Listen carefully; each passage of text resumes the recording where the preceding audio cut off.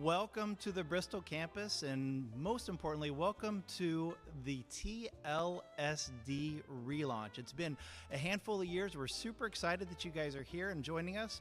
To kick us off this morning, I'd like to introduce our new president here at Bristol Community College, Dr. Cedric Harris. Dr. Harris has been on site for a handful of months and has been well acquainted with the institution and is doing tremendous work on behalf of all the things that we're doing here. And so I'd like to turn the time over to him for a general welcome. Dr. Harris.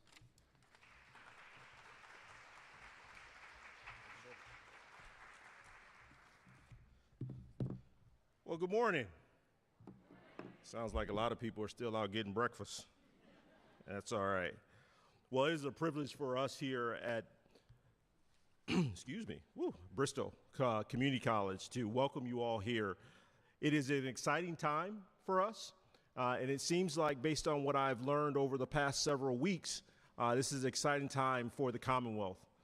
We are reinstituting this program, it sounds as if, and I wanted to take the opportunity to say how happy I am to be the fifth president here, but also to be the person here before you this morning to share the welcome remarks from the college, but also the resurgence of this program. This year's theme, Shaping the Future for Massachusetts Community College, Innovation, Inclusion, and Impact, speaks a lot to, I believe, what the community colleges across the nation have done. You know, I have had the opportunity, as Andrew said, I've had the opportunity to be here for now 63 days. And so, yeah, thank you. You know, yesterday, I've spent a lot of time in this facility over the last couple of days. Yesterday, we had a group of students here from our local area high schools celebrating World Language Day, specifically the language of Portuguese. Several students were here and instructors. Later that evening, we actually had Jeff Corwin here as a speaker. So we are really happy to have our facilities and our campus showcased during this time. So one of the things I would ask of the participants today is throughout the day, we will be exploring these themes that were stated earlier, and we are hearing the exciting work that is happening amongst the community colleges. Your colleges, as well as ours, are working to do the things that are contributing to the future of higher education. And as many of you know, higher education is extremely under attack. We are working here at Bristol, as well as I know your institutions, to make sure that we're providing the educational workforce development opportunities for all of our constituents within our districts. Allow me really quickly, and I'm not sure if they're in the audience, but I had an opportunity to talk to a few of them that are here. I believe there are a few of my presidential colleagues that are here today. Ellen Kennedy, Dr. Kennedy from Berkshire, there she is. Bill Heineman, Dr. Heineman from North Shore. And Dr. Simpson from Middlesex. I'm not sure, I haven't seen her this morning, but I believe there will be members from the Massachusetts Association of Community College here. I'm not sure if Sarah Units is here, but Sarah is on the schedule to be here. So we hope to be able to see her today as well and share the insight from the commission and the Massachusetts Association. Also, I'd like to thank I think Rick is here from the Massachusetts Department of Higher Ed. Is Rick here? There he is. Hi, Rick. Thanks. So before we dive into any discussion, I wanted to take a moment to recognize also individuals who have put in some tireless work for this conference. Once again, the conference has had a hiatus for quite some time, and I want to thank my staff, those individuals here at Bristol who took the opportunity to reinvigorate this program. And special thanks to all the community colleges, vice presidents of academic affairs and student development for this statewide group to come together and start to bring this program back to where it was before. So I'd like to give a big thanks to a couple people here at Bristol. You already heard from him earlier, Dr. Andrew Fisher, our academic vice president. Kate O'Hara, our vice president of student services and enrollment management. And I've been hearing this all week, and so I want to give a big shout out to Christine Hubbard, our executive dean. She's really put a lot of work into this program. I also like to thank Adam Kepter He's the Vice President of Student Affairs and Enrollment Management at Berkshire. He was also part of this group bringing this program together. So let's hear it for Adam. Bristol's academic staff members also were a part of this throughout the Academic Affairs and Student Affairs Office. So can I give a round of applause for those folks as well?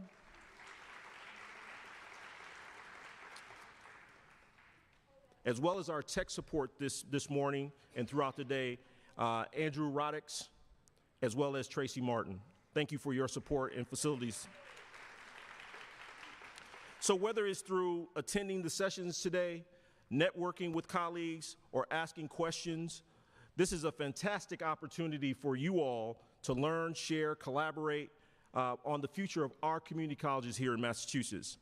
I know that personally looking at the schedule yesterday, there will be opportunities for me even to get engaged. As a person who's been here just a little over 2 months, I have a lot to learn about the Massachusetts community college system, and I look really forward to learning from you all about how the process works here. So once again, I'd like to say, as the 5th president here at Bristol Community College, welcome. Please enjoy our campus, enjoy the day, and once again, have a great conference. Thank you.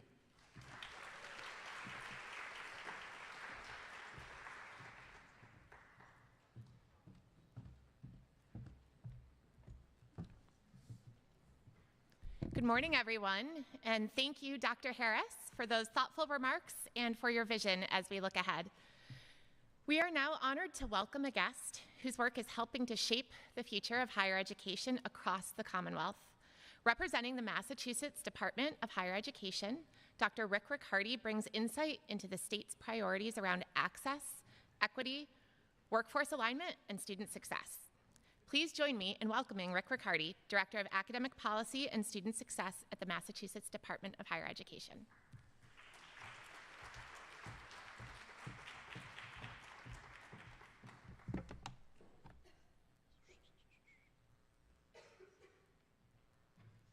There we go. Good morning, everyone. It's my pleasure to welcome you on behalf of Commissioner Ortega, Department of Higher Education, to this conference. You know, I've been in this role for a year and a half now, and I made it my goal to visit all 29 campuses in my first year. Wasn't quite successful, visiting 22 out of 29, which is not too shabby, but so I'm 3/4 of the way towards that goal.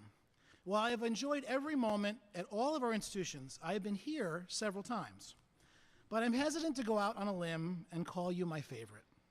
Having worked now in 3 different systems, there is a reason we call our schools sister institutions. While not stated explicitly, there is a sibling-like relationship amongst us all. We love each other, but we want to be the favorite child. Which is why my first slide is titled, Knowing Where You Are. I graduated from a public regional university in Connecticut, and we were part of a small system of 4-year institutions. The chancellor of the system would come to each commencement and offer greetings on behalf of the system. At my commencement, he said, "It is wonderful to be here at the flagship of the system, Central Connecticut State University." Unfortunately, he was presiding over the graduation ceremony of Southern Connecticut State University at the time. After he said it a second time, people began to boo him off the stage. So it's a wonderful reminder of the importance of both proofreading your speeches and knowing where you are when you give those speeches. So it is wonderful to be here at Bunker Hill Community College. Just kidding. Just kidding. It is truly an honor to be here at Bristol Community College, and I can honestly say, Bristol, that you are one of my 15 favorite community colleges in Massachusetts. I know. Let's hear it for Bristol. I want to begin by thanking President Harris and Bristol Community College for hosting this event, and a huge thank you to the planning team for all of their hard work in making today so successful. Now, this is my first Teaching, Learning, and Student Development Conference, and I was struck by the depth and breadth of the sessions and speakers. In this age of technology, I am longing for the ability to bilocate so that I can be in multiple places at the same time. But I'm also a researcher at heart, so I wanted to get a sense of where you've been. And I ran across a Facebook page dedicated to the 2013 TLSD conference, which was held at Middlesex Community College. So you're from Middlesex. That's right. I also have a background assessment, so in the spirit of having good data, I want to note that the page has 34 followers and 33 likes. You must have had a great time at the conference because you got to ride a trolley around downtown Lowell. I am sure Sheldon Cooper from The Big Bang Theory would have loved an academic conference that includes trains, right? And as a side note, 34 followers and 33 likes. I'm thinking there's one person out there that didn't get a chance to ride on the trolley. But take a look at the theme: preparing socially responsible learners and leaders. Now, that was 12 years ago, and I could argue we need to be doing that now more than ever. Now, at that conference was close to 500 participants and more than 120 presenters, including this person. See at the bottom? Lance Eaton. So he was actually presenting there. And I read the post, I'm waiting, I know that person. Actually, I do know that person. He was the keynote speaker for the 13th Annual Assessment Conference last week, speaking about leveraging artificial intelligence in our teaching and learning as well as our assessment. It was an excellent keynote that talked about the promise and peril of artificial intelligence in our classrooms. And one of the things he did was remind us of where we've been in terms of technology. This is not our first rodeo in terms of changing technologies, as they say. So over 4 slides, he presented the technologies that higher education has adopted over the last 60 years. He had a long list, and I just want to highlight a few of them. But as we go, think about those technologies that are still in use today. Now remember, pre-1970, our cutting-edge technology was one of these, right? Everybody remember those? I remember working evenings in continuing ed. Instructors would run in our office frantically searching for what? Pieces of chalk, because people would take them with them. I don't know what they would do with them. Maybe they had chalkboards at home. The 1970s brought us overhead projectors, pocket calculators, and Scantron machines. Some technology ages better than others, but I can tell you that I was processing tests with bubble sheets using Scantron machines when I left Connecticut in 2017. The 1980s gave us floppy disks, VisiCalc, and WordPerfect.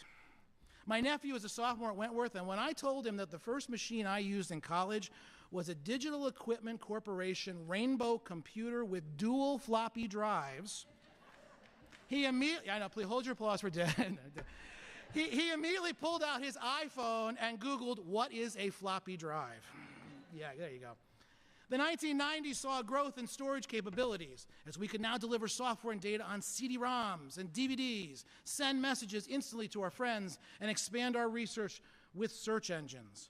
The 2000s added a short-range wireless technology standard called Bluetooth, a software application called an LMS to manage and deliver online learning content courses. And in the ultimate evolution from our chalkboard origins, we took a whiteboard, made it interactive, and called it a smartboard. The 2010s saw the introduction of digital credentials and badging, as well as the advent of the word analytics in almost every piece of software. Right? Companies tried to present information that was descriptive, diagnostic, predictive, and prescriptive. But I can't forget a staple device in my 9-year-old niece's life, the tablet. She has tablet time every night, and I remember when the iPad was released, I thought to myself, I already have a laptop. Why do I need this device? Well, now I have both. And like a carpenter has many tools in their toolbox, we have found places in our educational environments for both devices, right? So this decade has brought the advent of artificial intelligence using chatbots in advising and tutoring, and 3D printing. In fact, my niece's birthday was last month, and one of the presents she requested from Uncle Rick and Aunt Stacy was a 3D printer. I think you know the answer to this question. We called this a teachable moment. Life is full of disappointments. We gave her a day at Sturbridge Village instead. And interestingly, of all the presents she received, that was the one she was most excited about. It really was a teachable moment for all of us. Almost to the day 1 year ago, I welcomed faculty and staff to the 12th Annual Assessment Conference and joked of how new I felt, having only been in the role for 6 months.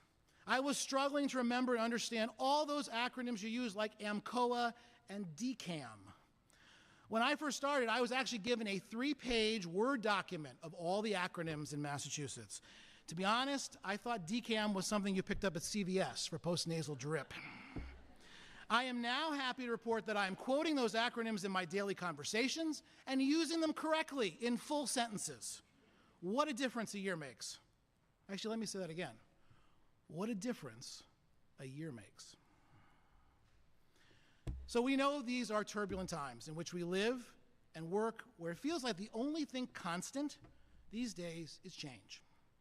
But here are some things we can count on. Our students are still in our classrooms in ever-increasing numbers, and some need more support to be successful than others.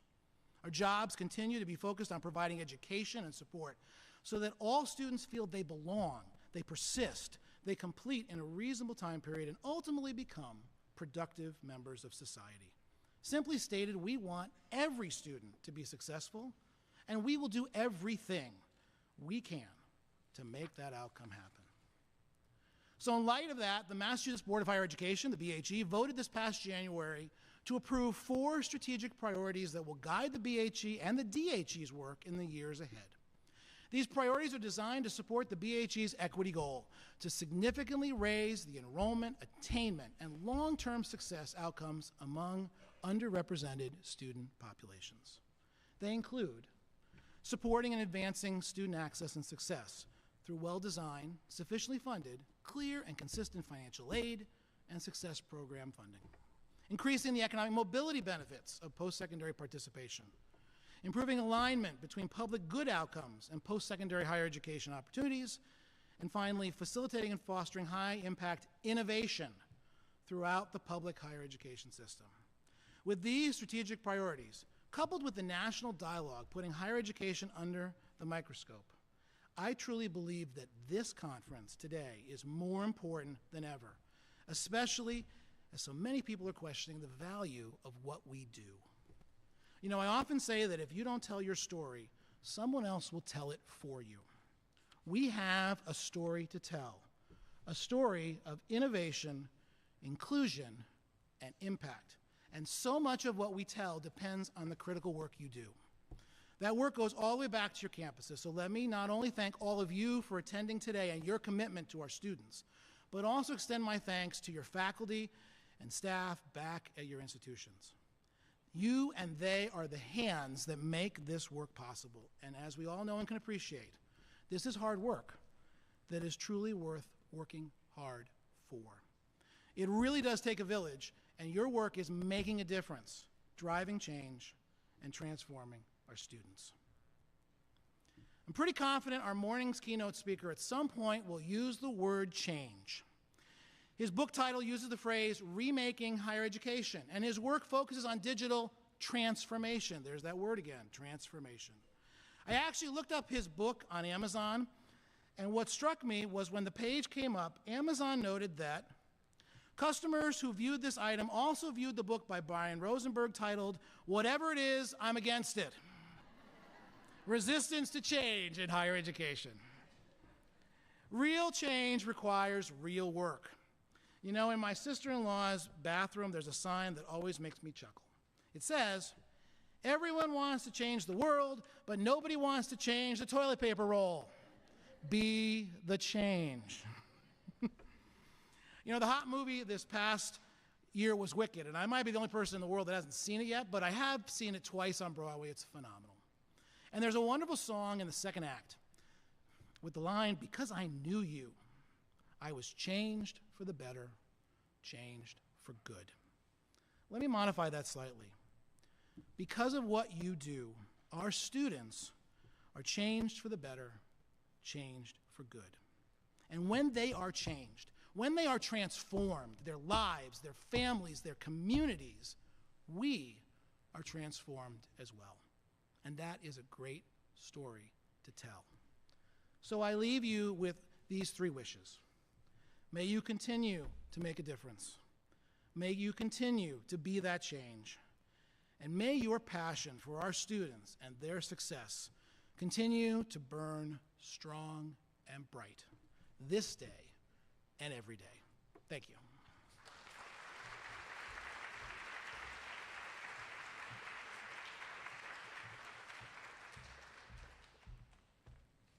Thank you very much, Rick. There was, as for some housekeeping, there was a ring that was found. We'll put it on the front desk out there, and depending on value or how quickly the person to whom it belongs gets it. That's a joke. All right. Let me minimize this and let me pull up our next speaker.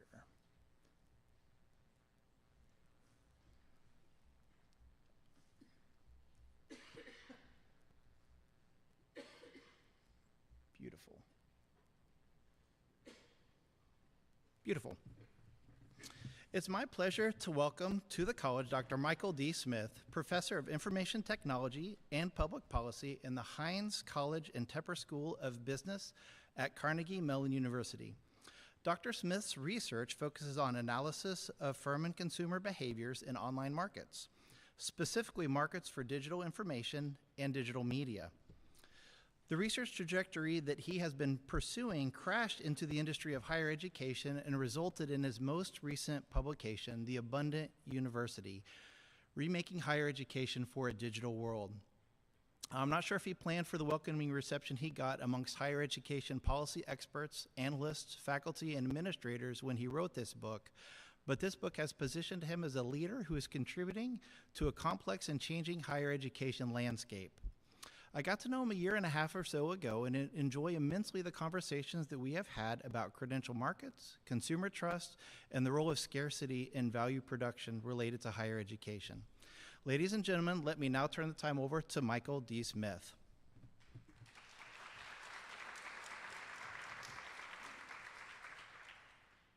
Wonderful. Andrew, thank you so much for the introduction, and thank you so much for inviting me.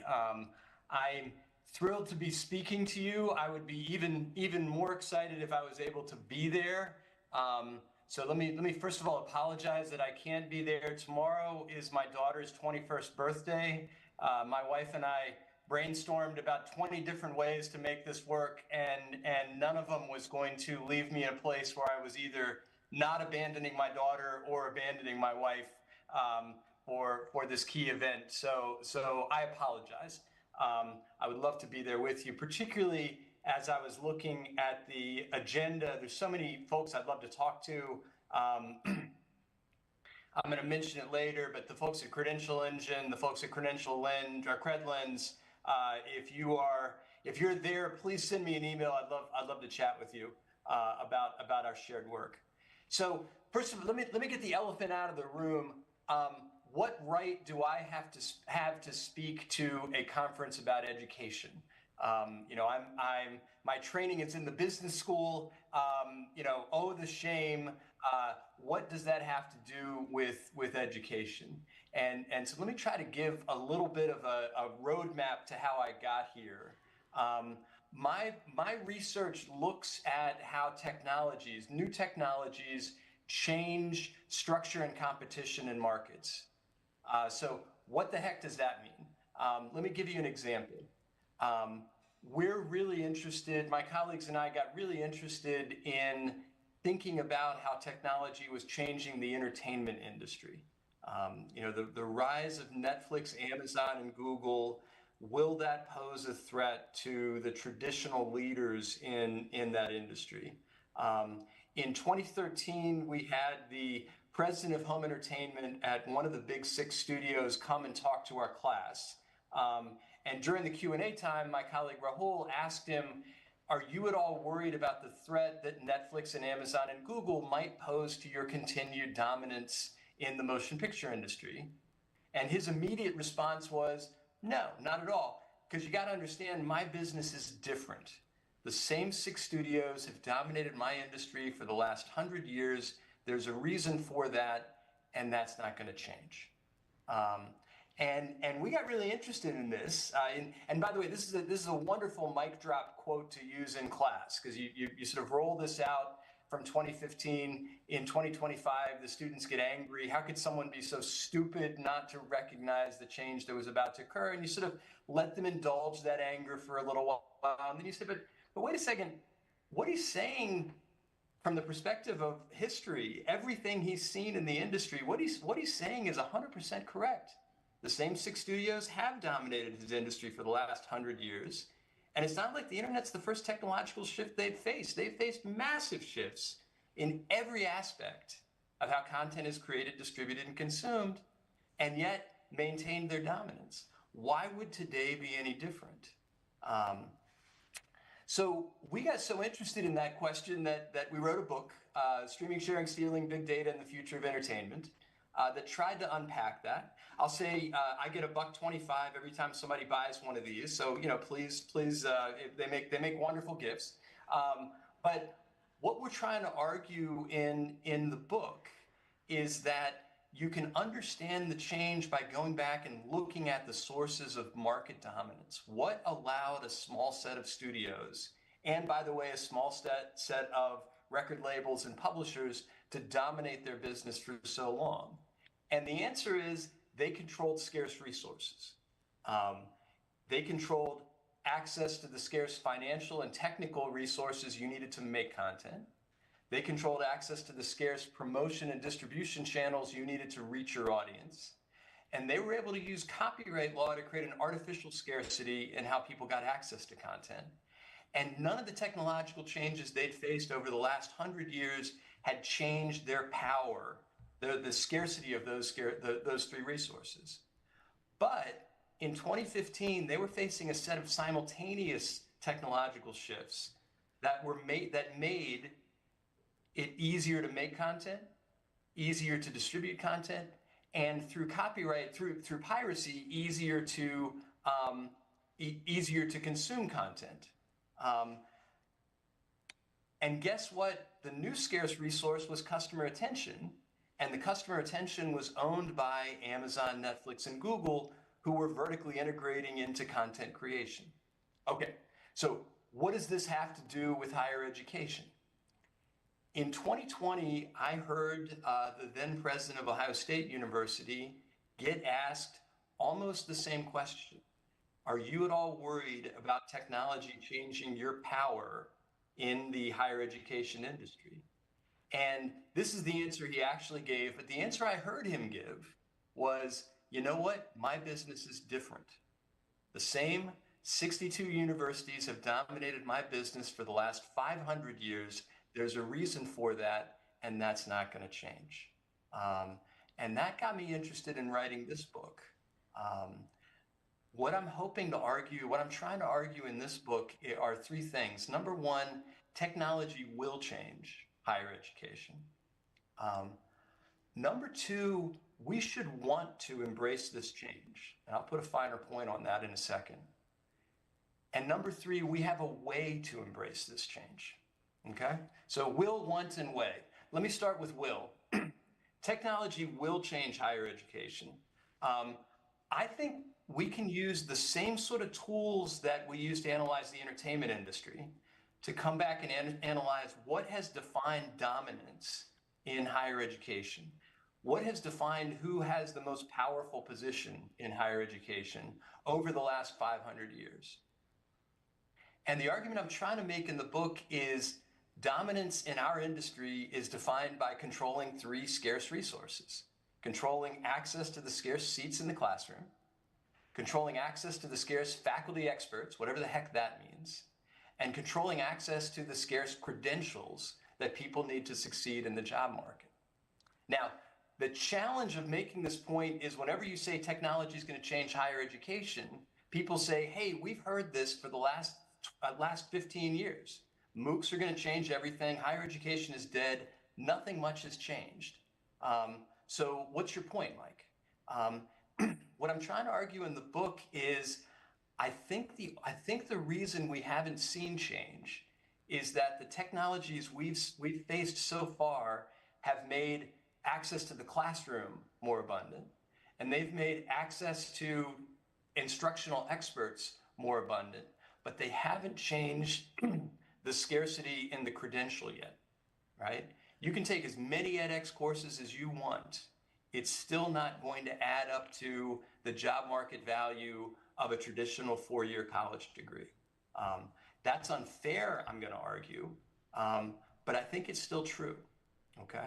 So if you buy that, and I'd be more than happy for you to yell at me and say you don't, but if you buy that, then that means our business model, particularly in the highly selective universities, which I don't say with any source of sense of value, but particularly at the highly selective universities, our business model is hanging on the fact that we control your ability to get access to the professional workforce, and you've got to pay me $250,000 if you want to get that access. Okay? Now, could this change? Could employers start to look to different ways to evaluate talent? And I think the answer is yeah. I think the answer is we're seeing a lot of evidence in a lot of different areas that employers are saying we want a different way to evaluate talent. We're de-emphasizing the college degree in our hiring practices, and I'll come back to this in a second. Okay. Could you poke holes in this argument? Absolutely. Could you say, Mike, I hear what you're saying. I still think we're going to be just fine. Honestly, I talked to one administrator at a anonymous technology college in Western Pennsylvania, and they say, you know what? They said, you know what, Mike? I hear everything you're saying, but I'm going to retire in 5 years, and my job is to keep the business running for the next 5 years. I don't think this is going to be a problem while I'm employed, so I'm not going to do anything to respond to it. And that brings me to this. Friends, I think we should want to embrace this change. I think we should desperately want to embrace this change. Here's why I say that. In 1947, the Truman Commission came back with a report to the president about the state of higher education in American society. And a key quote from that report was, "The democratic community cannot tolerate a society based upon education for the well-to-do alone. If college opportunities are restricted to those in the higher income brackets, the way is open to the creation and perpetuation of a class society which has no place in the American way of life." Right? Stirring words. Make me feel proud to be an American. It's 70 plus years later. How well are we doing? And the answer, friends, is we're failing. Right?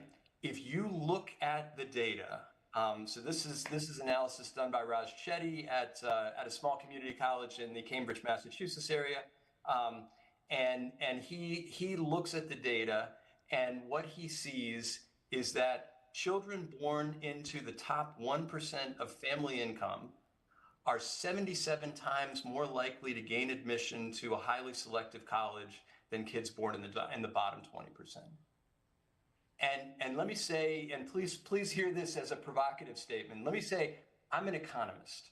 I believe in the efficient allocation of scarce resources. Selective colleges are by definition a scarce resource, right? So our goal should be to make sure the right students get into that scarce resource. If we in higher education genuinely believe that rich kids just happen to be 77 times more likely to be capable of an elite college education, the system's working great. But if we don't believe that, and I don't know anyone who does, this is a terrible way of allocating access. And we ought to be ashamed of ourselves if we defend it. And by the way, if anything, the data say that the problem's getting worse. And we could play around with this. I decided to cut the slides for time, but just for fun, you can look at Raj Chetty's second study, which controlled for student test scores and looked at admissions to highly selective colleges. And what he found is that if you come from a family below the median income, you're slightly more likely to get admitted. If you come from a family above the median income, you're slightly less likely to get admitted, up until you get into the top 1% and particularly the top 0.1% of family income. And then you're 2 times more likely to get admitted to an elite college than someone who is at the median income, right? That's a problem. And we can unpack that if you want, okay? What does this have to do with community colleges? Well, the Truman Commission said community colleges are the most promising way to, quote, remove geographic and economic barriers to educational opportunity and discover and develop individual talents at low cost and easy access. And honestly, community colleges have done exceptionally well at that in terms of education, right? You look at enrollment in 1963, it was about 750,000. Today, or at least in 2021, it was 13 million. So an incredible success in terms of making access to learning more abundant. What's the problem? The problem is outcome. The problem is if you look at the likelihood, and this is Raj Chetty's research again, if you look at the likelihood of earning more than $630,000 by your mid-30s, Ivy League graduates, it's about 1 in 5. The 80 most selective colleges is about 1 in 11. And community college graduates is about 1 in 300.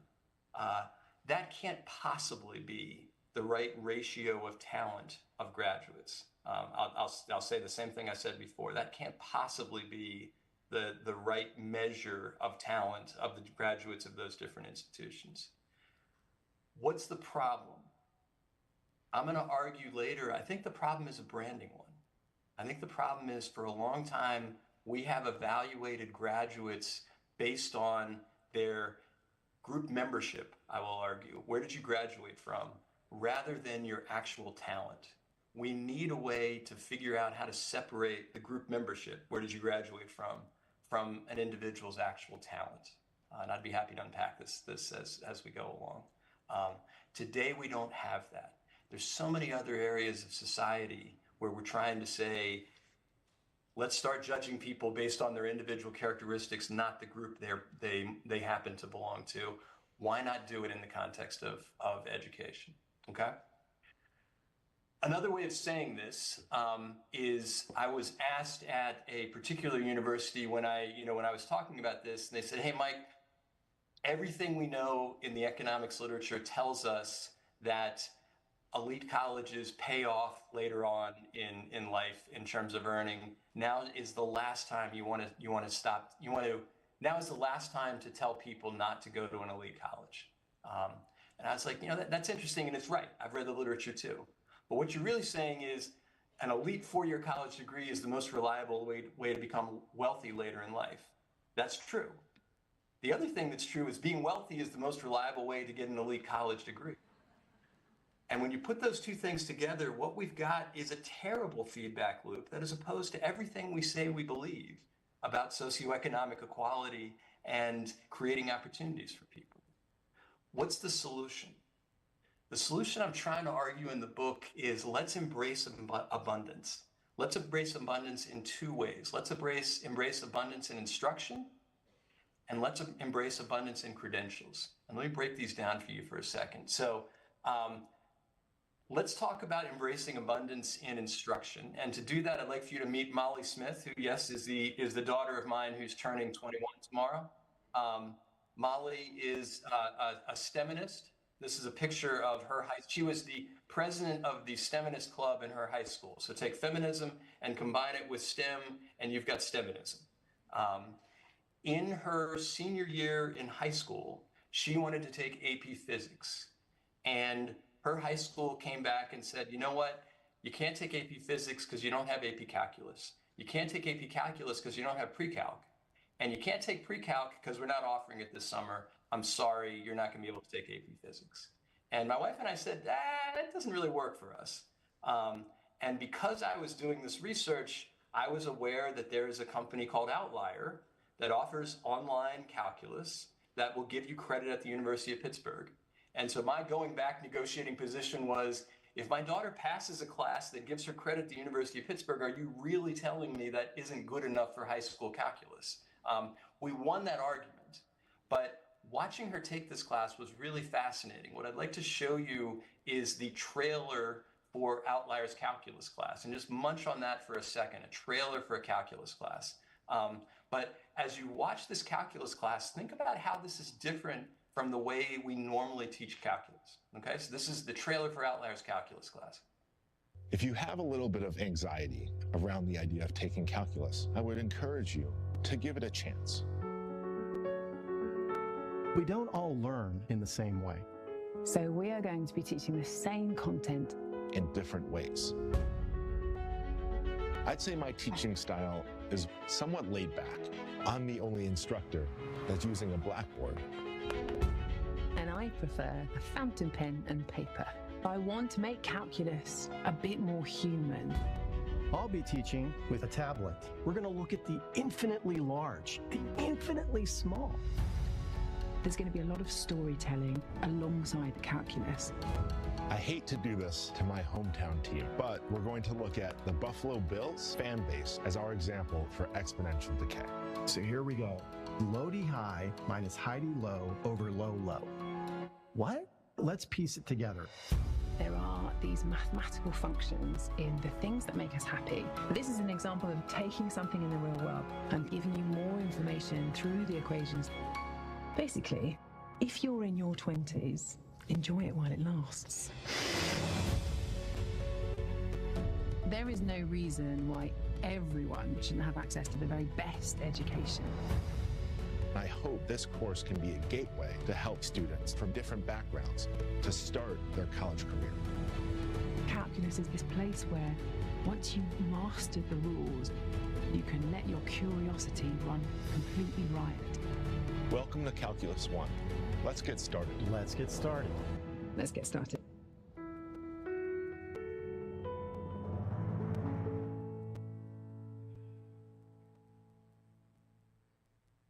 All right, so if we were in person, I would say, what did you see that's different from the calculus that we normally teach? And I think the answers would be, oh my gosh, the production value of that is insanely high. And that's true. Outlier was founded by the same guy who founded Masterclass, who, by the way, just for fun, he graduated from BU, but what he told me was he went to a very, low socioeconomics family. They didn't have much money. He got into BU on a Pell Grant. And what he said was, I survived at BU financially by transferring in as many community college credits as they would allow me to get by financially. Fascinating. So anyway, production quality, and then diversity of teaching styles and diversity of ethnicities. We'll come back to this in a second. What does this have to do with abundance? Well, number one, this is much lower cost. Number two, they didn't ask Molly if she had taken pre-calculus to allow her to get in. What they said is, here's a short quiz. If you can pass this with a grade of 70 or above, you're ready to enroll in our class. And by the way, if you put the effort in and you don't pass, we'll give you a full refund on your tuition. Both of those things are things that we can't do in a scarcity-based classroom environment, right? If I've got 30 students and you take up one of those seats, you've displaced someone else. So I can't give you a refund at the end of the semester. And if I've only got 30 seats, I'm going to try to get the 30 students who are best prepared. If you don't have pre-calculus, I'm sorry, you might be talented, but I'm going to choose somebody over you. Make sense? The other interesting thing about this is that the way this class is taught is it's taught by these three very different professors with very different styles. They each teach exactly the same module of the class, and they teach it in their own voice. And you, the student, can choose which of these different professors you want to take. And in fact, you can mix and match. And so the trivia question, and again, if we were in person, this would be more fun, but the trivia question is, which one of these three professors do you think my STEMinist daughter gravitated towards? And the answer is the obvious one. She immediately gravitated towards Hannah Fry. And I went to a colleague of mine and I said, isn't it interesting that my STEMinist daughter is taking Hannah Fry? And she said, oh, Mike, there's plenty of research on this that shows that in general, in STEM classes, men do better than women, in general, on average. And that difference goes away when the class is taught by a woman. And by the way, the same thing is true for underrepresented minorities. In general, there's a difference. And that difference goes away when the class is taught by someone who, in the words of this AER paper, looks like them. All right? Fascinating. We know this from the research that it works. We can't deliver it in our existing scarcity-based model. Okay? Now, I've just painted a world for you where everything is going to be delivered online. That's not the world I think we want to live in. And let me explain what I'm thinking about here. I teach digital transformation. I teach how technology changes things. I have, for the past several years, brought in the head of data at the University of Pittsburgh Medical Center, who also happens to be my cardiologist. So I give him a copay and he comes wherever I ask him to go. So he comes in and he talks about how data is changing healthcare. And right after the pandemic, he came in and said to the class, we've looked at our data, and what we've discovered is that for most doctor-patient interactions, telehealth yields equivalent health outcomes as the patient coming into the office, right? That there's some things that have to be delivered in person, but a lot of things, telehealth works just fine. What's the parallel? I wonder if something similar might be true in higher education. I wonder whether we might be able to do the hard work of thinking about what are the things about a college degree that have to be delivered in person, and what are the things about a college degree that can be delivered perfectly well remotely. In fact, at a lower cost and in a way that is much more inclusive. The story I tell here is I gave this talk at, let's just say, a top 3 business school, and I won't give you 3 guesses, or 2 guesses. So I gave this talk at a top 3 business school, and afterwards I was talking to somebody on their faculty, and they said, Mike, we have a exec ed program. We bring in executives from around the world to take classes, and we've always felt like that program had to be delivered in person because of the unique, in-person mixing among these executives. The only problem with the program is female executives aren't signing up to it in anywhere near the numbers we know they exist in the marketplace. During COVID, we took this program online, and guess what? Female executives showed up. And we stared at this, and what we realized is that through a set of processes that my daughter would rightly describe as the patriarchy, male executives are much more able to say, hey kids, I'm going to be gone for the next 2 weeks, your mom's in charge, relative to female executives. So by saying we have to deliver this 100% in person, we are leaving out a group of people who could benefit from our education. Can you give me an example in the context of education? Yeah, I can. So one of the examples I talk about in the book is Arizona State University and how they deliver, how they teach organic chemistry remotely. And so if anybody's a chemistry teacher here, you might say, Mike, how do you teach OChem remotely, right? Are you mailing hydrochloric acid to students' homes and hoping they have a fume hood somewhere?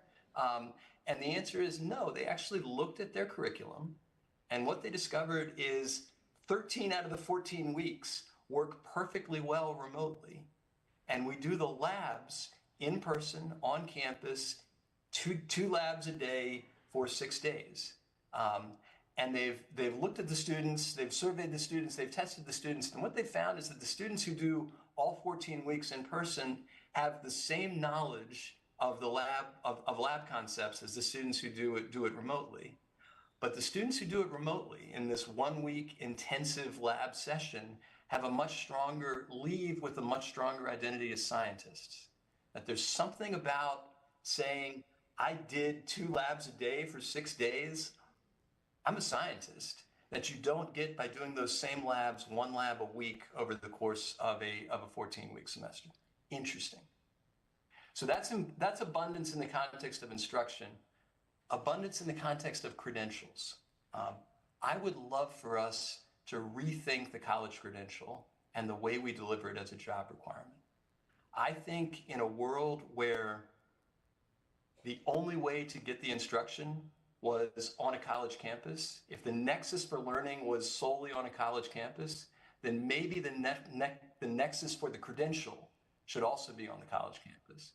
That's not the world we live in anymore. We can learn these these topics in all sorts of different ways. I wonder if the nexus for the brand still needs to be on the college campus, number one. Number two, I think we're not delivering what we think we're delivering in terms of the job market. So this is a 2014 Gallup survey.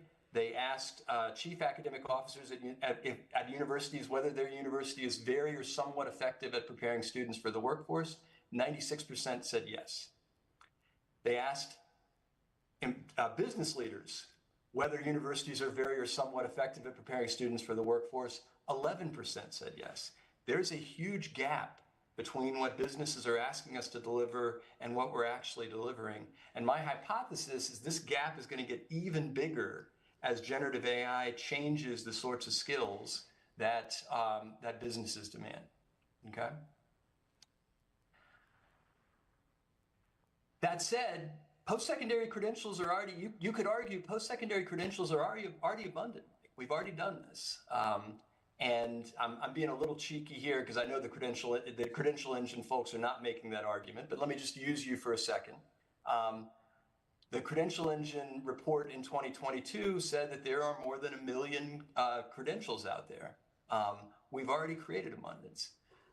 And my pushback on that would be that, yeah, that's true, but 1 million credentials might look like a feature. I think it's actually a bug when you come to the hiring process, right? Because hiring managers don't know which of those 1 million credentials are actually a good signal of the skills I'm trying to hire for. I'm going to argue we need some sort of standard around the baseline knowledge that employers are looking for, or they're just going to fall back on the traditional degree hierarchy we've always had. This is a piece of work I'm doing right now. It's not in the book, but I'm working on it with two folks at Chicago, Steve Levitt and one of his colleagues. And our argument is, in 1942, we in the United States created a high school GED. We had a bunch of returning soldiers returning from the war. They had left to serve their country and they hadn't finished high school. And we wanted to give them a way of signaling that they had the same knowledge as a typical high school graduate would have. So we had disenfranchised soldiers. We wanted to give them the ability to demonstrate their knowledge to employees. Could we create something that looks like that, but in the context of college skills?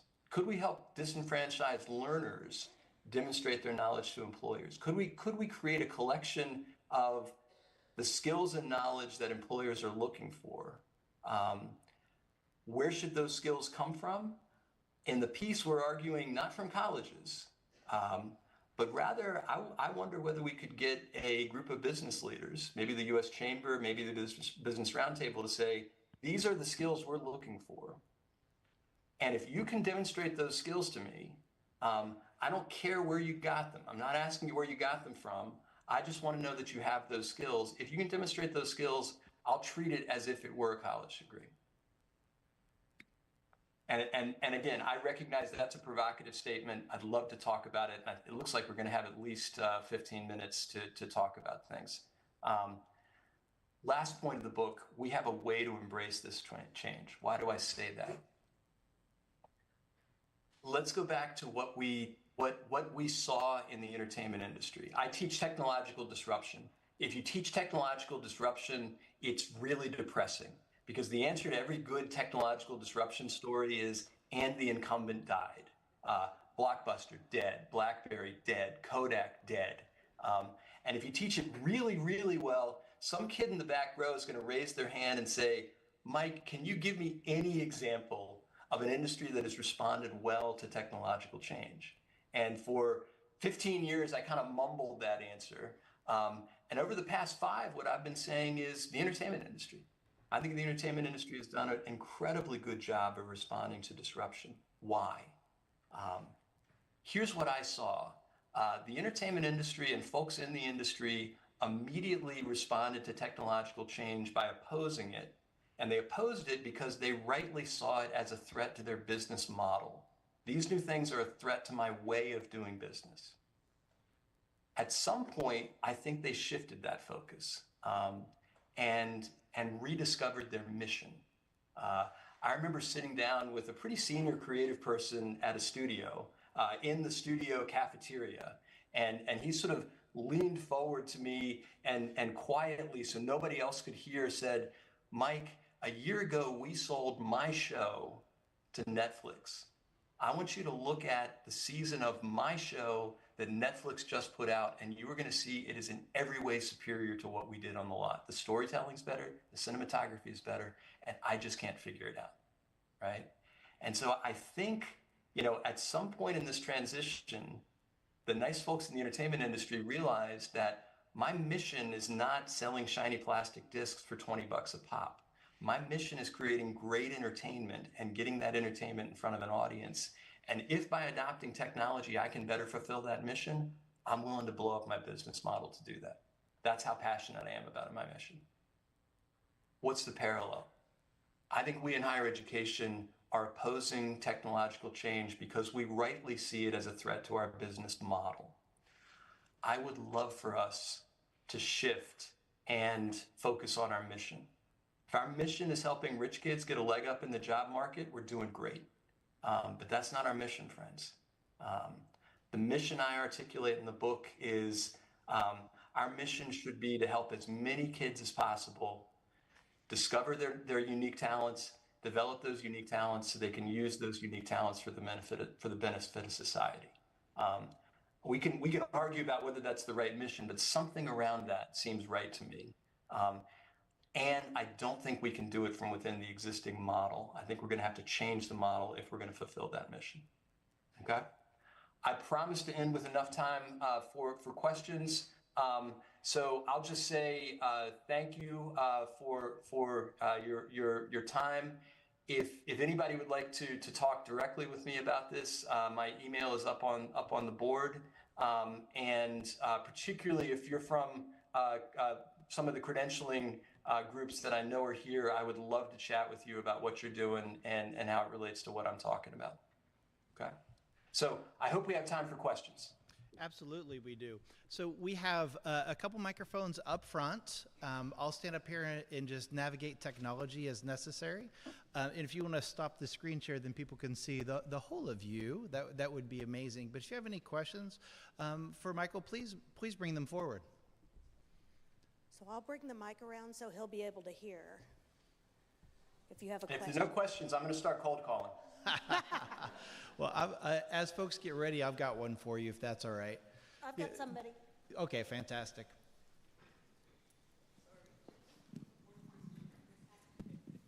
Thank you kindly. Thank you, Mike. My name is Andy Diaz. I really appreciate your conversation with us this morning. You mentioned something really interesting about the idea that employers would somehow help identify that the sort of credentials that are needed as opposed to the academic institutions. And I wanted to ask you more, you identified like chambers of commerce and business. If you were to look at the other sectors as well, so public sector, employer, and also not-for-profit sector, in addition to for-profit sector, how would you imagine in this interesting evolution model, how would you imagine identifying the credentialing for those other sectors of the workforce? Great questions. I think something based kind of on what we have today could work, right? Where you say, here are the baseline set of skills that you need to have. And then I'm going to add skills on top of that are focused on your particular sector, right? The reason I said I think employers are best positioned to do this is because of that stat I showed you where 96% of us say we do a great job, a good or very good job of preparing students for the workforce, and only 11% of business leaders agree with that statement. I would love a credential that comes out and focuses more on what are businesses actually looking for in terms of education. So we can play around with the specifics of how that works, but I really think something where these are the baseline skills that businesses are looking for, and then I also want you to have some depth in the area of my, whether it's a nonprofit or public sector or private sector. I want you to have a little bit more depth in that particular area. Part of the reason I think about this in the context of businesses is my oldest son went to Drexel. Drexel has an integrated co-op program. And sort of watching him and talking to him, he wanted to go into enterprise software sales. I am absolutely convinced he learned more from his co-op at SAP than he did from a whole lot of his business school econ and finance classes in terms of how do I prepare myself for this particular career. Make sense? Yes, thank you. And we have another question. Hello, thank you so much for presenting and for what you shared. My name's Hannah. I'm an advisor at North Shore Community College, and I'm curious about those percentages you shared, right, about us believing, what was it, 96% that we are setting students up for success in the workforce, and then the workforce saying 11%. And I'm just curious about if there's any data on what students think in terms of how well they're set up for success, because we see that gap. And I often find that what bridges the gap are the actual experts in their experience, which are the students. So I'm curious if you could speak to that. Say that last part again. I see the gap, the last part you said. Yeah, the gap in perception of how well, colleges think we're setting students up for success versus what the workforce actually thinks. And then what do students think? My perception is students recognize that employers are more and more looking for internships, and that a lot of the skills they got at, let's just say, top universities are hard. So the signal is you must be smart to get through this program, but it didn't necessarily prepare you for what you're actually going to do on the job. Let me take a slightly different spin on this, if you'll let me. One of the questions when I talk about entertainment that I ask my students is, why did Netflix vertically integrate into content creation, right? It's not like we don't have enough content creators out there making content. Why did Netflix change their business model and start making their own content? And I think the answer is Netflix realized that it needed niche content to make its business run. And the major studios were in the business of making mass market content. And so they realized that I'm never going to get the content that I need from these existing suppliers. I've got to vertically integrate and create my own. What does that have to do with employment? I think more and more employers are starting to realize I'm not getting the skills that I need from my customers, from my suppliers, if you will, and are starting to vertically integrate into training their own employees. My son, when he was at SAP, discovered that they have a sales academy. They will train their employees to go into sales. The sales academy is actually more selective than Harvard Business School. And if you get in and you graduate, you're more or less guaranteed an account executive position. Could we see more employers vertically integrate into creating their own certification programs that in some ways substitute for the programs that we have always delivered? I don't know. Good morning, Mike. Ray, I work here at Bristol Community College. Thank you for the conversation this morning. I have a question around your technological change that you're embracing or that you're asking for, and specifically what kind.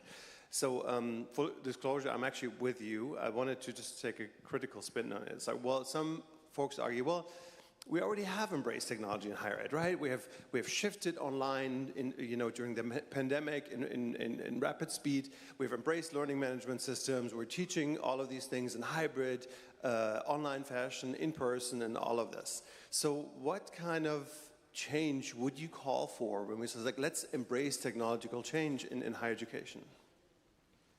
Yeah, the change I'm thinking about is we've embraced a lot of these online tools. I would love to see us develop the systems that allowed us to make the best use of a better use of the channel. What I see in a lot of our education so far is I'm taking the same lecture that I always delivered in person, and I'm just recording it and sending it out to you. Could we do a better job of using the medium, adapting our teaching to the medium? That's going to mean me changing a lot of things that I've always done, and I'm lazy, right? So that's one hard thing. The second thing that I think is hard is using the data to customize how we deliver the content. Some of the research that my colleague Pedro Ferreira, one of our former doctoral students, Mijo, and one of our current doctoral students, Iyun, are working on is one of the great things online education gives us is a feedback loop with the student, right? When I stand in front of a class of 30 students, I have very little information about how they're processing the material. Think about it kind of like broadcast television, right? I'm quite sure that 10% of you are bored and 10% of you are lost. The problem is I don't know which 10%, and even if I did, I've got to advance the class at exactly the same pace throughout the semester. So I'm trying to keep the middle 80% of the class happy. Wouldn't it be cool if we could develop the tools that would allow us to say, this student is bored, this student is lost, let's give them exactly what they need. Let's let the bored student push ahead in the class. Let's let the lost student take a little bit more time on this concept. So one of the things the doctoral student is developing is an algorithm that can take the material and how it's being delivered, measure cognitive load, and then look for when an individual student might have exceeded their cognitive load level, their optimal cognitive load, and develop interventions for that cognitive load that say, okay, you've exceeded your cognitive load, let's slow down here a little bit and review that concept. All that to say, I think now that once we deliver it in a more digital form, I think we've got a whole bunch of really cool opportunities to measure the effectiveness of our instruction and customize it to the individual students that we didn't have before. Did that kind of answer your question? Yes. Perfect. Hi, my name is Adam. I'm at Berkshire Community College. My question is, you talked about how the entertainment industry was able to adapt and kind of go with the flow of change. What characteristics do you think in higher education we could learn from the entertainment industry if we want to do the same? We've got to figure out what our mission is, and we've got to get passionate about it. In the book, and you can pick on tenure, but one of the benefits of tenure is I can't get fired. So in the book, when I talk about mission, I actually put Carnegie Mellon's mission statement into the book verbatim, and basically, it's 187 words long, if I remember correctly. It is completely impenetrable. It is not a mission statement. I would love for us to figure out, what's our mission, and like I said, what our outcomes say is our mission is helping rich kids get a leg up in the job market. That's a crappy mission, friends. So I think the first step would be for us to sit down and figure out what's our mission. Honestly, I think community colleges have a much stronger sense of what their mission is than the elite, and I'm putting that in air quotes on purpose, right? Than the elite colleges. I think community colleges are much better positioned to adapt to this because I think you have a much stronger sense of what your mission is than the folks I talk to at our peers, if you will. Make sense? Yes, thank you. And at this time, we have run out of time for this session, and so please, everyone, let's thank Michael for his presentation.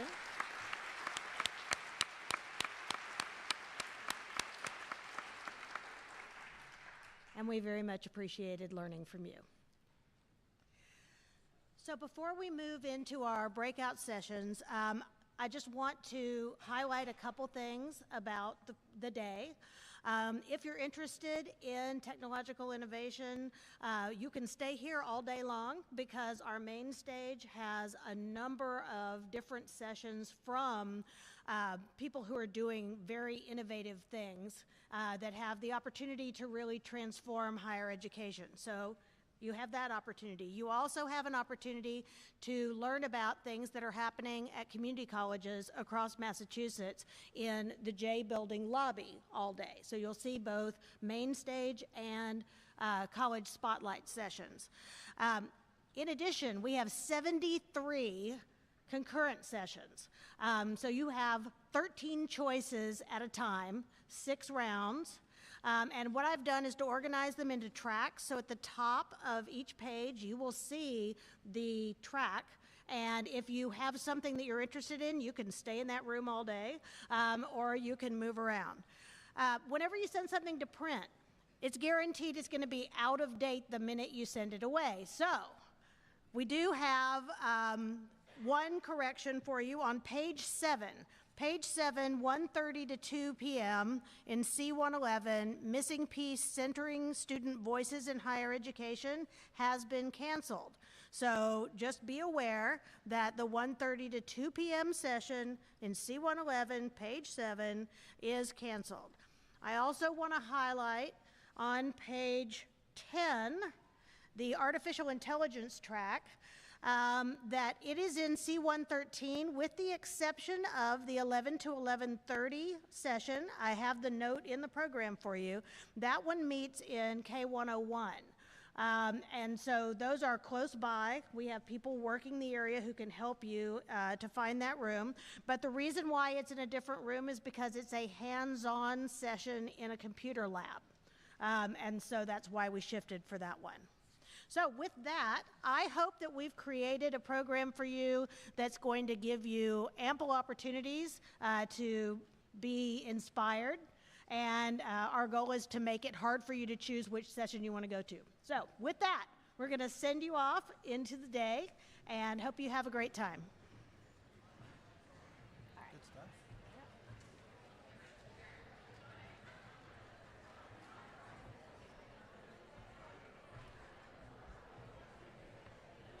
I figure I'll get you out of my thing. Yeah, pull out of that. And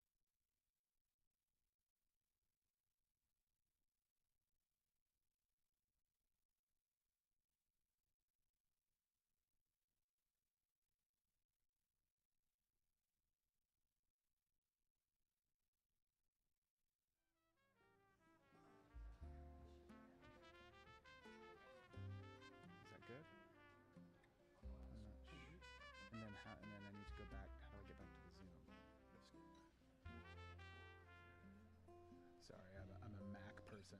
So.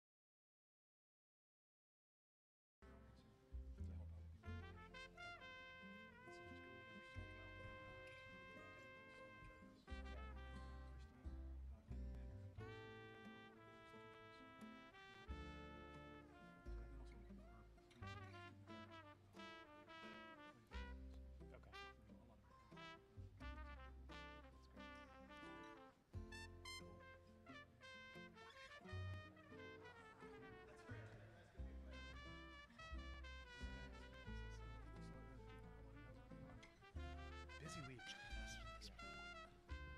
So I'm just going to get you out of your presentation for just a second. Yeah, thanks again.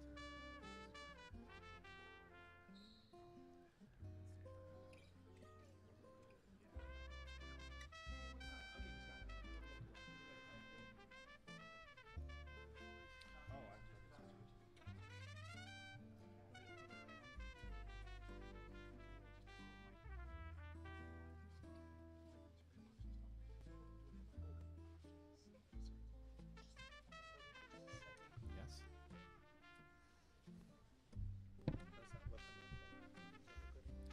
I think it looks fine. Yeah.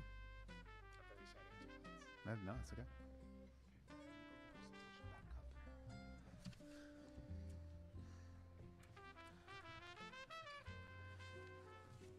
Well, that's actually a nice camera.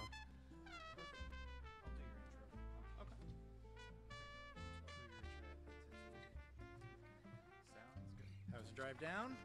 Easy peasy. I was expecting worse. With the rain and whatnot, I woke up this morning and I thought, this could be interesting, but there was nothing on the way in. Nothing. Yeah, we got loud thunder at like 5 a.m.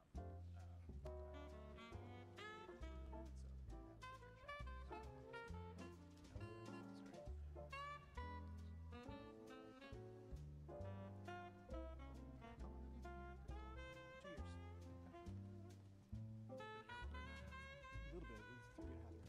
Okay.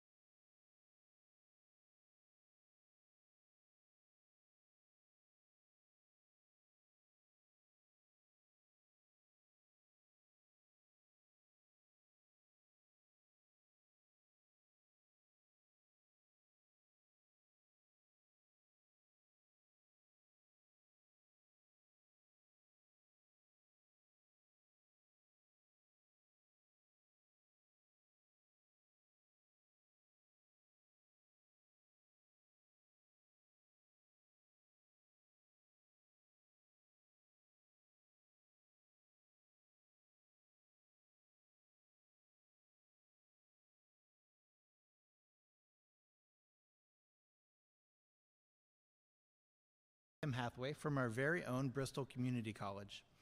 Jared Diener is a Senior Director of Accounts and Publishing at Credential Engine, where he works to modernize the way credentials are structured, shared, and understood across education and workforce systems. He also developed comprehensive training and guidance materials for publishing to the Credential Registry. He's joined today with Bristol Community College's own Tim Hathaway. Pause for applause. Tim is the Director of Curriculum Engagement and has been spearheading a grant solution designed to help Bristol articulate skills that are associated with student learning and program completion. As I turn the time over to Jared, just want to note that in the audience it may feel that we are sparse, but do remember that this is the live stream going out. So there are quite a few participants that are also participating online. With that, Jared, the time is yours. Great, thank you, Andrew. Morning, everyone. Thank you for having us this morning, and excited to talk to you all about Credential Engine and the work that we are doing to advance credential transparency and the tie-in to some of the goals and projects that Bristol Community College is working on as well. So I'm going to start us off with a kind of a high-level overview of Credential Engine and our work and some of the use cases, and then I'll turn it over to Tim, who can speak about the projects that they're working on here at Bristol Community College with Credential Engine.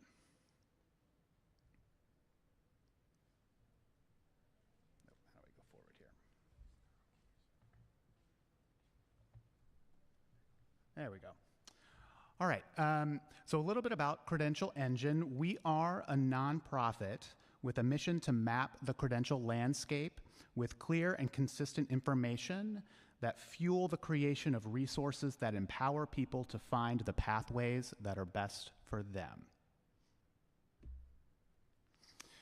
The challenge that we are taking on at Credential Engine is that our credential ecosystem is huge. Michael Smith showed during his presentation, his keynote address, our Counting Credentials report from 2022. We do this every few years. We count the number of unique credentials offered in the US alone. There were over 1 million as of 2022 offered in the US from over 60,000 providers. That's a lot. And it's a lot of information for people to sort through. It's often siloed and disconnected, and it can be difficult for people to find comprehensive and quality information. People are also looking for a lot of different variables and factors when they are considering which education or training program to pursue. Things like cost and location, time to completion, whether it's online or in person or hybrid. Targeting certain skills that they would like to acquire to better position themselves in the workforce. So it's a lot of information that people are looking for that they have a hard time getting access to. So the solution that we are working on at Credential Engine involves linked open data. So the best analogy to this is, think about when you go online to book travel, to book a flight or a hotel or a rental car or something like that. You're tapping into a large pool of linked data on travel information that gives you real-time, up-to-date info. And as in this example on the screen here, I could filter if I'm looking for certain variables. I need to find something that's within 25 miles of Fall River, Massachusetts, right? I'm looking for a particular price point, so I'm gonna filter that in as well. I want a certain level of quality, so that's a filter that I'm going to use as well. So different variables that can allow me to target my search. We are effectively trying to do something very similar for the world of credentials and the learn and work ecosystem. Ultimately, we want to make it as easy for someone to find timely and quality information about their opportunities as it is to book travel on a phone. So we're focused on that linked open data piece, building a large, open, freely available pool of data that can then power these different tools and applications so people can find information.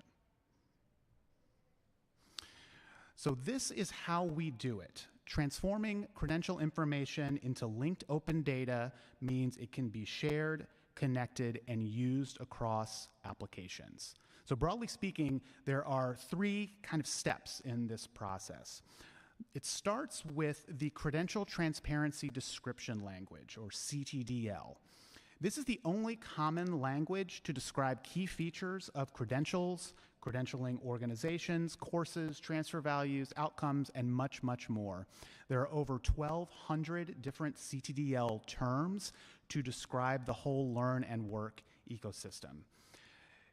Explaining and describing everything in the same language is important for a number of reasons, but one of those is that it's really helpful to people who are trying to make decisions when everything is described using the same terminology. You can make apples to apples decisions, comparisons about your options. So it starts with putting data in this common data language, the CTDL. Then Credential Engine supports providers, partners, to add this data that is in this common language, to upload it. We actually use the term publish it to the credential registry. And the credential registry is a large online cloud-based open repository of linked open data on credentials and related information. So it's a big online store of this data. It's kind of similar to all of that travel data that people are building apps to connect to. That's what our credential registry is. And then the third step in the process is what makes this data accessible and actionable to people. So we support an open applications marketplace where people can build and create and develop online tools and applications that take that data and bring it to their stakeholders so that it's actionable and usable. So digging in a little bit more to these kind of three main steps for credential transparency. So the Credential Transparency Description Language, CTDL, I just mentioned this. It's a large data schema. Think of it as a data dictionary of defined terms. Anyone can use CTDL. It is free to use, and that's a theme that I want to come back to at Credential Engine. We are a nonprofit, and most of our tools and technologies are free to use. Anyone can go to the Credential Engine website, set up an account for you and your institution, and start adding data to the registry. It's free to use. We have resources on the CTDL that are available on our website. And Credential Engine has managed the development of the schema. We don't own it. We are stewards of this open schema since it was first released in 2017. This slide shows you some of the types of CTDL data. It's a large data dictionary, and you can describe a lot of different things. These are some of the high-level components of the common language. You can describe organizations, providers, a lot of different information about your institution. Obviously, the credentials that are offered. And when we talk about credentials at Credential Engine, we really mean the full spectrum from degrees to badges and micro-credentials and everything in between. You can describe what we call learning opportunities, programs, courses, and so forth, competencies, skills, assessments, exams, support services that are available, counseling, tutoring, academic advising, financial assistance, transfer information, outcome data, labor market information. You can also describe jobs, occupations, and pathways in rich CTDL data that can be made available to students and learners.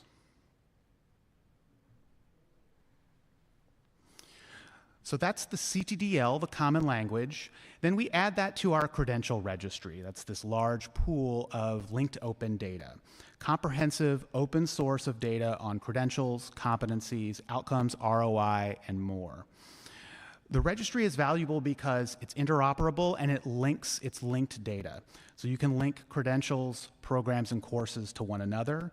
You can connect, for example, training programs to licenses or certifications that students are prepared to earn. This data, we'll learn about this in a minute, powers online navigation tools, learner employment records, LERs, and more. You can view and compare credential information from other places, other institutions, other regions, other states. That can often be very helpful. And it, again, streamlines data collection by bringing it all together, connected in a common language. It breaks down those data silos, and it makes this data accessible and actionable. A couple more points about the value of registry data. You can connect into industry-recognized credentials. So a lot of third-party industry credential providers publish their data directly to the credential registry. These are just some of the big ones that I've listed here: Microsoft, Google, MSSC, National Health Career Association. That's information about those certifications, credentials, that often includes skill and competency data. So anyone can connect into that to show how your programs can lead students and prepare them to earn these industry certifications and credentials. Stackable credentials. Registry data can be used to demonstrate how students can earn multiple credentials within a path that have overlapping requirements. Transfer values is very important and is something that we're working with a lot of institutions and states on. Articulation agreements, credit for prior learning is a major use case. We recently worked with American Council on Education. They have added all 10,000 plus of their credit recommendations for prior learning to the credential registry, so anyone can tap into those to demonstrate how your institution is using those ACE credit recommendations for prior learning. And then, as we mentioned already, cost, financial assistance, outcome data, and so forth.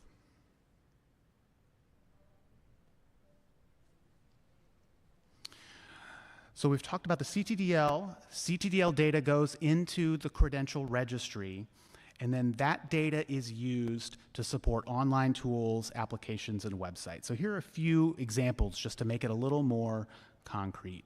So the first item here on the left is the Credential Finder. This is a free-to-use tool that Credential Engine created that allows you to see everything that has been published and made available in the credential registry. It's lightweight. There's not a lot of bells and whistles. It's just a view into the registry so that you can see everything that is available. And if you're interested in checking it out, feel free to go to the URL. It's credentialregistry.org. So that's one tool, one example. In the middle is the Indiana Achievement Wallet.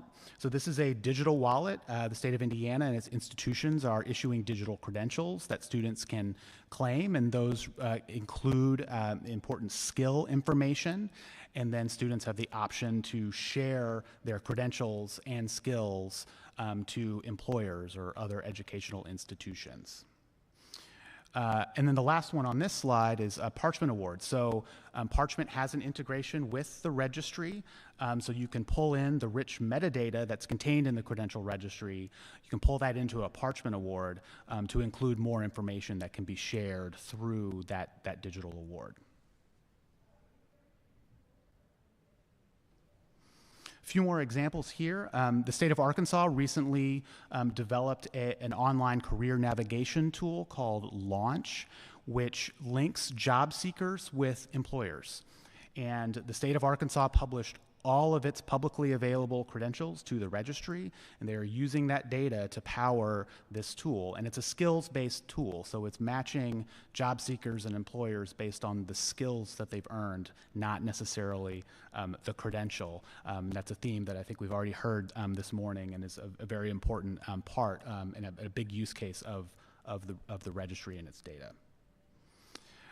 The example there in the middle is New York City Public Schools has created some pathways, some secondary through post-secondary to career pathways, and they've used the pathway building capabilities in the registry to tie in secondary courses with post-secondary courses at CUNY, some industry certifications that students receive along the way that lead to a particular career in software development. And they've included local labor market information data such as expected salary or job openings and things like that. So rich data within those pathways.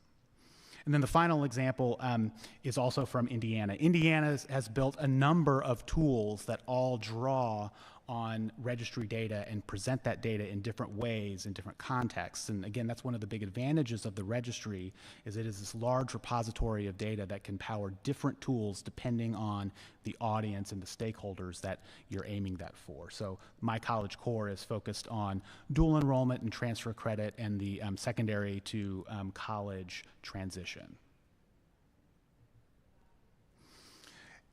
The result of all of this transparent data is that a lot of people are getting access to accurate and comprehensive information, and we do envision a number of different stakeholders. Obviously, it starts with learners and workers who have access to all of this current and up-to-date information in one place with a lot of different variables that they're considering. Credential providers, the advantage here is that it allows providers to more clearly articulate the credentials that they offer, including their quality, their value, the skills and competencies that students earn, and how they meet the needs of individuals, businesses, and the community. For policymakers and thought leaders, having this comprehensive set of data can help particularly state policymakers identify and promote high-value and in-demand pathways. We're working with a number of states who really see the value in having all of this data within the state that has previously been disconnected and siloed come together in a common language in one place so that they can have a statewide view into the credential landscape within the state. Very valuable. And then, of course, for employers to be able to discover and hire the people who actually have the skills that they are looking for. We're working in a number of different states around the country. This map just gives you a sample of that, over 35 states around the country that we are active in. Wanted to just highlight here, we do work with a number of different community colleges and community college systems around the country. These are just a few. Houston Community College we've been working with for several years now. They have a real focus on highlighting their programs that lead to industry credentials, and so they really view the registry and registry data as a way of highlighting those and driving students to those programs. We're working with the New Jersey Council of Community Colleges on a complete inventory of credentials and some pathways. Forsyth Technical College in North Carolina is developing some pathways related to manufacturing. Ivy Tech in Community College has published, Ivy Tech Community College in Indiana has published a lot of data, and then Chaffey College in California. And then Tim will talk to us about Bristol Community College here in a minute. I mentioned pathways, and I just wanted to call that out. There's a rich opportunity here to publish dynamic pathways. We've heard from a number of stakeholders about the advantage of taking what had been a static pathway, maybe it's in a PDF or it's just an image on a website, and creating these dynamic pathways where people can get real-time information about all of the components in a pathway, the credential or the skills or the courses that are required. So really interesting opportunity to create rich and dynamic pathways using registry data. And then there is this focus on competencies and skills, on not stopping with the credential, but going beyond the credential to highlight what are the competencies, what are the skills that students, that learners are earning. And institutions, providers can publish their own competencies to the registry. You can also link them to a number of different resources, not just credentials, but courses, for example. We do have a pilot project that we are working on with ACRO, and Bristol is helping us as well, where we are publishing competencies for course data, for courses, that we will then make available for non-college degree completers to be able to attest the skills that they learned from the courses that they completed. So going beyond just credentials from, skills and competencies from credentials, but competencies from courses and people being able to demonstrate their learning even if they haven't completed a degree. There are also a number of competency frameworks that have been published to the Credential Registry that anyone can tap into. The U.S. Department of Labor has published all of the ONET competency frameworks to the registry. Western Governors University has made its very rich competency frameworks available in the registry that includes rich skills descriptors and so forth. And there are others. So you can publish your own competencies, or you can tap into existing competency frameworks and demonstrate how students and learners are demonstrating their learning in the registry. And then just one last word, and then I'll turn it over to Tim, is the power of CTDL in digital wallets. So we're working with a lot of partners, states who are developing digital wallets, digital credentials.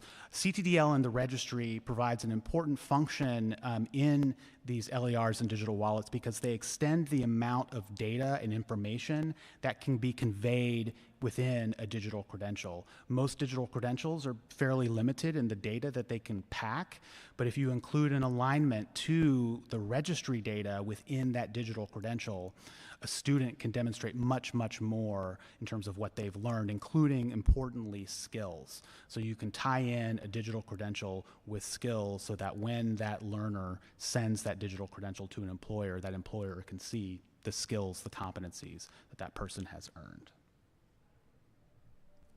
All right, I'll turn it over to Tim. Thank you, Jared. Hope everyone can hear me clearly. I'm going to keep my remarks very brief. We would like to have some time for Q&A at the end. Bristol Community College has been partnering with Credential Engine for several months now, since September. We applied for a grant, which is actually a sub-grant through the Bill and Melinda Gates Foundation. The purpose of this is to accelerate two projects that we already have going on our campus. In other words, our partnership is really helping us do the things that we already wanted to do in the first place. You can see on the slide here, the first is to map the competencies of job categories. This is spearheaded by our Human Resources Department. They found that many of the jobs on campus are, well, they're different. You might be a director in one area, you're a director in another, and your jobs are completely different. We need to level set. So that's what we're doing. We're level setting the jobs, and now we have descriptions and competencies for each of our job categories in academic affairs. In our next iteration or next year of grant funding, we're going to expand that to the whole institution for non-union positions or non-unit positions. The second project that we have going on campus is curricular in nature. We're going to map the competencies of our career-based academic programs. And for anyone who is not familiar with competencies, I just want to take a moment. About a year or so ago, I was not familiar with this term, what it actually meant. It's a broad category. It's a general category that could have skills, knowledge, and abilities embedded in it. So we're listing out competencies, for example, project management. That's one competency that I should have in my position. And within that, there are many skills, particular types of knowledge, things like that we're trying to list out. Well, we wanted to do this for our career-based academic programs. And we already have this set up in our program review process. So all of our academic programs go through a 5-year cycle. And in this particular year, programs are actually required to look at the skills that they're teaching to students. So we wanted to map these and then publish them to the registry, with the intent that in the future, we will have some of these tools that Jared introduced. Hopefully we'll have some sort of widget or tool on our website that allows students to search by the type of credential or the location, online or which campus, the cost, any other variable that they could possibly think of. If we had a statewide collaboration where all of our partners across the state submitted this kind of data, perhaps we could do something similar, again, at the state level, similar to what Jared introduced before. We've also experienced a few benefits of our collaboration, which were unexpected. We're organizing our information better. As a curriculum manager, I'm finding ways to organize and present our information internally in a better way.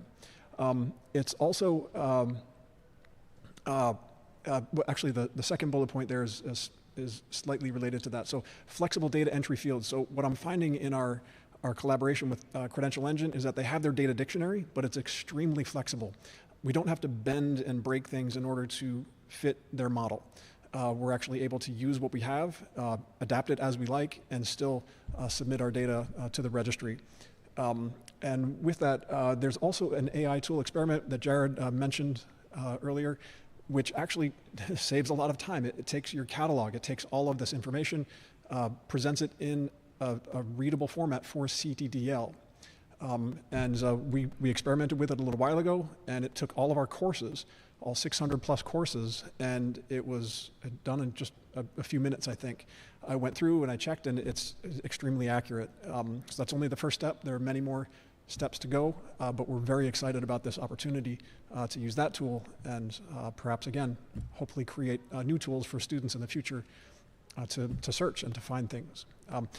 Again, I wanted to keep my remarks short. I'll leave that there. Please follow up with either Jared or I if you have individual questions for us. But for right now, I would love to open it up for the last 5 minutes to questions from the audience. Feel free to put something in the chat online or raise your hand here in the audience.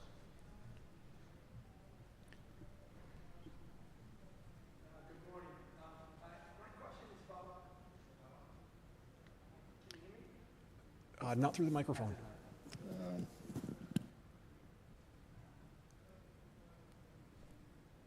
There we go. Good morning. We'll try it again.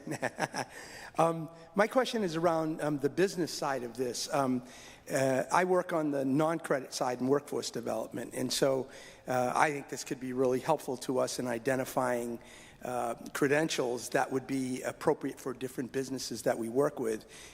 Does the platform connect the credentials to different industries? Yeah, thank you for that question. It certainly can. Registry data includes a number of terms for occupation, for industries. You can add NAICS codes, things like that, SOC codes, but other information as well. People can certainly build pathways that include some kind of industry connection there. Yeah, people are starting to add a lot of information about credentials as they relate to certain industries in preparation for an occupation or an industry. So there are ways within the registry data that an employer could, for example, search for some credentials that would prepare students for their jobs. We're working in a state right now on a comprehensive inventory of all healthcare credentials in the state. And the idea is that we're actually working with the Chamber of Commerce in the state. And the idea is that they want to identify where are we strong with the credentials that are preparing students for these jobs? Where are we weak? Right? Where are the gaps in our credential landscape where we need to add more? So that's a short answer that I hope answered your question about how that can connect into industry and jobs and employers.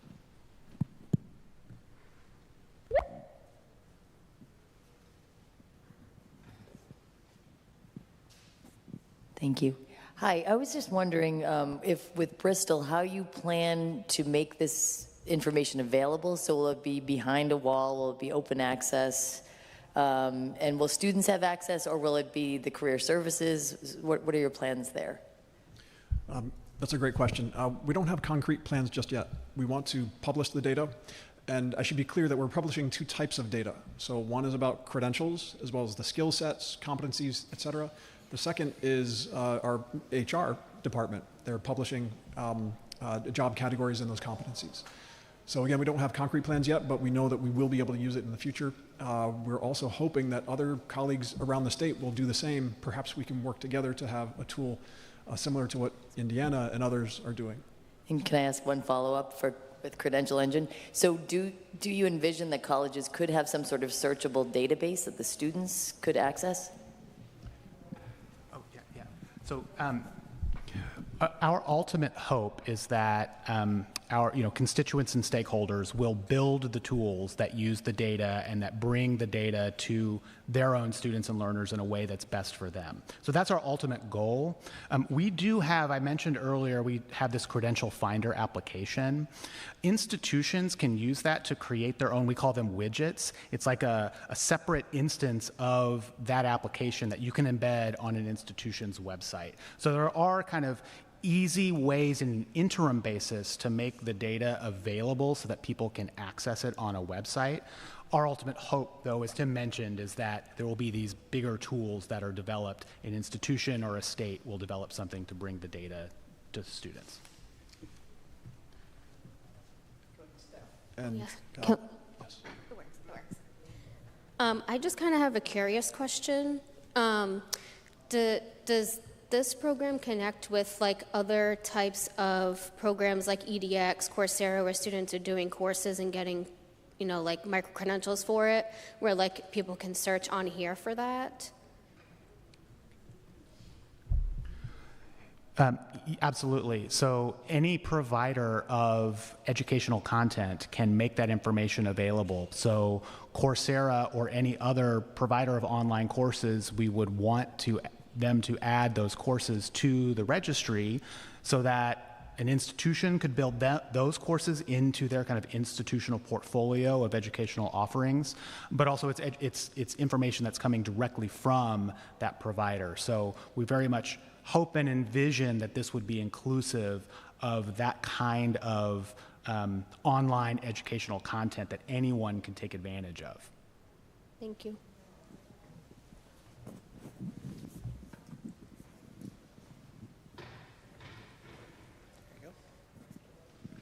For the job descriptions, you said you're mapping all the competencies for all the jobs here at Bristol. Can candidates then demonstrate their competency through various means that aren't degrees? Or do they still need degrees to get those jobs? That's a great question. So as part of the job leveling process, our HR department has discovered that in some areas of the college, a director position requires a master's degree, and in other areas of college, a bachelor's degree, and it's just all over the place. So as part of the level setting, the benchmarks are going to be low for the required portion, so a required degree, for example. Master's might be preferred, but we're also listing out very clearly what would be commensurate experience and skills.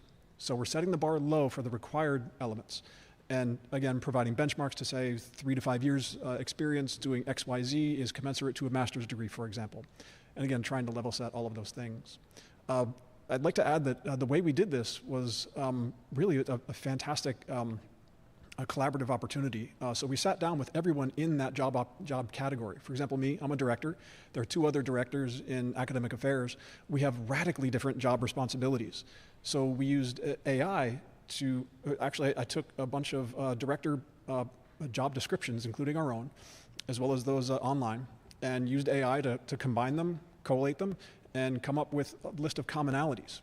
We got together to discuss. And we realized that even though our jobs are radically different, there are actually quite a few common areas that we could agree on.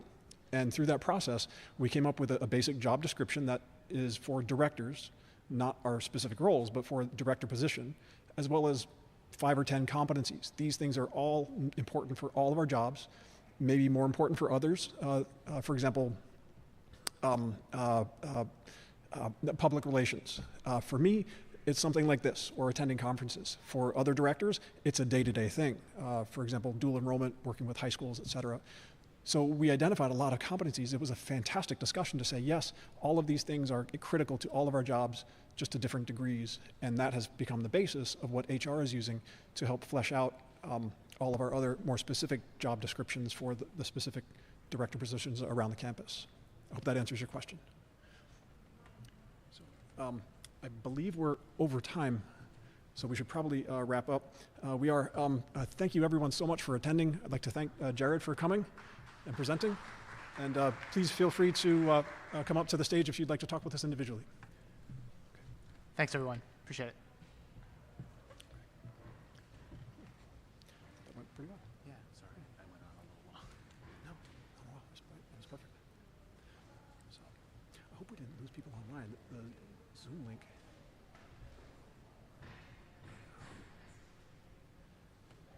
Evidently a time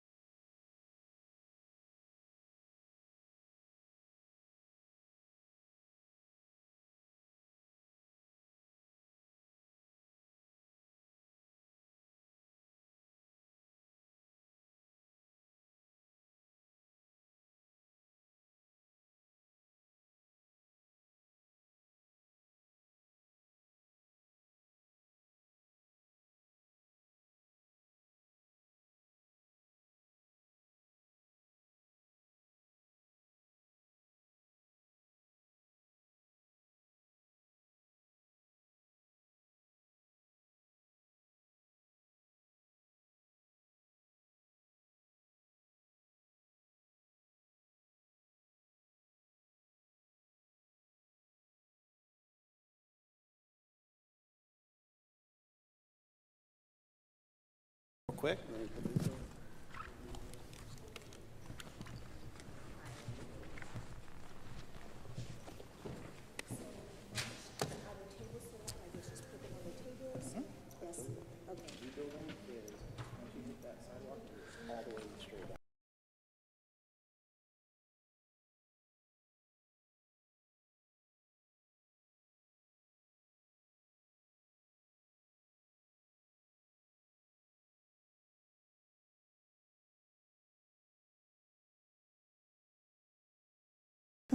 Let's do some quick introductions. Mike, do you want to introduce yourself, or do you want me to introduce you? That's dangerous. I'll introduce myself. Thank you very much. I'm Mike Simmons. I'm with ACRO, the American Association of Collegiate Registrars and Admissions Officers, and I work there as business development, strategic partnerships, and other duties as assigned. And Andrew, you and I have known each other well over a decade now, so for many of you, this is probably going to be more of like what we would do at lunch over the years than it would be a presentation. It's not slides or stuff, but we're going to kind of interrogate each other, I think would be the good way to go, right? Hey, that sounds fine to me. Yeah. That sounds great. Yeah. You know, I think folks are generally interested why ACRO is involved in alternative credentials or some of the conversations that you've been hearing going around today. Why is ACRO involved? Well, if you think of it, registrars, credential, right? I mean, there's just a link. Registrars have managed the credentials of institutions for thousands, millions, hundreds of millions of years, but point being, that's where the responsibility of an institution lies for the official records of the institution. Those are their credentials. Now, as you've seen in the other presentations, credentials now means a lot more things than the traditional transcript and the degree, but the base fact responsibility of registrars remains the academic transcript and then anything related to it, the information that an institution is putting out that is standing behind, that's reputational, it's legal. That's why ACRO is involved, because all our members are responsible for that. I always say this in presentations, who's the registrar is on campus the second most legally responsible person behind the general counsel because of all the rules, requirements, and regulations related to student records and information, FERPA and everything else. So that's why ACRO is interested in all these conversations. It's getting weird in that it's not just transcript, right? And we'll talk about that, but that's why we've got to be interested. We've got to be out front helping our members understand all these various conversations that are happening and happening around campus today about new things that people are doing, trying to figure out how when a student learns here and there and like this and with experience and how do we track this, and all those things bring our membership to the table. You know, very much like other offices at institutions of higher education, registrars are not known for being very nimble, if you will. How dare you? You know, dare I insert a joke here? But no, absolutely. I think that registrars generally have the persona, or there's a belief that registrars are not very interested in innovation, and probably that's because of the dedication that they have to put towards the credentials themselves, right? Making sure that there's that they're clear and straightforward, right? Right. So how have you seen registrars respond to this recent push to try to integrate things like badges, co-curricular transcripts, learner-employer records? What's the pulse of the registrars who are doing the daily work? Well, I think there's a couple ways to answer that, and the worst one is it depends, but it does depend on institution type.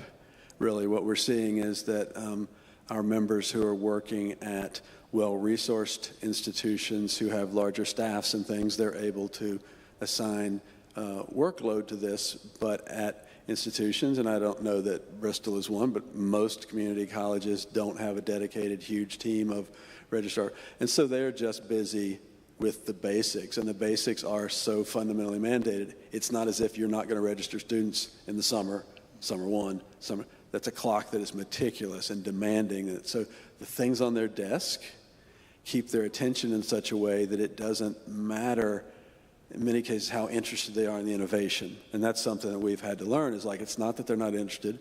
It's not that they don't care that these credential innovations are out there. It's that what's on the desk is sometimes so demanding. You're literally asking a registrar to make a choice of, do you want students enrolled for the fall semester, or do you want me to work on getting badges from the continuing education shop into the SIS system? And those are not necessarily contradictory things. They shouldn't be, but in cases where there's the demand on the work. So it's not a philosophical challenge, I think, for most registrars to see these things.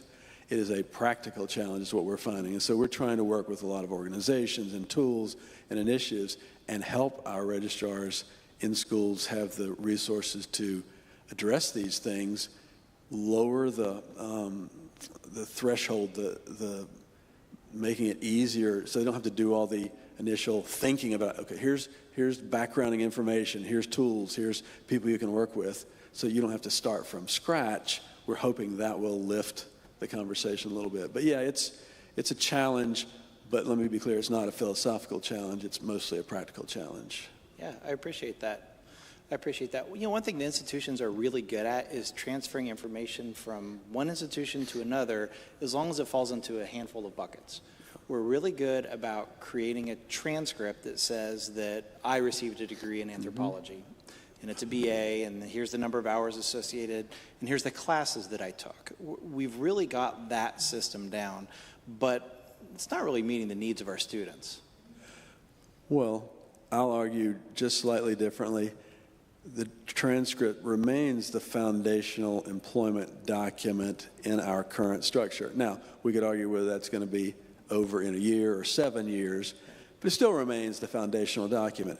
But what else goes with it? I don't think any of us are going to argue we need to get rid of the academic training. It serves a number of administrative and legal purposes, not the least of which is transfer, very important to institutions like yours.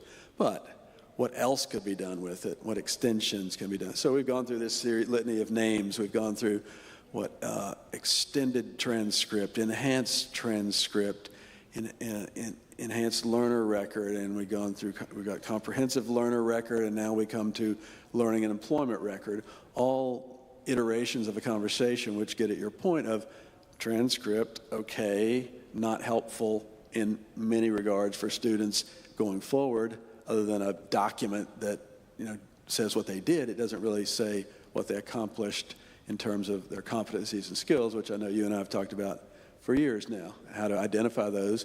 The previous presentation about identifying skills at the course and assignment level, we've talked about that for years. That's the important stuff. The records, as they currently exist as transcripts, don't really allow that. So that's the work. It's a technology problem, but it's really a sort of a system and policy problem. A faculty member is at the core of that, for example, who at the institution is responsible for demonstrating the learning and responsible for signing off and saying they learned. Well, the registrar is responsible for the record of that, but the faculty member is responsible for that indication they learned. So how do we empower that faculty member to show that? And that's generally going to be with these expanded kinds of records, the credentials, the badges, and micro-credentials at the course level, at the assignment level. And I know you all are working on some of those already as well. Yeah, I think the classic example of that is a student who gets a C in college algebra. Great. Does that mean that they know 100% of the material at a 70% level, or 70% of the material at a 100% level? Right. That can make a difference in that person's abilities, or a demonstration of that person's abilities.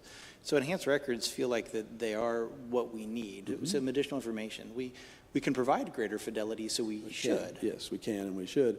And it comes under the heading of a broader concept we're talking a lot about now called learning mobility. So if you think of this in the big picture, so we're talking specifically about records, but really the goal is to enable learning mobility. So at a community college like this, students move through this system relatively rapidly, in and out, or they're here for a while taking single courses, or they're out, all the various scenarios of enrollment that community colleges in particular deal with.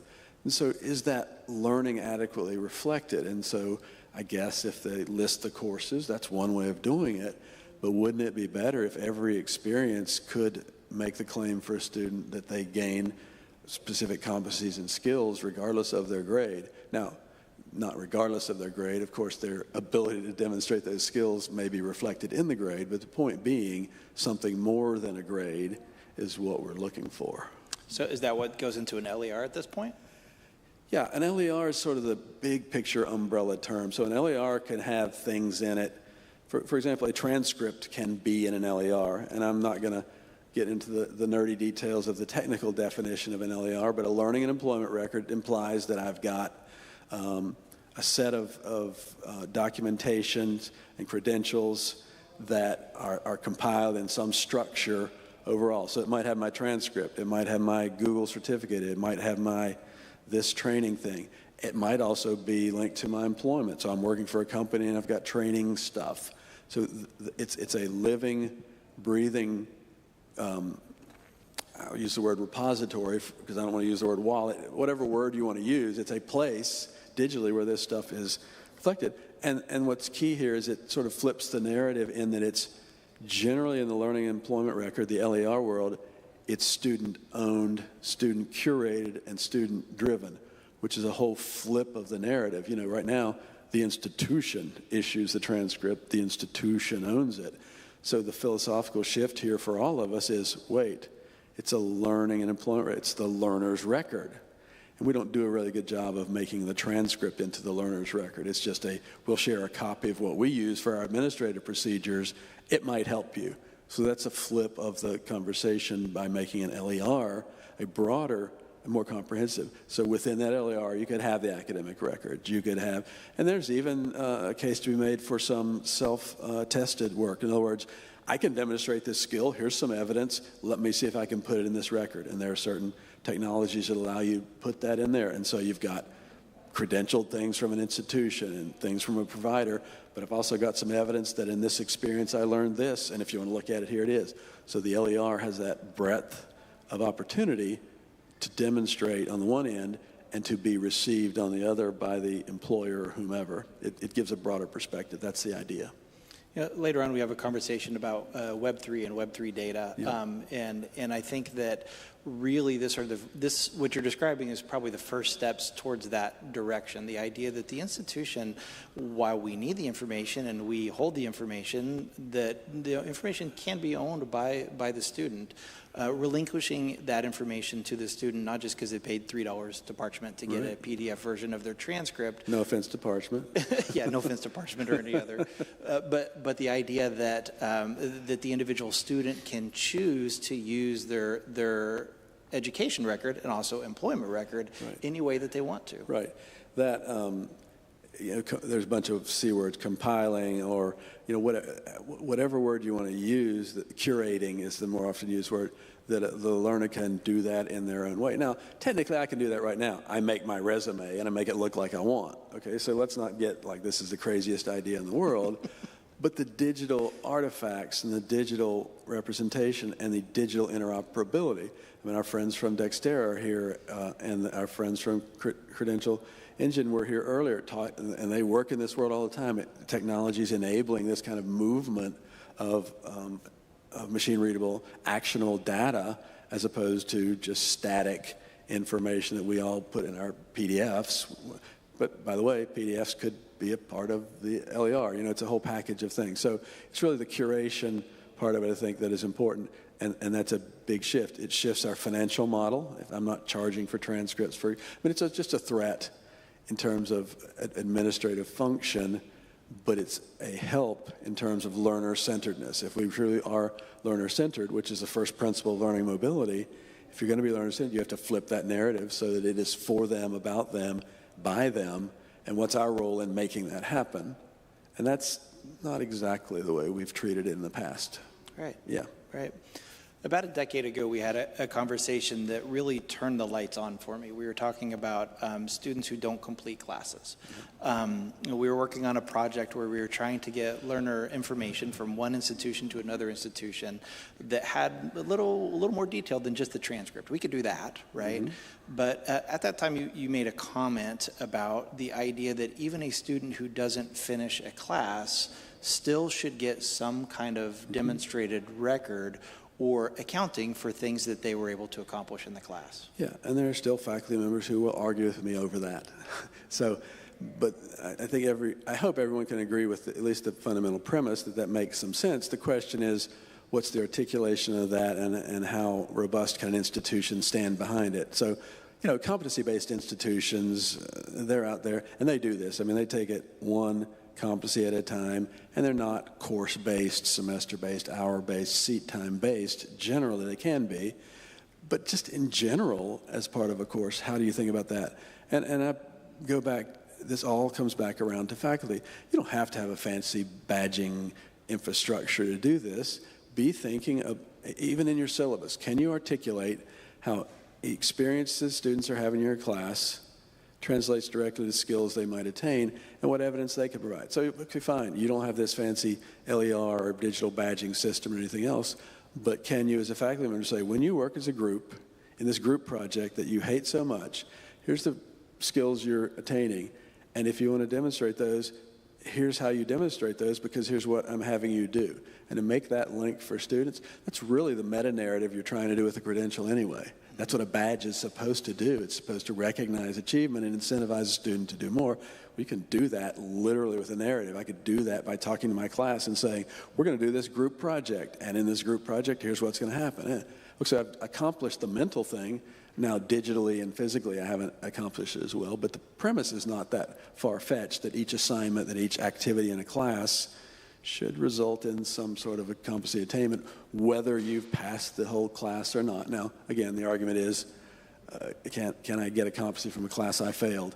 That's where faculty will say no. But Right. I think the answer is clearly yes. You can learn things even though you failed the class. Sure, yeah, absolutely. Regardless of how they manifest, it's about making sure that the student gets the right to demonstrated success wherever it may show up.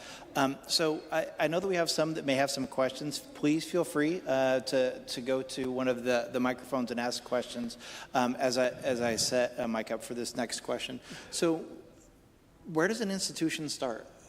Right, this is sometimes it feels like very deep waters, right? Yeah. We want to have this conversation with our students. We want to have these conversations with our faculty members. We want our students to be able to participate in a skill-based economy. All of these things are connected together, and the LER is an important part of that stitching process. So where does an institution even start? Well, I think you start with what's we don't often do, and an event like this today tricks us into thinking of the what and the how, but you start with the why. Why would we be doing this?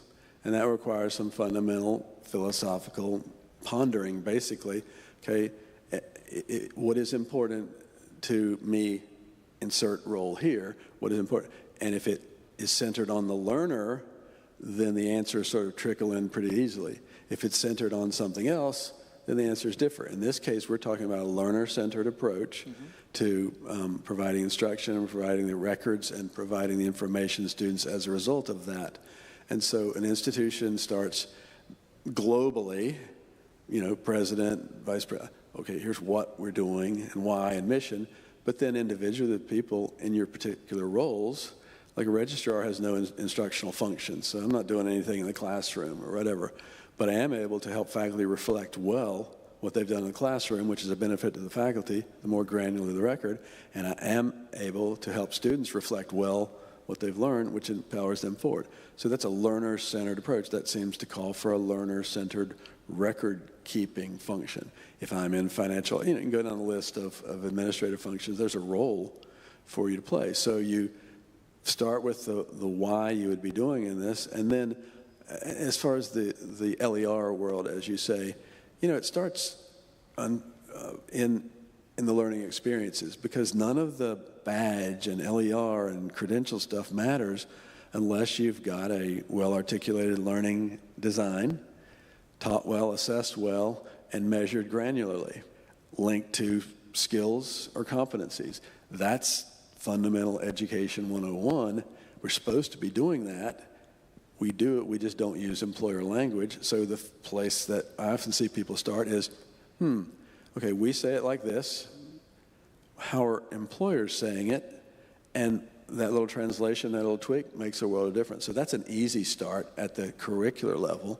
And the administrative level is, there's a lot of free stuff out there. And I'm not suggesting that people go Wild West and do their own thing, but as an institution, there's a lot of low-hanging fruit for tools that you can add and practices and processes that are out there that people have already accomplished. You just pick up and do. So you don't have to think of it yourself. So I think that's where you start, particularly if you're not an R1 well-resourced institution.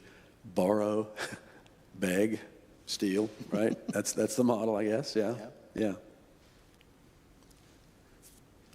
Let me ask you a question. There's a little over 4,000 institutions of higher education in the U.S., again, depending on which numbers that you want to look at and how many report. Two-part question. The first one is how many are engaged in this, if you were to just ballpark? And number two, like, who would you say is doing this work well, that stand almost as models that institutions that are just starting out, like Bristol, should look at? Yeah. So I'll hold on to who's doing well. Let me start with how many.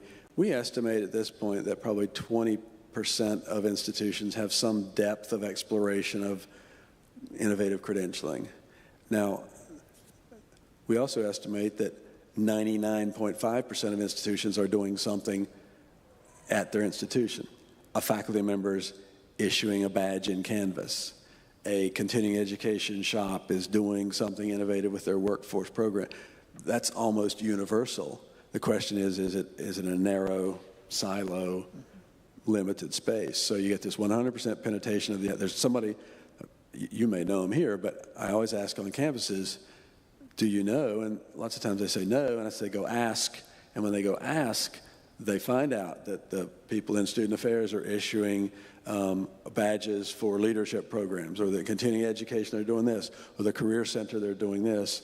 Point is, it's not coming really out of the registrar's office. It may not be coming out of academic affairs. There's a lot of stakeholders at the table who are interested in this and doing it, but you wouldn't see because it doesn't rise to the level of institutional. Does that make sense? Absolutely. Now, the ones who are doing widespread institutional, you've got the big ones that are hard to compare to, like the Western governors and their wallet and things like that, which is just top of the line, but they're a different type of institution. A number of states have begun to do collaborative institutional, like in Alabama where I live, we have Alabama Triad. It's a statewide wallet. The state of Alabama has created a digital wallet for all students, and all the community colleges are plugged into that, and anybody has access to it. So in this case, the state has stepped over and done it. You have places like Arizona State and their Trusted Learner Network, for example. And then you have a number of institutions, and we're going to be working with some that are somewhere along the continuum. Like we're committed to doing it, we're just not quite here. And that list is quite long. And whether it's systems like Technical College System of Georgia, or the list is really long, and I'm afraid I'd leave somebody out. But there are a lot of people doing things. It's just there are very few people doing all the things, if that makes sense. Sure. Yeah. Sure. Yeah.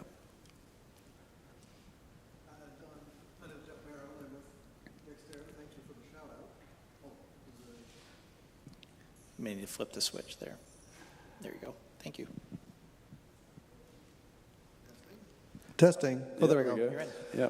Hi, my name is Jeff Merriman. I'm with Dextera. Thank you for the shout out. Of course, we know each other as well. Yeah. I think you talk about supporting the learner, and really how can LARs move us toward a learner-focused ecosystem. The issue that I think we have right now is most of the products that are aimed at student record information have not been built with that in mind. Most of the SIS products really are focused on supporting registrars and registrar offices. Mm-hmm. And the fact that we have to rely as an ecosystem on companies like Parchment, organizations like Clearinghouse, to figure out how a student can get access to an artifact of their learner record is pretty indicative of the fact that there's a big gap there. Are you seeing any movement from sort of the big SIS vendors in maybe rethinking how they think about their customers and how they think about the ecosystem? Yes and no. That issue, and again, this is not to pick on SIS systems, but as we all know, they sort of are the central functional brain core of the data on campus, and so it's hard to turn the ocean liner. And in this case, we've decided to go at it from a principles to practice approach. So these learning mobility principles I talked about, they apply equally to learning and employment records as they do to SIS systems. So we're starting to have conversations with specific vendors on behalf of our members saying, here's some, I can't tell you about what your market is. I can't tell you about your business. That's not my place. But here are some principles that we, as an association and members, who, by the way, are your customers, agree on. Learner-centeredness, opportunity for equitable outcomes, interoperability and openness, things like that. And those are not common business practices in the SIS world, to be blunt. And that's not an indictment of them, but to shift the conversation, we've started from a principle standpoint to, okay, have you thought about this? What are the implications for that? Because it's not really our place to go in and say, you know, on your product roadmap, you should have X, Y, Z feature. That's an institutional prerogative, but the dirty little secret, as we know, is they tell us, well, no one's asking for it. Well, everyone's asking for it. They're just asking for it separately, and you don't aggregate the ask because that's the way it works in the sales world. And again, they have big business to run, and it's not our place to step in. But to your point, how do you impact it? Our approach has been we're vendor neutral, but we want to have an impact on the conversation because our members are asking us the very question you said, like, this is not exactly the way we thought it would turn out to be. What can we do to change it? Does that make sense? Yeah. We've got a conversation coming up this summer, in fact, and we're just now putting out invitations to the SIS and related ecosystem vendors, for lack of a better word, a summit to discuss learning mobility principles with them and just have it out there. It's not a lecture too. It's a, let's sit around the table and talk about this. Where does this make sense? What can you do about it? And we'll see. I mean, that's probably our next step with that. Yeah. One of the things I'm very appreciative of is ACRO stepping into this space and in these conversations to help manage, provide some guidance in managing student records with regards to any type of additional credentialing that may come forward. So I'm grateful that you guys are stepping in there and trying to help provide some standards, get into some vendors, provide some level of understanding to institutions to know that these things are coming around. Mm-hmm. So very appreciative that you're engaged in that work. I think we have another question. Yes, Hello? Oh, switch. No? There you go. Yeah, okay. Thank you. I have two questions. I'm the registrar at Middlesex Community College, so we just brought up Credly for our micro-credentials, and I'm seeing this influx now of using this system for, just as you spoke about, leadership certificates. Yeah. We have some competency-based Things learning. are popping up like weeds, aren't they? Yes. Yes. So I'm seeing my efforts shift less. We're a banner school, so we were able to institute it in our SIS very quickly, but the badge piece of it. So I'm spending a lot of my time defining the different levels and working with those who are bringing up the badges to create some type of mark in the catalog so that even if these disappear next year, we have some way to trace You want a record, a structure, and a policy? That's shocking. That is, I can't believe that's so. Oh, all the time. Yeah. How dare you? And then also working with faculty to think about how we're translating those learning outcomes to competencies.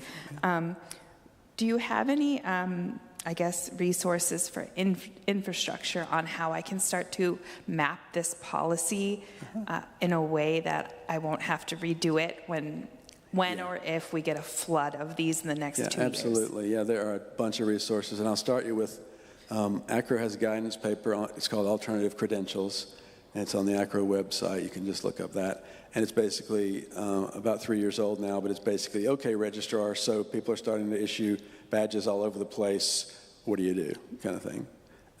Recognizing that's a positive thing, but also recognizing the sort of the role you talked about. We got to get some plan. And then there are systems around the country who have great micro-credentialing policies. I mean, I'll point to SUNY, and there's a bunch of others. I think we have a number of them listed on our Learning Mobility LER website area. We've tried to refer to some of those places that have set out policies, but I'm also happy to follow up with more specifics if you need, if you just contact me and I can get you some more. But yeah, they're out there. No need to invent any of that. Yeah. Awesome. And then my next question is, we have really low acceptance rates as far as our digital backpack acceptance of the credential. By the student. Yes. Yes, yeah. We're putting it on the transcript if it's a micro-credential. Yep. But we're like 20 to 40% acceptance rate of their digital. Oh, that's pretty high. We worked at it a lot. We've used Credly best practices, but I didn't know if you had any other suggestions. Well, that is one of the key challenges of student uptake of this, and so it's an education. You can't do it after the fact and expect students to know. It has to start at the curricular experience. So in other words, in this experience, you're going to get this credential, and here's what it's for, and here's what it does. It can't be, that thing you took 2 months ago, we're issuing this credential now. That seems to be the gap. If it's not built in from the very beginning, the explanation of utility, the explanation of value, and the mechanics of it, there's a huge gap. I think the national average on uptake is like 10 to 12%. So you're doing well. But it's got to start from the very beginning, the issuance, and that's where the policies come in. The institution recognizes it. It has a place in the academic records or not, and it's of value. People see it of value institutionally. Therefore, that value translates out. If it's just my teacher gave me a badge, a Credly badge after this class, it's fine, but it's not ideal. Yep. Right. Does that make sense? Yeah, it does. Yeah, thanks for your questions. Very helpful. Yeah. Thank you very much for making the trip and taking the time. Yeah. And any parting words? I encourage people, again, to ask your why question pretty regularly. Most of us just ask why once and then charge off and do something. It's probably a good idea to ask that maybe a little more frequently, maybe even monthly, maybe even daily. But ask the why question. There's so much how being talked about and what, too many things, but focus your why. Fantastic. Thank you so much. Thank you, Andrew.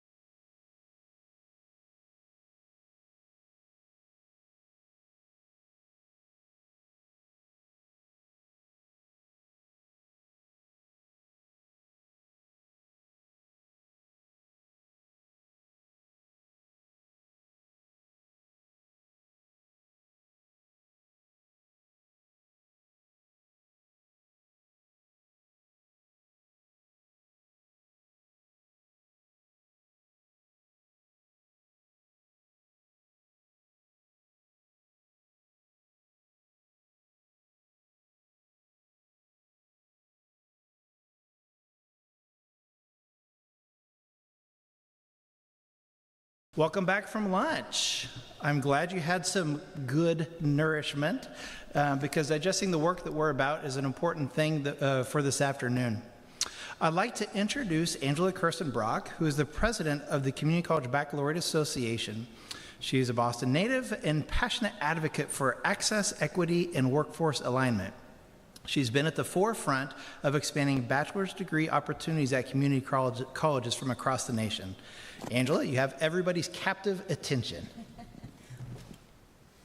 Well, great, thank you. Andrew, thank you. Can you? It was on. How about now? They're awesome. Beautiful. So, Andrew, thank you for inviting me. I always appreciate being able to come back to a place where people aren't making fun of my accent and where people actually say what they really mean instead of in Florida where they're not saying what they mean. All right, so today we're going to talk about baccalaureate degrees, and I've got several slides, but any questions you have, just raise your hand and I'll try to answer them. I've been doing this for a while. I've written 8 different bachelor programs, everything from nursing to, I don't know, IT. And so I've got decent experience, and I've been talking to people all across the country for the past several years as well. So what we're going to talk about today are what's happening in the rest of the world and the rest of the country as you all are also getting ready to embark on this. We'll call this an adventure, okay?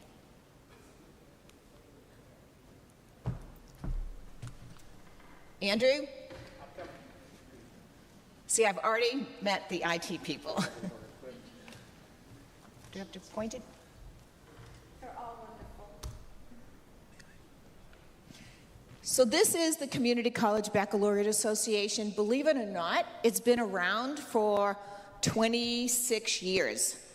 So that's how long people in the U.S. have been thinking about and talking about baccalaureate degrees. Our entire mission in life is to not drive memberships to this organization.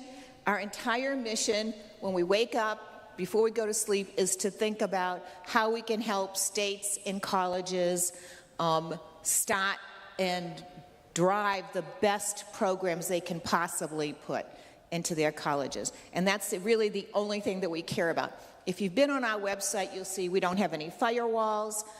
I don't care if you're a member. Just go on and get the information that you need. And if there's something that's not on there that you need, give us a call and we'll try to answer the questions for you.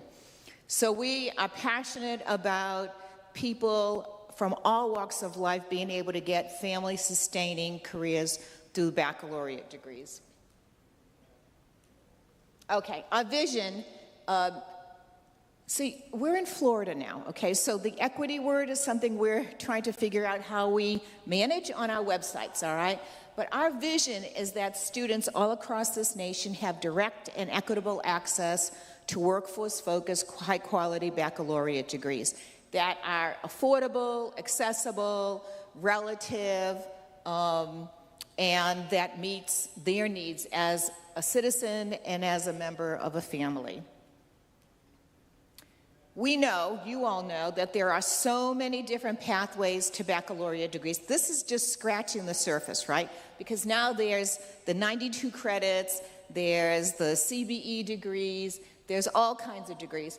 But basically, you've got something like this, so articulation agreements that are, you know, having spent 34 years on a community college campus, I know that the 2+2 degrees, the transfer degrees, are typically written best for AA transfers. That's how it works best in most states. When you have AS degrees, nursing seems to work pretty well, but other degrees, they don't work as well, and students end up losing time and or credits and get frustrated, and this is a repeat, and you know, all of those things. 2+2 programs, university centers. I think the point of all of this is that there should be a pathway to baccalaureate degrees for everybody that meets the needs of everybody. And we have enough brain power and innovation in this country to be able to do that. So that's what this is about. The last one is that community college baccalaureate degree. And sometimes I'll talk to people who have no idea what this is. They've got some idea that they read about somewhere, and what they really don't understand. So these are workforce-focused degrees built on top of the AS degrees that you're currently offering. And that's it, okay? But they're offered and conferred by the community college, whereas university centers may be, the bachelor's degrees may be on your campus, but the degree is offered by the university. So that really is the difference. Community college baccalaureate degrees tend to be very workforce-focused, high demand, high skill areas, affordable. Most places, the community college baccalaureate degree is 30 to 50% less. Now, I know in Massachusetts, you have free community colleges, so you have a leg up. Texas, Florida, and California, an unlikely 3 states, right? They've got $10,000 degrees. And when they say $10,000 degrees, they mean the entire 4 years of college shouldn't cost any more than $10,000. California, it's $10,560. In Florida today, you can't get a new program approved unless it's $10,000 or less. So I think that that's pretty good. And the same thing in Texas. So we're giving preference to those programs that have those kinds of accessibility pathways so students can get those degrees. Here are some of the factors driving up our workforce-focused baccalaureates. And you'll hear me say workforce-focused about 100 times in this course of every 10 minutes. And that's because what we want is people to make sure that we don't start, none of our colleges start degrees that don't lead students directly into the workforce. I think that will get us into trouble with the universities and also with other agencies that are monitoring higher ed. So here are some of the factors: developing a stronger workforce, providing economic security for working learners. The majority of community college baccalaureate students are adult working learners. I would say the majority of them, probably about 50%, are working full-time. They're coming back to school and they're taking 2.2 courses a semester. In those programs that are innovative, you know, like CBE, or every 6 weeks there's another course, then they'll take more. But if you're running it as a traditional schedule, 15, 16 weeks, they'll take 2.2. They address labor shortages by improving access, closing equity gaps in baccalaureate attainment and college completion goals. Several states have set credential and degree attainment goals. I don't know if Massachusetts has. I'm looking at Andrew. Do you have attainment goals? Okay. Well, Massachusetts has the highest baccalaureate attainment rate in the nation. And so, you know, I'm looking to you all to be leaders in this as soon as you all get on board fully. But that is where you see that. Here's an interesting thing. Community college baccalaureates, when they were approved, there are 24 states, right? When they were approved by the legislature and the governors in those states, half of them were approved by blue governors and half were approved by red governors. Okay. So red governors obviously always concerned with workforce focus, make sure, you know, everyone's going to get a job, da, da, da. Blue governors seem to look at both of those things. But it's nonpartisan. This is not a Republican issue and it's not a Democratic issue. This is a nonpartisan citizen issue for the people in your community. So meeting state and regional economic development goals. So I was in Wyoming. The people from Wyoming, or the legislature, asked me to come out and talk to them. And it was probably 4 years ago, and it was after Obama had closed a lot of the coal mines in Wyoming. Okay, so all of these people were out of a job. And so what they did was they were pulling together all their economic development groups, trying to come up with what are we going to focus on as a state for our economic development needs. And they brought community college baccalaureates in, which I thought was very forward-thinking for them, to talk about what can you all do, or what baccalaureate degrees can we start that can help us jumpstart our economy. So I thought that was very interesting. And then geographic inequities. I don't know if Massachusetts has any higher ed deserts. Do you? You do? Okay. So it addresses higher ed deserts, particularly rural areas, and it reduces rural brain drain. So we all see our rural communities do such a great job K through 12, and then the student then has to go away. They go 200 miles or 70 miles to the university, and then they don't come back. You know, they marry somebody like me, and they move to a different state. Or they marry somebody like you, move to a different state. And so that causes a lot of problems with rural brain drain. So the communities are supporting students to have an excellent K through 12 and then losing the students. And so this is one of the things, the Community College Baccalaureate is something that can help address that. My husband is from a small town in Nebraska, 2,500 people. I think that's really small. A community college approached them about putting a satellite campus, and they turned it down. 20 miles away, another town said, yes, we'll do it. Well, O'Neill, Nebraska is losing people. They definitely have rural brain drain. They're losing industry. When you go to the town, it looks really depressed. 20 miles away in Norfolk, this town is going crazy.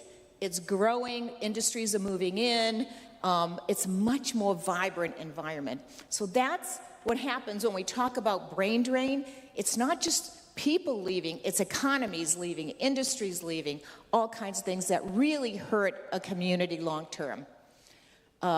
Ensuring bachelor's degrees are affordable and smooths out the transfer pathways. How many of you have transferred? It's clumsy, it's awkward, isn't it? It's really awkward. So here's the thing. We've got all these adult students, you know, they've got some college, and maybe their first time in college for their families. So they're the least equipped of all of us, because we're all higher ed professionals, we know how to do this, to transfer. And yet, what do we ask those adults to do? We ask them 2 admission forms, 2 financial aid, 2 different campuses, 2 learning management systems, all of that. And what that does is make them jump over hoops and hoops and hoops. You're checking your watch. Am I okay? Okay. It makes them jump over hoops. So the very people we're trying to encourage to get a bachelor's degree, we're making it harder for them. Unintentionally, of course, but still happening. Here are the 24 states that have baccalaureate degrees. So you can see the ones in dark blue, every one of this is all on the website, and it's all for free. The ones that are in dark blue, every one of their community colleges is offering at least 1 baccalaureate degrees, many more. Miami-Dade is offering about 24, St. Pete is offering 21, Washington, all 38 of their community colleges are offering baccalaureate degrees.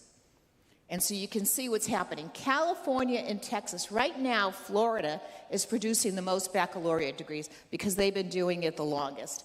California and Texas are going to surpass Florida as soon as all of them can offer bachelor's degrees. I know you may not be writing your legislation because you have a different system in Massachusetts, but there's one word you want to try to keep out of that legislation or any rules, and that word is duplication. You don't want anybody talking about we can't duplicate programs. In California, look at the landmass. Well, if you've got a program that's 200 miles away from a student, and if they're offering something, fire management, the student's not going to travel 280 miles to get a bachelor's degree. That's just not going to happen. But as you can see, the Southeast is pretty good. The West is really doing a much better job in offering baccalaureate degrees. Colorado's doing a great job. They're really growing. Ohio is fairly new, and they're really moving quickly. Here's a state, Michigan. Michigan, they limited their degrees to niche degrees, degrees that nobody else was doing. So Michigan has 4 degrees. Cement technology, which everybody wants to have that degree, right? You want that one. Maritime mechanics, another really big booming degree that's right. And then 2 others that are even more obscure. So you want to make sure that you don't start these little niche programs that serve 10 or 15 people. So that is what's going on here. Nationally, do you know we just updated this slide maybe 2 weeks ago? Nationally, there's 737 community college baccalaureate programs in 24 states. Illinois is right now in this legislative session debating, arguing, compromising, doing all of those things to see if they will be the 25th state. So we have our fingers crossed to see if this will happen. Here are the largest program areas, and the nursing folks are going to love this next degree. Next slide. So business, that Bachelor of Administration, Supervision, Bachelor of Accounting, Bachelor in Business Science, all of those degrees fall under, and those are the first 2 zip codes there. Health professions, next, education, nursing, and you can see all the way down.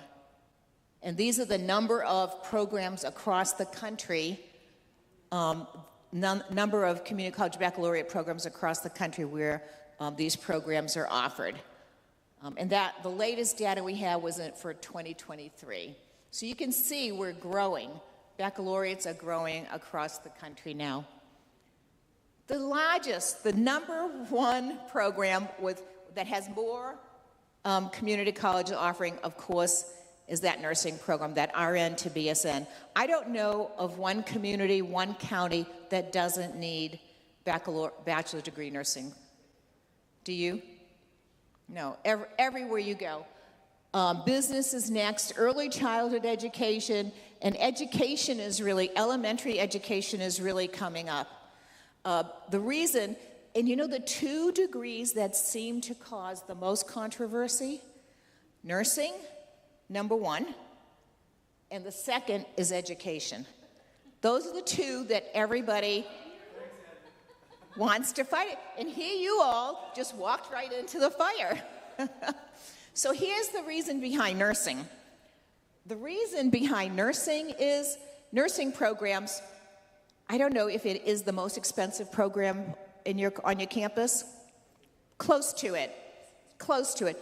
Close to it at the universities as well. Those first 2 years, right? All the clinicals and it's just getting more and more expensive every day. But the RN to BSN is one of the most lucrative for the universities. That's where they make up the money to do the generic part. So that's why the universities do not want to give up that RN to BSN program, because of the funding. So be careful with that, at least know what you're walking into. In education, enrollments in education and many universities is really going down, because I believe they're not serving the students who need to be in those education programs. But they're fighting on that one also. Respiratory care, it's like nobody cares about respiratory care, right? They're like, oh, you want a stomach? Go right ahead. Go right ahead. Cybersecurity, we're doing great with that. Dental hygiene, universities aren't offering dental hygiene. That's very expensive. And then business, you'll always have that fight with your colleges of businesses at universities. So these are the programs by SIP number. Massachusetts, I was looking at your labor data, and then somebody yell out if you know of others. I mean, healthcare and nursing, hospitality, skilled trades, and technology. So that pretty much aligns, other than the skilled trades, that aligns with what we see as the most highly enrolled CCB programs. So I think that is pretty good. We did a program at the college that I was at where we took apprenticeship and built an associate degree alongside the apprenticeship program, and then a bachelor's degree, and that fed into construction management. And that was a very popular degree. So there was a lot of people getting into that. So that might be something that you want to think of down the line. Here's the sweet spot. I love this slide because as you're building your case to offer a baccalaureate degree, you know, I think the sweet spot is when it meets equitable access and workforce needs. So you can see that's the strongest case when you have both of those things. And nursing, education has all of those things. You know, one of the things, so we watch salaries of CCB graduates. We're always watching those, how much more are they making? You know the thing that drives it down? Early childhood education. That's the one that drives it down, but there's such a need for that we've got to bite that bullet and just keep going forward. Here are the location of colleges. So some people would say to me, well, we don't need them in the city, we only need them in the rural areas. Well, that's not true. I talked to David Sanders, the president of, I want to say, Malcolm X Community College in Chicago. His nursing students have no place to go to get a bachelor's. In Chicago, that has all of those universities, there's no place for them to go. They cannot afford it. So the city is just as an important place as the rural communities. Miami-Dade has some of the best baccalaureate programs that we've seen. Really innovative, really meeting the needs.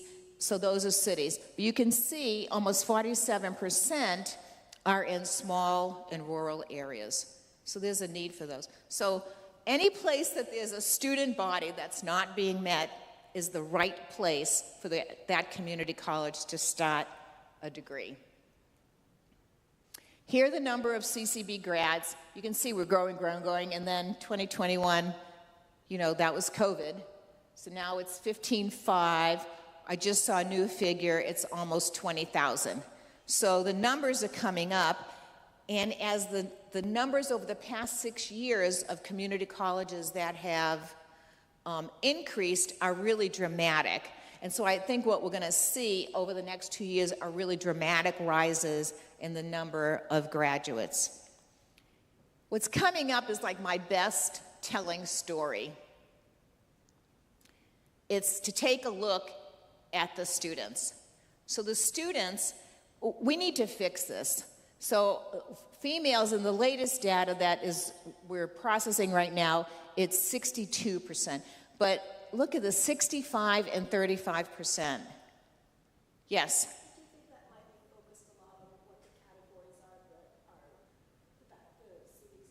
Yes.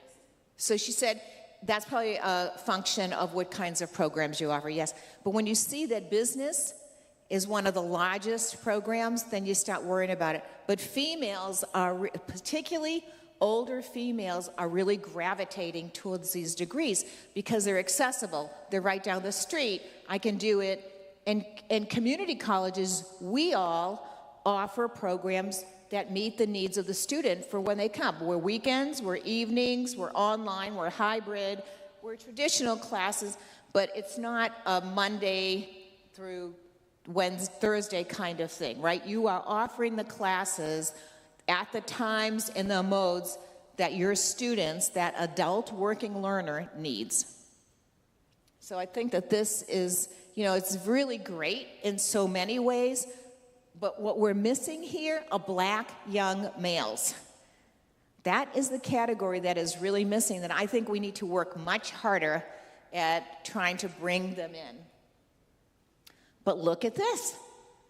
You know, we were really on pins and needles on this slide because here we are walking around all the time saying, oh, this is an equity strategy. This is about giving everybody an opportunity. Well, the data wasn't in, but we were hoping that this is what the data, you know, just from looking at the colleges that we knew the data was good. But this is really great data. Half of our graduates are people of color. Half. I think that's good, isn't it? That's really good. And so I'm really excited about this particular slide. As a matter of fact, we probably should make this into a t-shirt for next year's conference. So I think that this is great. I actually think we're going to see graduates of people of color even higher next year. So we'll see on that. So here's the average age. So the universities sometimes say, you're going to steal our students, right? The student for the CCB is not the 18, 19, 20, 21-year-old. That's not who they are. So they're not that traditional age student. It's the older student who's been around the block. They might have been to a couple of universities, or maybe they got married, they've got some kids, they're working at, I'm trying to think, Jordan Marsh? Is there still a Jordan Marsh here? No. Okay, I'm definitely dating. Is anybody else here? Nobody else is this old. Okay, never mind. They're great office buildings. Okay. So look, and the ages haven't changed over the years. We're still attractive to that older student, that 30-year-old student. So I think that that is really an important thing. When the universities are pushing back because you're going to steal our students, this is not their student. This student is not interested in Greek life. They're not interested in going to the football game. They're not interested in any of those things. What they want to do is come, get a degree that's no nonsense, that meets their needs and helps them get a family-sustaining job. And I know this because my son graduated from a community college baccalaureate program. He was your typical 31-year-old that had been around the block. I think he'd been to 2 or 3 universities, had done all of that stuff, and could never land on his feet until he landed in a CCB program, and it made all the difference in the world. So we're really excited about this, and I think this is one of the things that helps community colleges sell those programs to the university. But you know what does happen with these students? And they'll tell you this. They'll say, now I know my kids can go on and get a bachelor's degree. And the other thing that happens is they go on and get a master's degree. In Florida, the first 10 years of community college baccalaureates, 29% of CCB graduates went on to get a master's degree at one of the state universities. So I think that that is really powerful. So you could build your BSN to MSN, nursing folks, and to have those, maybe have a dual pathway where they overlap and they get some master's credits and some baccalaureate credits, so that will happen. I know this student. He graduated from the Bachelor of Science in Health Sciences with a specialization in respiratory care. And we have a video where he is saying, I could not take on the debt. So he graduated with a Bachelor's in Science in Respiratory Care. He had been working as an AS in respiratory care, got a promotion, all within 6 months, got a promotion, bought a house, and bought a dog. His life is set now. But they say, I was never going to go to that university. I was never, ever going there. So this is not your typical student who's sitting thinking, should I go to UMass or should I stay here in Bristol? They're not saying that. So that's what's happening. And they feel comfortable at their local community college. They already know you. They know your systems. They know what works for them. They know how to make you work in their life that is multi-prioritized. Okay. And many of them do it without loans, as your students will be able to do without loans. So the why from a student perspective. Accessibility includes affordability, but it also includes timing, scheduling, miles. It includes open access. It has all of those components in it when we talk about accessibility. Something can be accessible, but you can't get in because you can't pay or it's too far or whatever. The distance, I have heard this probably 100 times talking to students. It's too far, it's too far, it's too far. Workforce-focused programs, there's a lot of talk right now on do you really need a bachelor's degree? How many of you have heard this? Great, right? Do you need a bachelor's degree? I don't think you need a bachelor's degree. It always, Anthony Cannavale from Georgetown Center for Workforce, what does he say? He says this, yeah, bachelor's degree is not for everybody. It's for my kid, but not your kid. So I think this is something when I hear people say, oh, you don't need a bachelor's degree, they don't mean their kids don't need a bachelor's degree. They mean your kid doesn't need a bachelor's degree. So I get hot under the collar and angry when I hear people say this. Okay. But they do need credentials. Flexible scheduling is another big thing. So in California, they did a friend of mine just did a study and looked at modes of delivery. During COVID, everybody had online learning, right? Everybody was offering everything any way they could. So I think something like 90-something% of California university courses were offered in some alternative method of delivery. After COVID, all but 6% went back to in-face, in-classroom weekdays. That kills accessibility for adult working learners. So flexible schedule is a big thing. And sometimes faculty will start bachelor's degrees and they'll want them just like the university that they went to. So that is a real temptation for all of us. We can't make it the way we had it. This has got to be something really innovative. And I know Massachusetts is more about innovation than any other state. So we're going to be looking to you to see how crazy innovative and effective you get. We want something that fits in their lives, and then smaller class sizes. What's the average class size here at Bristol? 18, yes. You know, University of Central Florida, did you know what Introduction to Business? How many students? 1,800.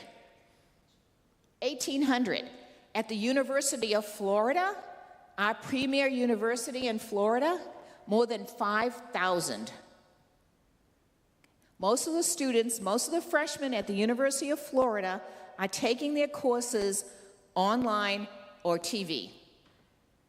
Now, I don't think that's what the parents were thinking when they made the sacrifice to send them to UF. But that's what's happening. And it's hard to be successful in that kind of environment. I don't know about you, but I've got to ask a lot of questions. And how do you do that? You email a question, you wait for an appointment. It just doesn't work. So, big proponent of class size. And then affordability. I think you're going to nail that with yours. Okay, but everybody seems to be doing a really great job. I would say other than the state of Washington, because in Washington, their community college bachelor's degrees cannot be less than their regional university's tuition, which defeats the purpose, doesn't it? Because the regional university's tuition's high. Not the privates, but the publics. So that is a problem. So be careful of that. It's interesting when you come later on, which you all are doing, that you can see the mistakes other places have made and then not make those mistakes. And then examples. We've got all kinds of resources. As I said earlier, all we want is for you to take all the stuff off of our website, use it, and build great programs. So we have a national inventory, which is where we count every program, and we update that every month. And last week we updated it to 737. Promising practices, when we find somebody who's doing something really great, we publish that as well. Here's a really great practice I was so excited to hear about. So some programs struggle with enrollments. And so the St. Pete Community College, St. Petersburg down in Florida, they've got a great president. She's super innovative, came out of student affairs. And she said, well, let's send every student who graduates from the AS degree, with an AS degree, let's send them a letter saying you've been accepted. So after they've done 2 or 3 semesters, you've been accepted into the Bachelor of Science in whatever area they were in. If they were in accounting or business or nursing, you've been accepted. Bring this letter to your counselor. So they accepted everybody, and now their bachelor's programs have just gone really crazy. But I love that idea. It kind of gives students this idea that if I keep going, I can finish this and I can get a bachelor's degree. So I really like that. All the research and data, I think that helps. And then, I don't know if you've heard the myth that community colleges, they need to stay in their lane and they cannot possibly do as good a job as we can, right? Have you heard that? Yeah, you can't possibly be doing that. I always found that really interesting. We'd be sitting at a table at the university, and the university faculty would be saying that. And I'm thinking to myself, you have hired all of my full-time faculty. They're all adjuncts for you. So what do you mean they're not as good? So none of that's true. But we have, working with all of our membership, come up with 9 elements of quality that we want to make folks promise that they're going to adhere to, if that and even higher. How to develop a program, webinars, annual conference, and a monthly newsletter. This is the Knowledge Center where you can find, I hope, everything you need. Frequently asked questions, the myths, stay in your lane, community colleges don't offer this, whatever. Program inventory, and if you're writing a proposal for a new baccalaureate degree, the proposal is there. This is where you can scan it if you want that. Here's the inventory. You just go in by state, so you don't have to reinvent the wheel, see what somebody else has done, and then make it better. And then data points, our research, we condense it down to 1- and 2-page fact sheets so that it's easier for you to get through. And then these are the 9 elements. This is something I'm really proud of, because we want, if one of us offers a low-quality, crummy degree, it hurts all of us. So we've got to really make sure we focus on that. Andrew, my watch is not working, so you have to give me... Okay. Anyway, the 10 minutes, Q&A. Any questions? Nurses always have questions. What's the deal here? Well, the good news is you're going to be around, so folks yes. can ask questions. Yeah. As you have questions, do come talk to Angela. She'll be here on site for a little while. Thank you very much for coming, and thank you for making the trip.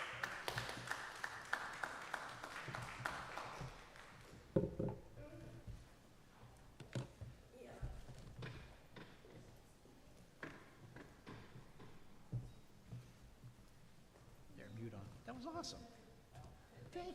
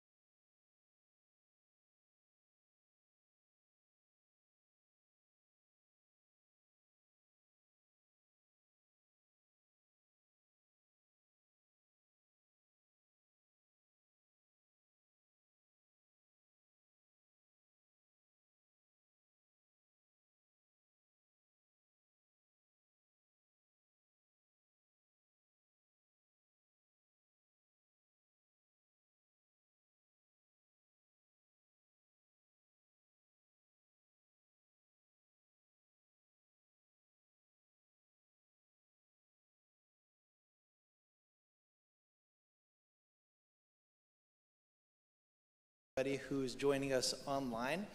We've got a really great conversation to have, and so we brought some folks in from various organizations to have a conversation about data, student data, and what it looks like in the new world for institutions of higher education. So maybe we'll just start with some general introductions. Hello, I'm Jeff Merriman. I'm the CTO and one of the co-founders of Dextera Institute. I actually spent most of my career working in higher education, infrastructure, and data for all of my life until about 8 years ago when we formally launched Dextera. So I'm very familiar with higher education, and it's great to actually be on a college campus. We don't get to do that as often as we'd like to. My name is Nick Burrell, VP of Strategic Partnerships at Zogotech. We provide colleges with data analytics, and I myself have worked in higher ed my entire career, starting in financial aid, and then on the vendor side for about just as long as the college side. Great. And I'm Dale Allen, the other co-founder of Dextera. I serve as the president, but more importantly, I used to be the special assistant to the commissioner of the Department of Higher Ed of Massachusetts, and a vice president at Quinsigamond Community College for about 8 years. And I was focused on building, transforming the educational programming with technology to deliver more of the workforce needs and needs of the industry, as well as the needs of the students. But we morphed, we grew Dextera into a nonprofit. It's a membership organization that has members in Europe and the US. We collaborate with institutions of higher education to provide you the functional control over all of your data and all of the different systems of record. We build open source software solutions, and we collaborate with state agencies, foundations, companies to allow their products to work more efficiently with your needs as institutions. So we'll be able to share more of that. Go ahead and hang on to the mic. I'm going to ask you the first question, if that's okay. Yikes. The price it's a is pretty right. straightforward one, but also maybe a little misleading too, right? So what does good data look like? Hard to find. Yeah, I'll give a little context. So my PhD, UMass Boston, is in public policy and economics. And so I'm not a technologist, but I was charged with transforming our leading institutions. And one of the things that we struggled with then and we still struggle with today is getting, one, access to data and then quality data. And good data looks like something that can be true and trusted regardless of who's using it, and that it can come from systems of record and be utilized by either products or institutional research or across the institution. And most importantly, it needs to be efficient so that it can answer questions. And the questions that all of you have in your different roles at institutions and state systems are really hard to answer when you only have access to the data at your fingertips, in your office, in your Excel spreadsheet, or your SIS, but not all of that data aggregated together. And so I think being able to trust it and have efficient access is about good data. I know there's more to add to that. Yeah, a couple of thoughts that come to my mind in terms of good data is, having it defined. So one of the things that we work with colleges on is creating a data dictionary where everyone agrees on the different items and the meaning of enrollment. Maybe you have multiple definitions of enrollment, but everyone agreeing on those different definitions so that we can start moving away from having meetings where we're spending more time talking about why the numbers aren't different than we are analyzing the actual data itself. Another way in which I think, we can talk about good data is as AI is kind of taking more shape and showing up more and more in ways higher ed wants to look at, supporting their students. Gartner published a study earlier this year that 60% of all AI projects in higher ed through 2026 will be stalled, failed, or abandoned as a result of not having AI-ready data. And really what they mean by that is not having accurate data that we can trust. Because anything that you feed to these very powerful tools is dependent on the fact that the information that's given to it is correct in the first place. Otherwise, the results afterwards, won't contain that information that you're looking for. And following up a little on that, you mentioned data dictionaries, you alluded to the process of data governance, right? And it's really one of the most important things. Data is going to be as good as it is in the systems of record that it comes from. So in higher education, we have lots of systems of record. We have SISs and LMSs and HR systems and financial systems and what have you. And organizations that are focused on data quality really need to focus on what are the organizational and communication structures around that data. What's the data look like? Do we have agreements on what we think we call things? And if we call things differently, how do we link those and make sense of it? Well, what are the communication channels for dealing with data quality issues? We see all the time institutional researchers who don't have good communications with, for instance, the registrar.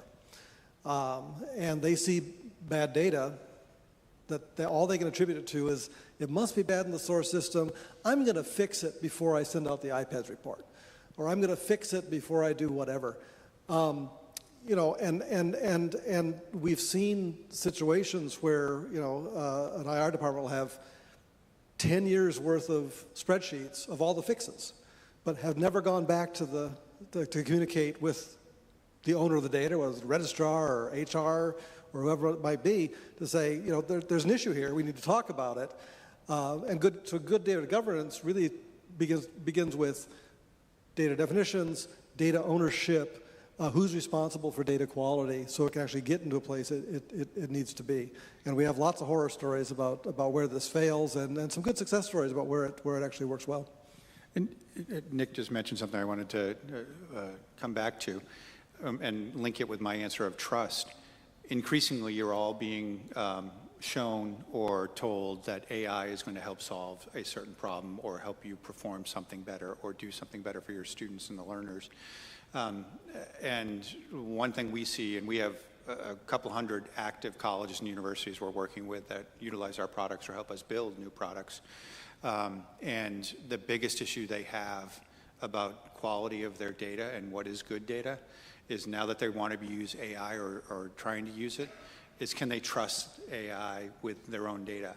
Not only on Nick's point, but how do they get access to all that data? Can they actually use that to train these algorithms or supplement the training of these algorithms, which is going to be critically important, and that's an area that we have been directly engaged to help institutions do that with, but it gets back to the quality. I have one thing to add to something that Dale said a moment ago.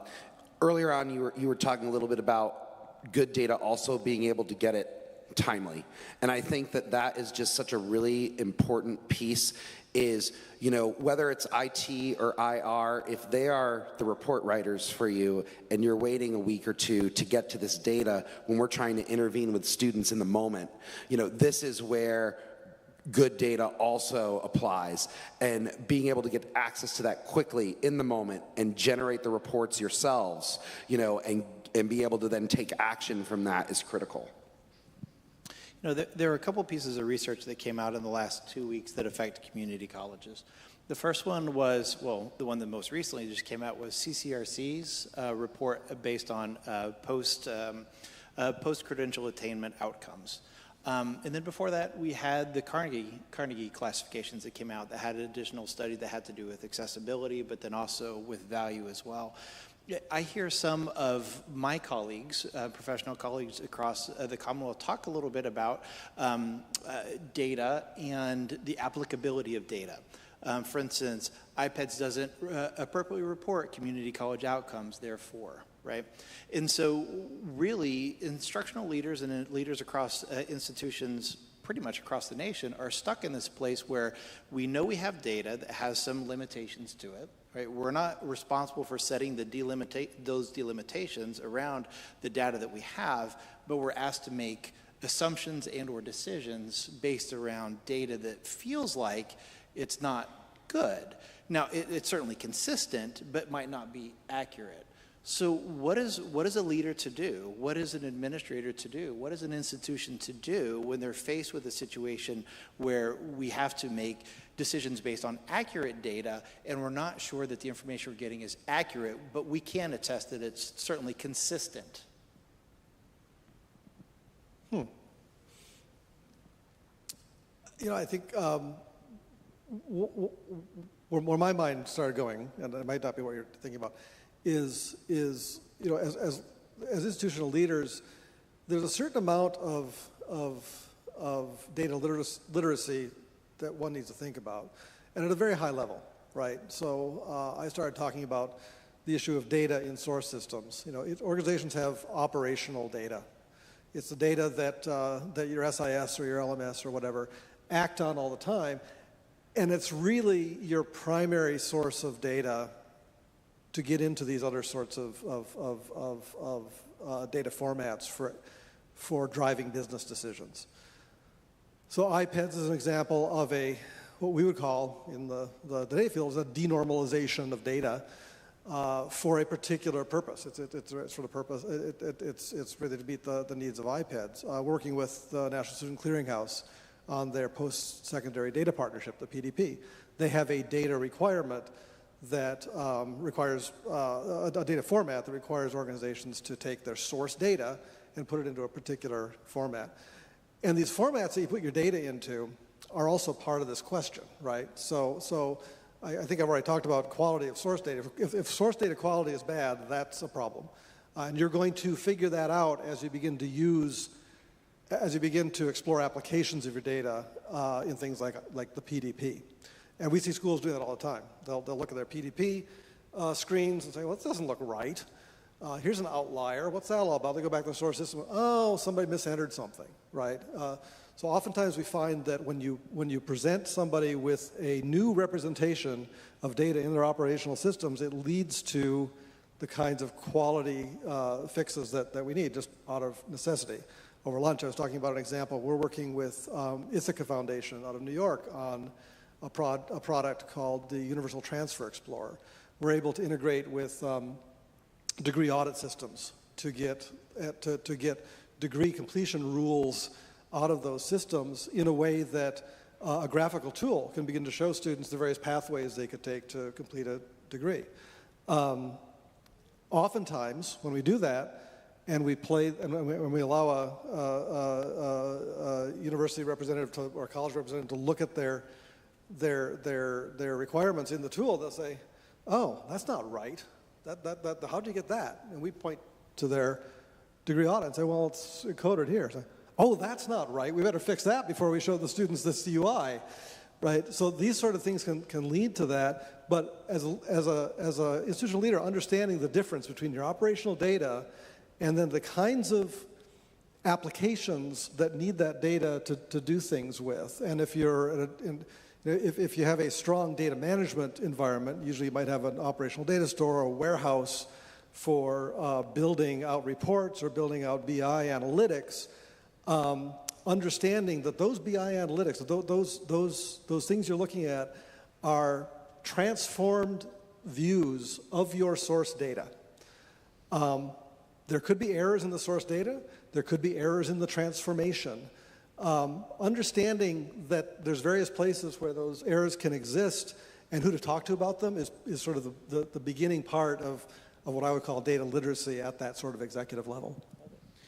And Andrew, to that point, you know, one of the things that I think about as well is, so we do a lot of transformations of our data, and one of the things that we find by doing that is we will work with you where we're going to pull in all of the source data points that we need. An example might be GPA. We're not actually going to pull the GPA out of your system. We pull all of the source data fields that calculate the GPA. We then talk to you about, well, what's your calculation? Let's apply it to the transformation. Do they match? Is it what we think it should be? And it's a way to help you check against yourself to feel a little bit more comfortable about the source data by doing an exercise like that. I think when you asked the question, I was thinking back to my past life, even here in Massachusetts, as an institutional leader with a team who is focused on the learner and trying to get them in and out as successfully and quickly as possible to meet that learner's needs. And we would ask those questions, those business questions like, okay, what's the roadblock that's holding back? Where's the disruption occurring? Is it in the enrollment cycle? Where in the funnel is it happening? Where's advising's role in this? How are they intervening with students and when? Is it a developmental issue for the student, and are we having interventions there? What's going on in the classroom? And ultimately what ended up forming Dextera was we're asking all these questions as leaders, but we had no way to get access to the data. And I was pretty naive to think that, well, we have all the data, why can't we just answer the question? And again, I didn't realize at the time how complex the systems of record were and how hard it was to get data out and usable and accurately available for an application or a question that I wanted to get answered or we wanted to answer. And I think that, from an institutional leader standpoint, and even at the state system level, is increasing their knowledge that the complexity of where the data sits, that we, and part of what Dextera is all about, is how do we make it easier to access all of the data where it is existing and allow you the functional control to utilize it in a manner that you desire to answer your questions, to drive the performance of your learners in particular, and ultimately the performance of your institution. But as an institutional leader, that's what I was struggling with, is no matter the quality of the data, the governance of the data, the accuracy of the data, I just want to know the answer to this question. At what point should we be interviewing with the majority of our students to ensure they're going to complete that course, that degree, that pathway, that certificate, the credential, whatever it was? And we couldn't answer that without 4 people explaining why we couldn't answer it. Feels so very, very true. Again, starting at higher education administration, the data was something very different than what it is now. Then it was conversations that we should use data. And then over time, it turned into we should use this kind of data. And then it was, well, we should evaluate how we're recording the data. And then it was, well, we should evaluate the efficacy of this data. And so the maturation of data in conversations has changed over my professional career. I think the same thing is happening too with the way data works in web-based environments.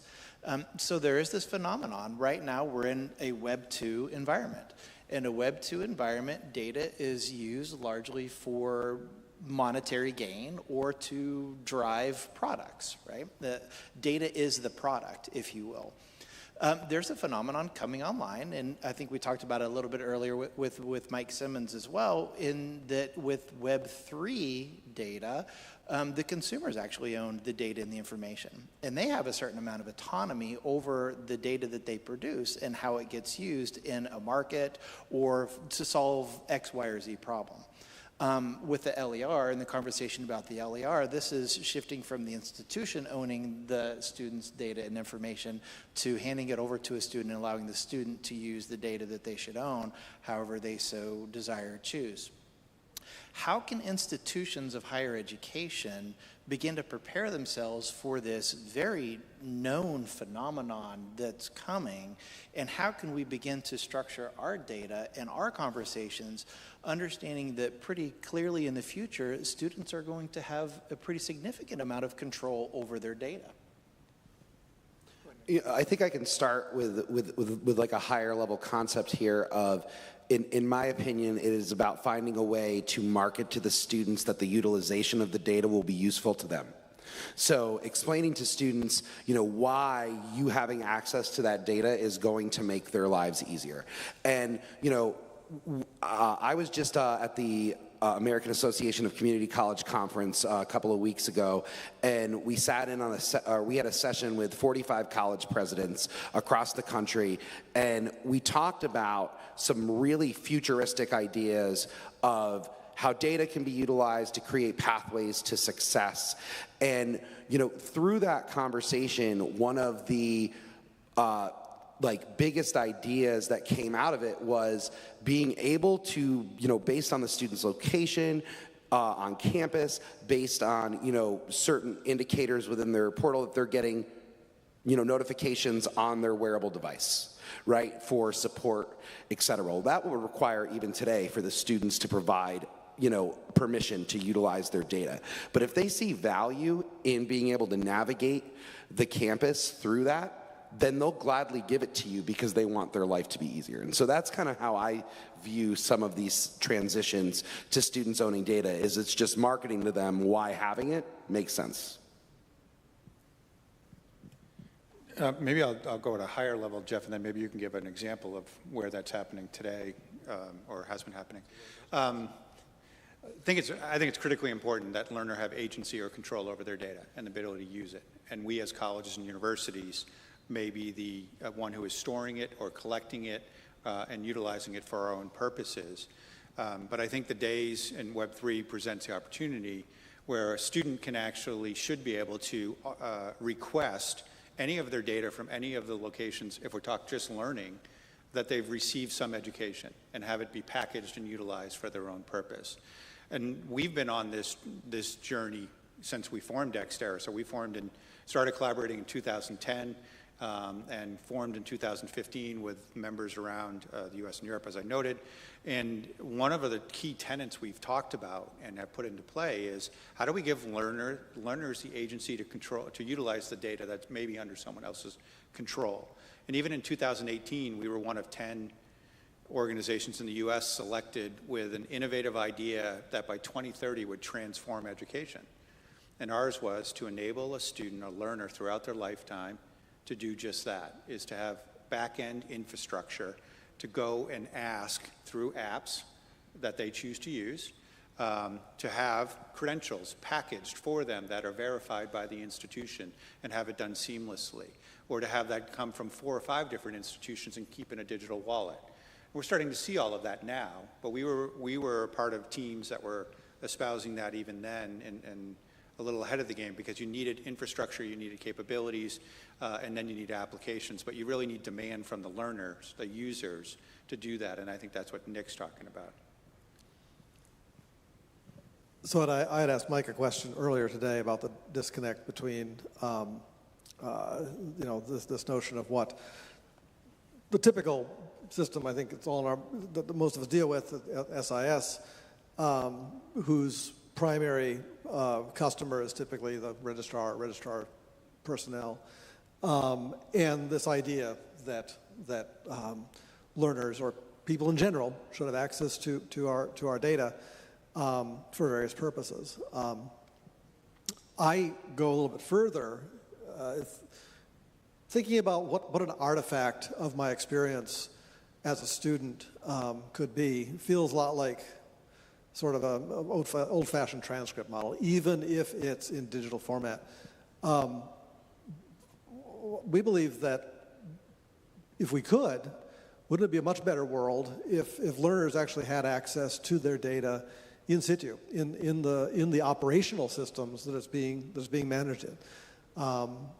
SISs typically don't provide that functionality. Things can layer on top of that offer. We're building tools to do that kind of thing. But then to go even further and say, could a learner authorize someone else to see their data? Right now, college universities make some choices like that for students. Your advisor should be able to see your academic record. But in a brave new world of AI agents, perhaps college universities or even students might want to begin to utilize an AI co-pilot as an advisor. Well, that's an agent. So I'm not going to claim to be deeply knowledgeable about AI. I'm definitely curious about the things it's doing, and I'm using AI in my life right now in the form of ChatGPT and stuff like that. But as I think about where it could go, for me, the idea that I as a learner could choose that I want to use, name some new AI chatbot, AI co-pilot advisor tool that has been trained on the data from my college university, which is another aspect of all this. But I could say, yeah, that looks pretty good. I'm going to authorize it to see my record because I want it to know what I'm doing. I want it to see that I failed an exam this morning because it might have some advice for me, whatever that might be. These are things we're thinking about and building towards, but it is kind of a brave new world, particularly from the sort of old-fashioned thinking of how SISs were designed in the first place. And I would just add one thing to that. The biggest thing we see from our participants at colleges and universities is they don't have the ability to change their systems of record, and they don't have much flexibility in changing their processes. So we have to be able to make sure this is implemented in a way, for example, a learner through their single sign-on at the university, the security and policy practices that are there, can then enable applications to utilize their data that they've given access to through the institution. And the institution can verify and provide that kind of support for it. But it's critically important that we don't try to say, hey, we have great ideas, you can do all these things and use Web3, but you have to change everything there, because that's not going to happen. So we have to implement in a way that is seamless and efficient in that process. I was looking for the name of a book called The Battle for Your Brain. You're going to make a comment? Oh, no, I'm good. It's called The Battle for Your Brain, and basically the premise of it is that there's data and information that exists about each individual, and through various EEG type technologies, the question is who owns that data and that information. You as the consumer should own that information, but so too you would like to have some agents own that information, because it can tell you how to moderate behaviors that may mitigate migraines and so on and so forth. And so this idea of data and information isn't just about the student and the student record and what's been done. There really are deep conversations as a culture we're having about the role that data plays and information plays. As long as we're citing books, a great book to read is Read, Write, Own by Chris Dixon that walks you through the 3 different phases that we've seen of data and data structures and computer structures. We also know that there's another wave that's coming. There's been lots of conversations about the role of quantum computing and what the future may be with quantum computing, but everything that we know with data now is based on 2 numbers, and that's 0 and 1, right? Knowing that in the future, the decisions that we make about how data is used will likely impact the role that quantum could play into the future. Now, that's way too far out for any of us to wrap our head around, but I wonder if any of you might want to talk a little bit about the importance of data policy and the importance of writing really strong data definitions and providing data structures so that we can make good decisions about the data we have now.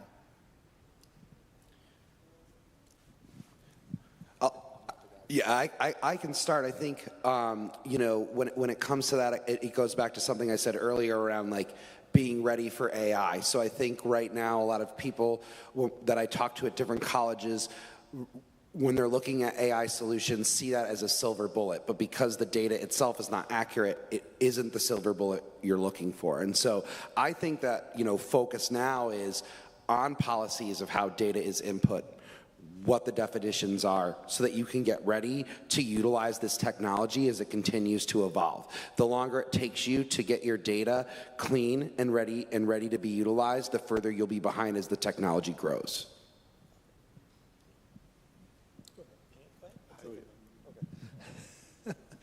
So following up on that a little bit, there are there's 2 things to talk about. One has to do with training AI, I think you're starting to allude to, and that is there's a concern that things like that models like the ChatGPT model or anybody's model out there is being trained on something. Is it being trained on your institutional data, right? Do you have Copilot apps out there that are helping students make decisions about what course they should take next that know nothing about your catalog or what other students have going through your programs have done and what's succeeded and what's failed? They're being trained on something, but maybe not something particular to your organization. So that's one thing we're interested in, is how to make it easier for organizations to make their data available securely in ways that don't expose PII to AI models for training, so that the chatbot I envisioned earlier would know what to recommend to the student if it actually saw a student's record. But the other piece of this has to do with designing data for around metrics of security, policy, what have you. And without getting too deep into data modeling ideas, we talk about operational data coming from your systems.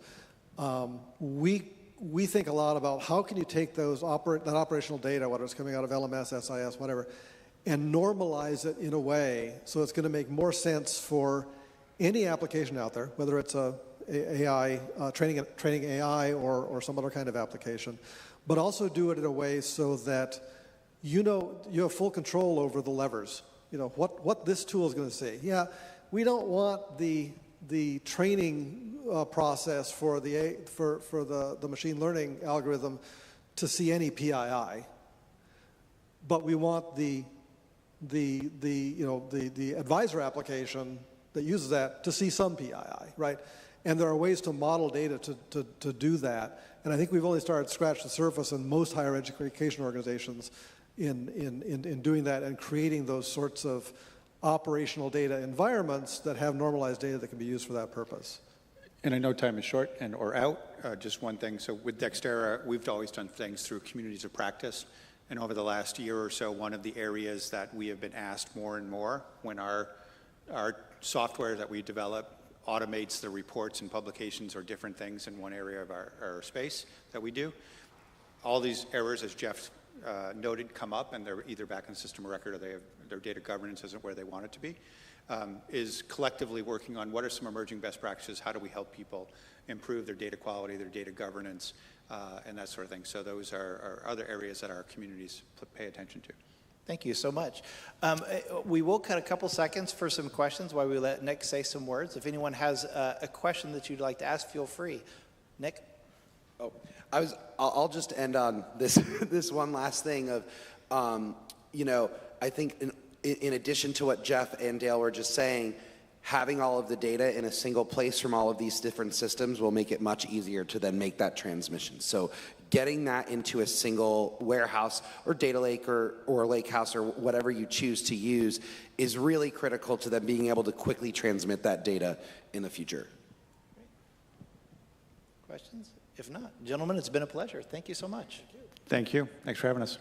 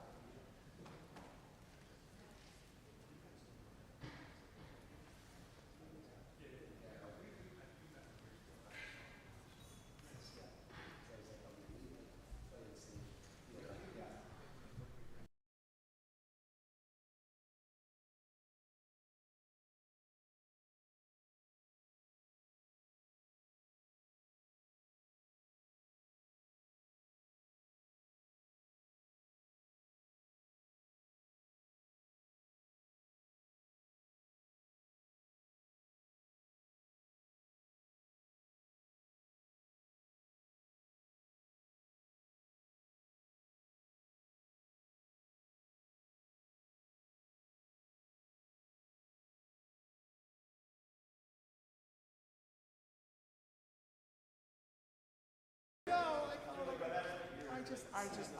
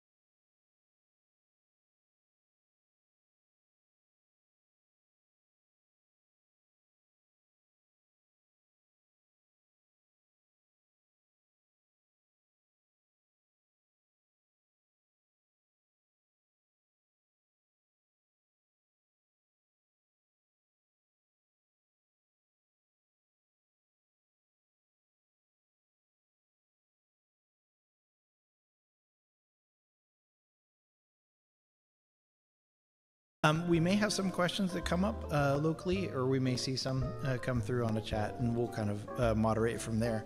What do you think? You about ready to start? Yes, sir. We're ready when you're ready. Okay. On your, Kathy, on yours, if you want to maximize that, because people are seeing your entire screen, not just that, not just the window, it might make it easier. Just sure. Yep. Beautiful. Great. Good. Well, then let's get started. Right. Welcome, everybody. The National Council of Instructional Administrators is committed to supporting leadership, innovation, advocacy, and development for the improvement of teaching and learning for institutional leaders. Joined by Mitch Holder, Dean of Instruction at North Central Missouri College, Catherine Wesley is bringing real and open conversation about the needs and challenges that frame the daily work of instructional administration. Welcome via Zoom, Kathy. The time is yours. Hi. Great. I'm so happy to be here. Thank you, Andrew, for inviting Mitch and I, and more importantly, the council, NCIA, to your event today. We are excited to share a little bit about what we do as a council, and then I'm going to just give that national view, and then we hope we can have some questions and some conversations about what it looks like in today's leadership world of instructional administrators. So I'm Kathy Wesley. I'm the executive director, and I'm joined by the president of NCIA, Dr. Mitch Holder, as well. So I'm going to go through these first few slides and then ask Dr. Holder to jump in at any time, or also, Andrew, you as well. Great. Okay. So first of all, just a little bit about NCIA, the National Council of Instructional Administrators. We were formed in 1977, and we're an affiliate council of the American Association of Community Colleges. We're housed within the department that I work at, Department of Educational Administration, at the University of Nebraska here in Lincoln. You might wonder why we're housed in a university, and we, of the 31 affiliate councils of AACC, which I also saw that a colleague presented earlier in this program, the Council for Baccalaureate Association, we are one of two affiliate councils that are housed within a university, and our department specializes, we focus in the study of community colleges. We have a community college leadership certificate, which is a graduate standalone certificate. We have a specialization within our online master's program, and we also have a specialization within the PhD or EDD in community colleges. So it's made great sense for the past 20 years or more, since my predecessor, Dr. Brent Shada, was the executive director. He brought NCIA with him from Texas. He was at a community college in Texas. So we have great support here, and we have really close cooperation and collaboration between the theory, the research that's going on in community colleges, and then the application, the practicability, which we do at NCIA. We disperse that theory and the research by NCIA. So how we're organized within the council is we have 8 regional representatives throughout the United States and 2 at-large representatives. And according to our mission that Andrew mentioned, we provide leadership, advocacy, innovation, and professional development for all instructional administrators at 2-year institutions.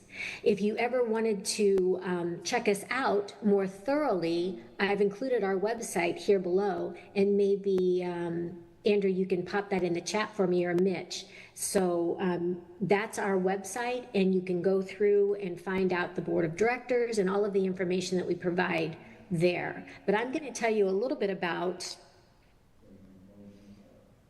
here we are, a little bit about what that leadership, advocacy, and research participation looks like. So what we do is three main areas that we focus on in professional development for instructional administrators. That's the first one is the Rising Star Institute. That's a 2-day conference that's face-to-face. This year, well, for the past few years, it's been in Lincoln, Nebraska, which is where I am at, and we provide a professional development program for our registrants. We keep the price very low so everyone can afford to attend, and we build in rest and relaxation for you, because this started at the end of COVID, and we thought, you know, when you go to conferences, we're just running ragged, and what we really wanted was an opportunity to really be in conference with each other, in collaboration with each other, and in support of one another, and build in that relaxation time. So that's been a really great piece of this conference, aside from the professional development and networking that goes on, that our registrants have really enjoyed. The second thing that we provide are NCIA chats. And I've just given you here on the screen 4 topics. Our last 4 topics, really, they were the hiring and onboarding investments, and you can read them, but they're an assortment of issues that we gather from the board about what's going on at their institutions, what's top of mind to them in terms of needing information or struggling with a particular area, or just something that they saw, that the board member saw and thought that it would be great to bring to the greater council in terms of in the format of an NCIA chat. These are 1-hour Zoom sessions that are free and accessible to everyone that has the link. So if you follow NCIA, you'll see those announcements pop up about the next NCIA chat. We try to have a chat every 2 to 3 months. And then the third way that we disperse knowledge, research, and practice are through instructional leadership abstracts. So in the past, we have had board members write the leadership abstract. We've had doctoral students that I and my colleagues here in our department, their dissertation research, we rewrite that, we edit that in the form of an instructional leadership abstract, or perhaps a person who has presented at our Rising Star Institute, they might form or reformat that conversation into an instructional leadership abstract, and we house those within the University Digital Commons. So they have their own ISN number. You can search instructional leadership abstracts in the University of Nebraska Digital Commons, or you can find them under the resources tab on our web page. So those are areas, the things that we do continuously that bring opportunities for professional development and conversation around issues that are occurring at two-year institutions for instructional administrators. And we think an amazing value, and actually our very own, your very own Andrew Fisher is one of our regional representatives. So, and then Mitch, maybe Mitch can just jump in here and talk a little bit about what he sees from a regional perspective.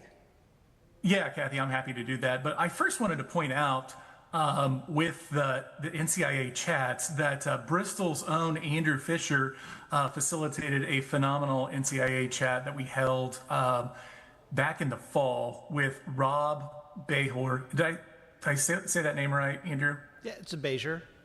Bezier? Mm-hmm. Rob Bezier on micro-credentials, and just a fantastic, again, 60-minute webinar that was able to dive into that topic and the implications for community colleges across the country.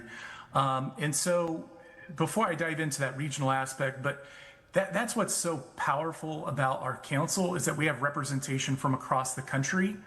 We want to be able to speak to all of those trends that are happening within each respective region to make sure that those conversations that might be happening in the New England area that's being shared with council members that are in the state of Washington or are in the state of Arizona or the Midwest like myself from the state of Missouri. And so we're able to really contextualize those current trends that are happening and affecting our colleges, our campuses, our classrooms, the way we facilitate learning, the way we support our students academically, and we're able to bring that together and help share that knowledge, contextualize it, and land on, kind of best practices and how we lead our peers as instructional administrators. So again, speaking to that regional representation, we try to, again, support and provide guidance for each of our institutional members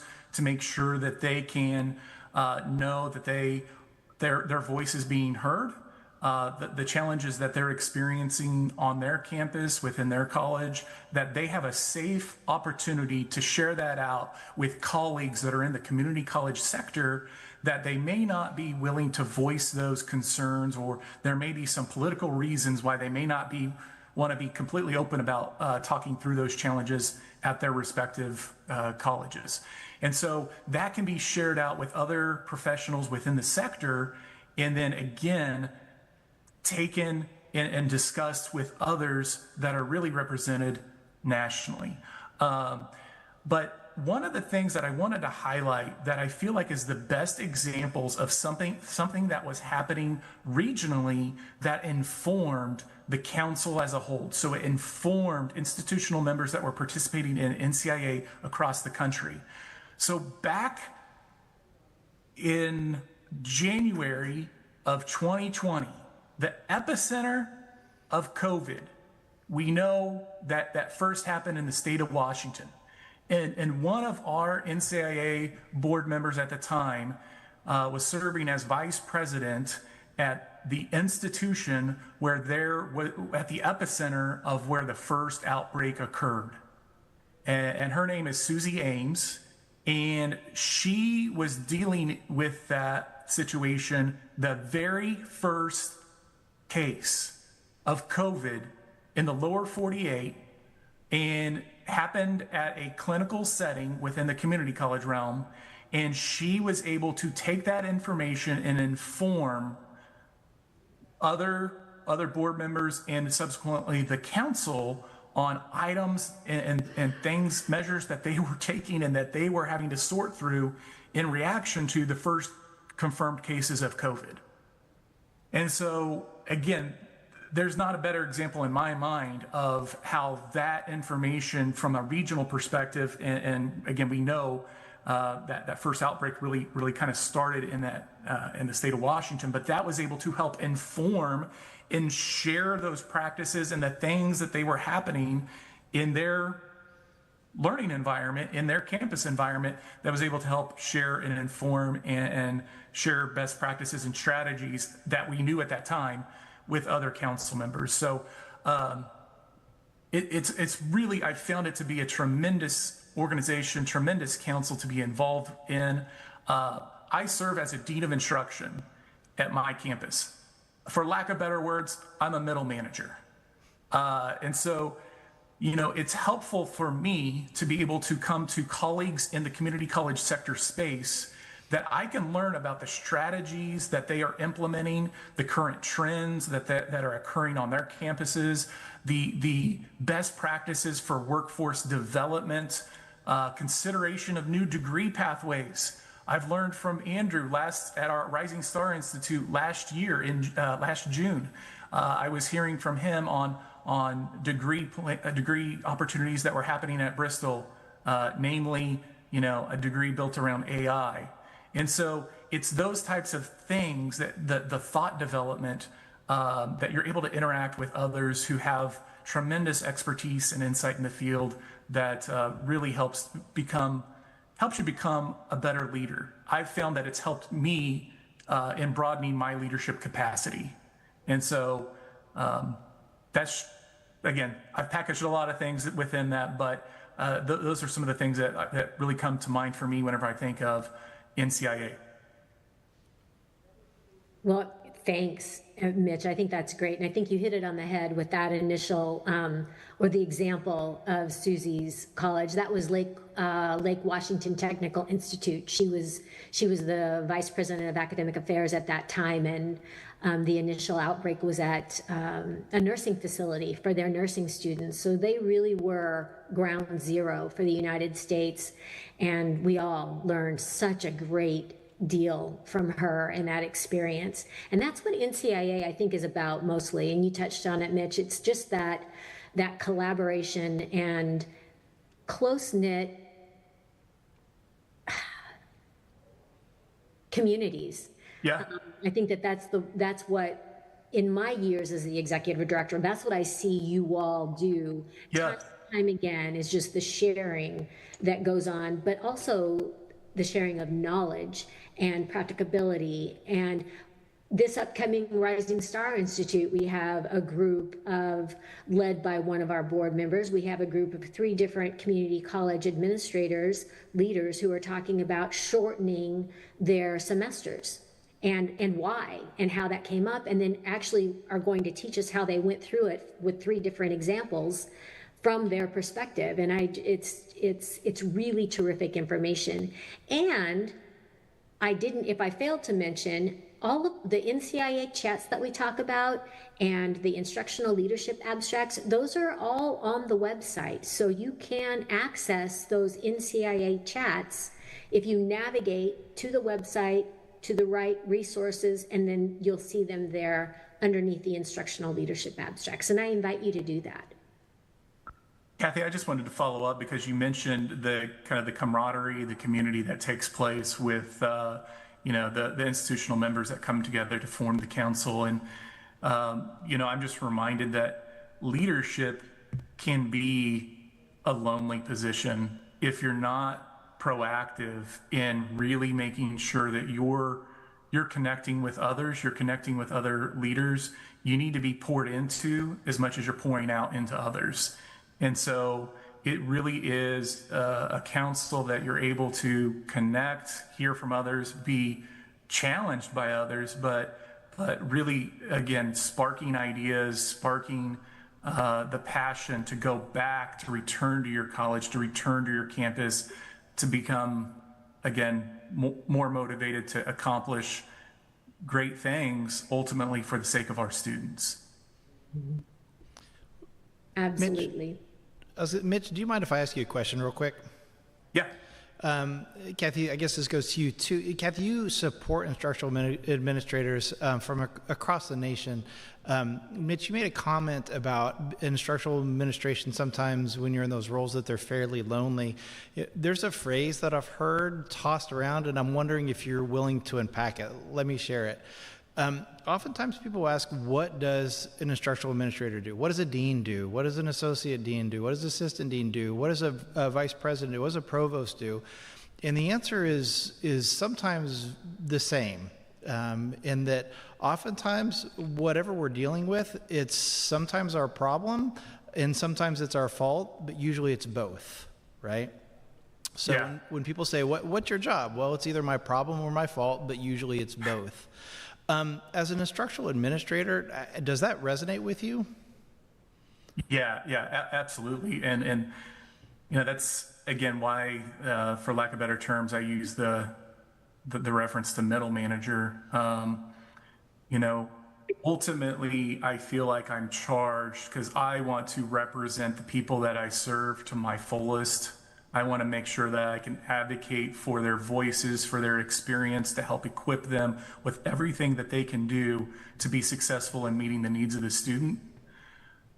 But ultimately, I have to navigate those leadership positions that are above me in the chain of command in sorting through policy, procedure, strategic planning.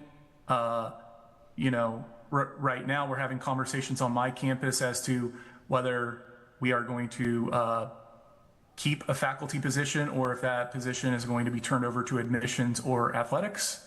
And that's just the realities of a small community college. But you're navigating for this.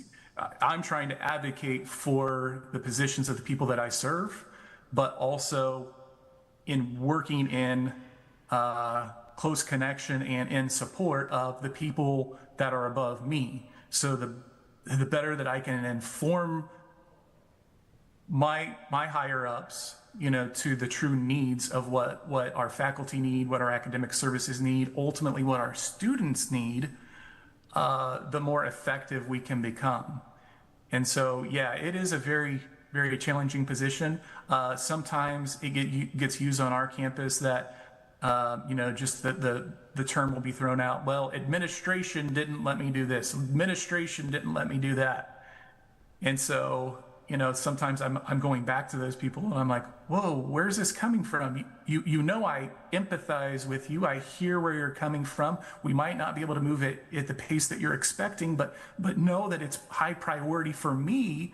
We're trying to work in a political way to advance your cause that is finding its place in the greater good of the college. And so it's not lost on us. Don't become accusatory, but help understand that administration hasn't turned a blind eye to this. We're trying to find the best opportunity to advocate for you and where that fits in with other goals. Kathy, can I ask you about the progression of really any college administrator, but academics, because we're talking about that. If faculty members feel like they want to get involved, they've been teaching for a while, they've got a significant sphere of influence around them, maybe they've provided some leadership through some councils or through some committees or subcommittees. How does a faculty member begin to start that process, dipping their toe in leadership in higher education? In what can us who are in the midst of trying to support faculty members and helping faculty members get to where they want to go and helping students to meet performance outcomes, what can we do to foster additional participation from faculty members? I'll do my best to answer, but Kathy, if there's any insight that you have that you want to chime in with, feel free to do so.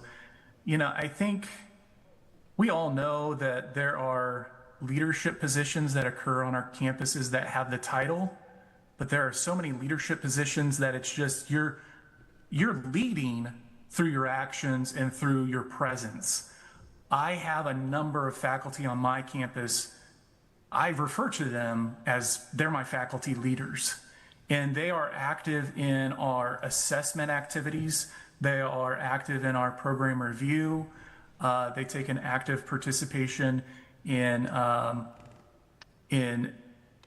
campus master planning, in strategic planning.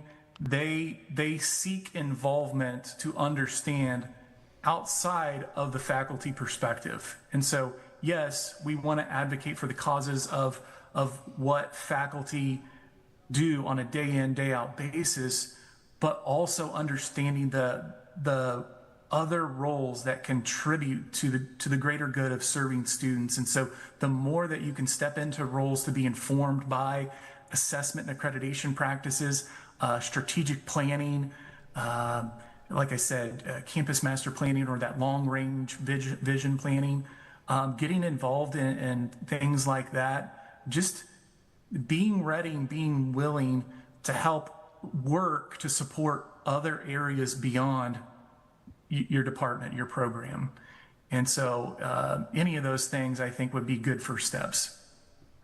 And I'll just throw in really quickly that it's interesting because last month at our board meeting, one of our board members brought up the fact that you do have those inside leaders and you do have it in your faculty and you do know the people who kind of have a desire to move forward, but they're, like you said, Andrew, they're just hesitant to dip their toe in that water. And she explained the importance of when you have somebody like that and you're mentoring them through into a leadership role, that you recognize what they have on their plate and make it worth their while. If it's possible, at the risk of being booed out of Zoom, take away a responsibility as you give a responsibility. And that makes that path easier to go down because they're not so burdened with everything else that they've got going on.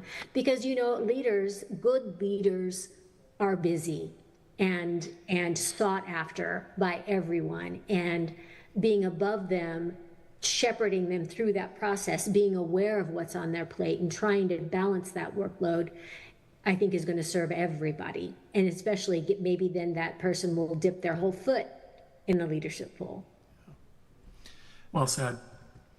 Let me put myself in a place of vulnerability for a second, right? My largest fear in the role that I have is that no matter what decision gets made, it's never enough.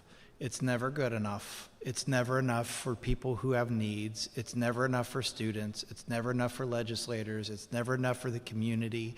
It feels like the decisions that I make are never quite enough.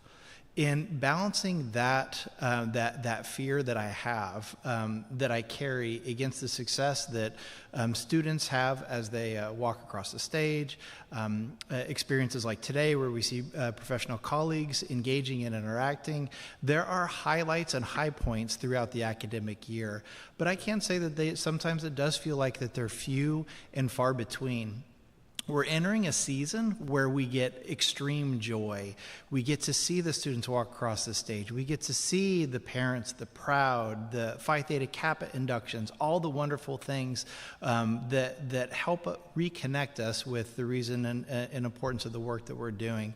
So I'm wondering in the last couple of minutes, Mitch, if you wouldn't mind talking about what you look forward to most. What are your celebration points that provide you happiness and joy in the position that you hold? Yeah. Well, Andrew, we're getting deep into the leadership conversation now, aren't we? First, I just wanted to say I appreciate your vulnerability, and I appreciate you mentioning that, because in my time in leadership, having a chance to go hear from other organizations, having a chance to attend AACC, where there are very accomplished leaders, and hearing from them, and I've heard these references to feeling like you have imposter syndrome, feeling like that sense of vulnerability, like, is what I'm doing enough? With every decision that I'm making, is it enough for me to be doing, well at my job? And so that's, that is a big daunting question that can be really intimidating for leaders. But here's how I know, and here's how I really navigate that for myself. For me, the biggest joy that I have, the biggest motivator that I have, is whenever I get out of my office, I get away from my desk, and I go see our people in action. Whenever I see them working with students, whenever I see them fulfilling their mission and the strategic priorities, and I see their hands-on work, that just further fuels my fire. Whenever I see them being excellent at working with a student, pulling a student aside whenever they know they need to have a critical conversation, our academic services team stepping up and meeting the needs of a student who might be in a crisis, whenever I see them fulfilling their mission to the greater good of we're going to graduate and complete successful students, but most importantly, successful citizens who are capable of walking into the real world and being successful individuals. That's why we're here. And so my cup gets filled by that, seeing our people. I love going through commencement. I love the celebration of that. But to me, it's that daily interaction, seeing people in their daily work. The end of the semester tends to be really crazy, filled with lots of meetings. And here in the last few weeks, my schedule has been really busy. But whenever I need to get out and to get recharged and remotivated, man, it's seeing our people in their workspace meeting the needs of students. Thank you very much for sharing. Kathy, you get the final words. No, I'm thrilled to be here. Looking forward to connecting with anyone that's interested in NCIA and the professional development opportunities we provide and the materials. And just wishing you all a terrific rest of the day and conference. Thank you so much. Thank you.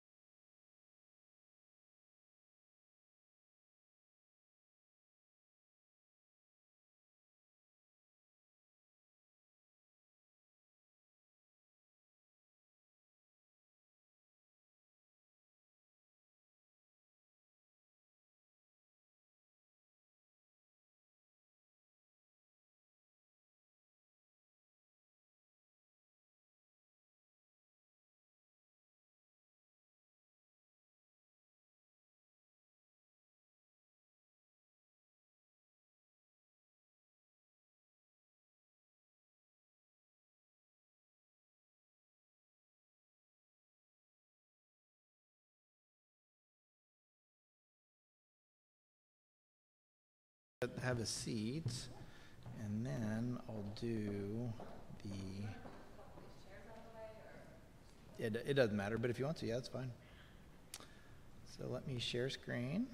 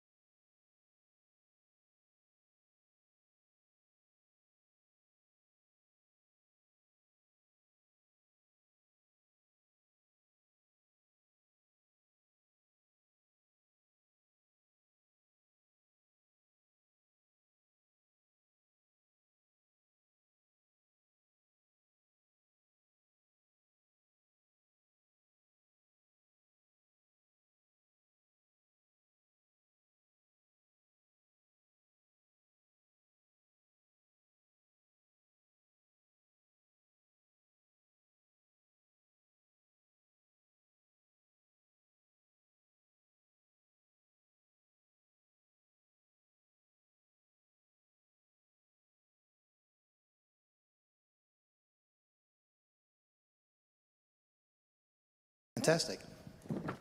Well, who's ready to learn about Credlens? For those of you in the digital audience and also in the room, thank you for coming to learn more a little bit about Credlens. Today, we're going to talk with Kate Smolkin, who's the Vice President at Credlens, about the work that's being done at the intersection of education, skills, and labor market transparency. Credlens is a solution label under the Strata Foundation that is turning heads and asking challenging questions about the post-award value.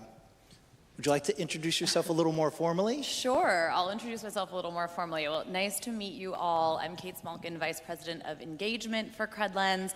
That means I'm really our external face, so I am doing all things partnerships, business development, broader ecosystem engagement, and as Andrew teed up, Credlens is really interested in closing the data gap for workforce credentials, or non-degree credentials as we could call them.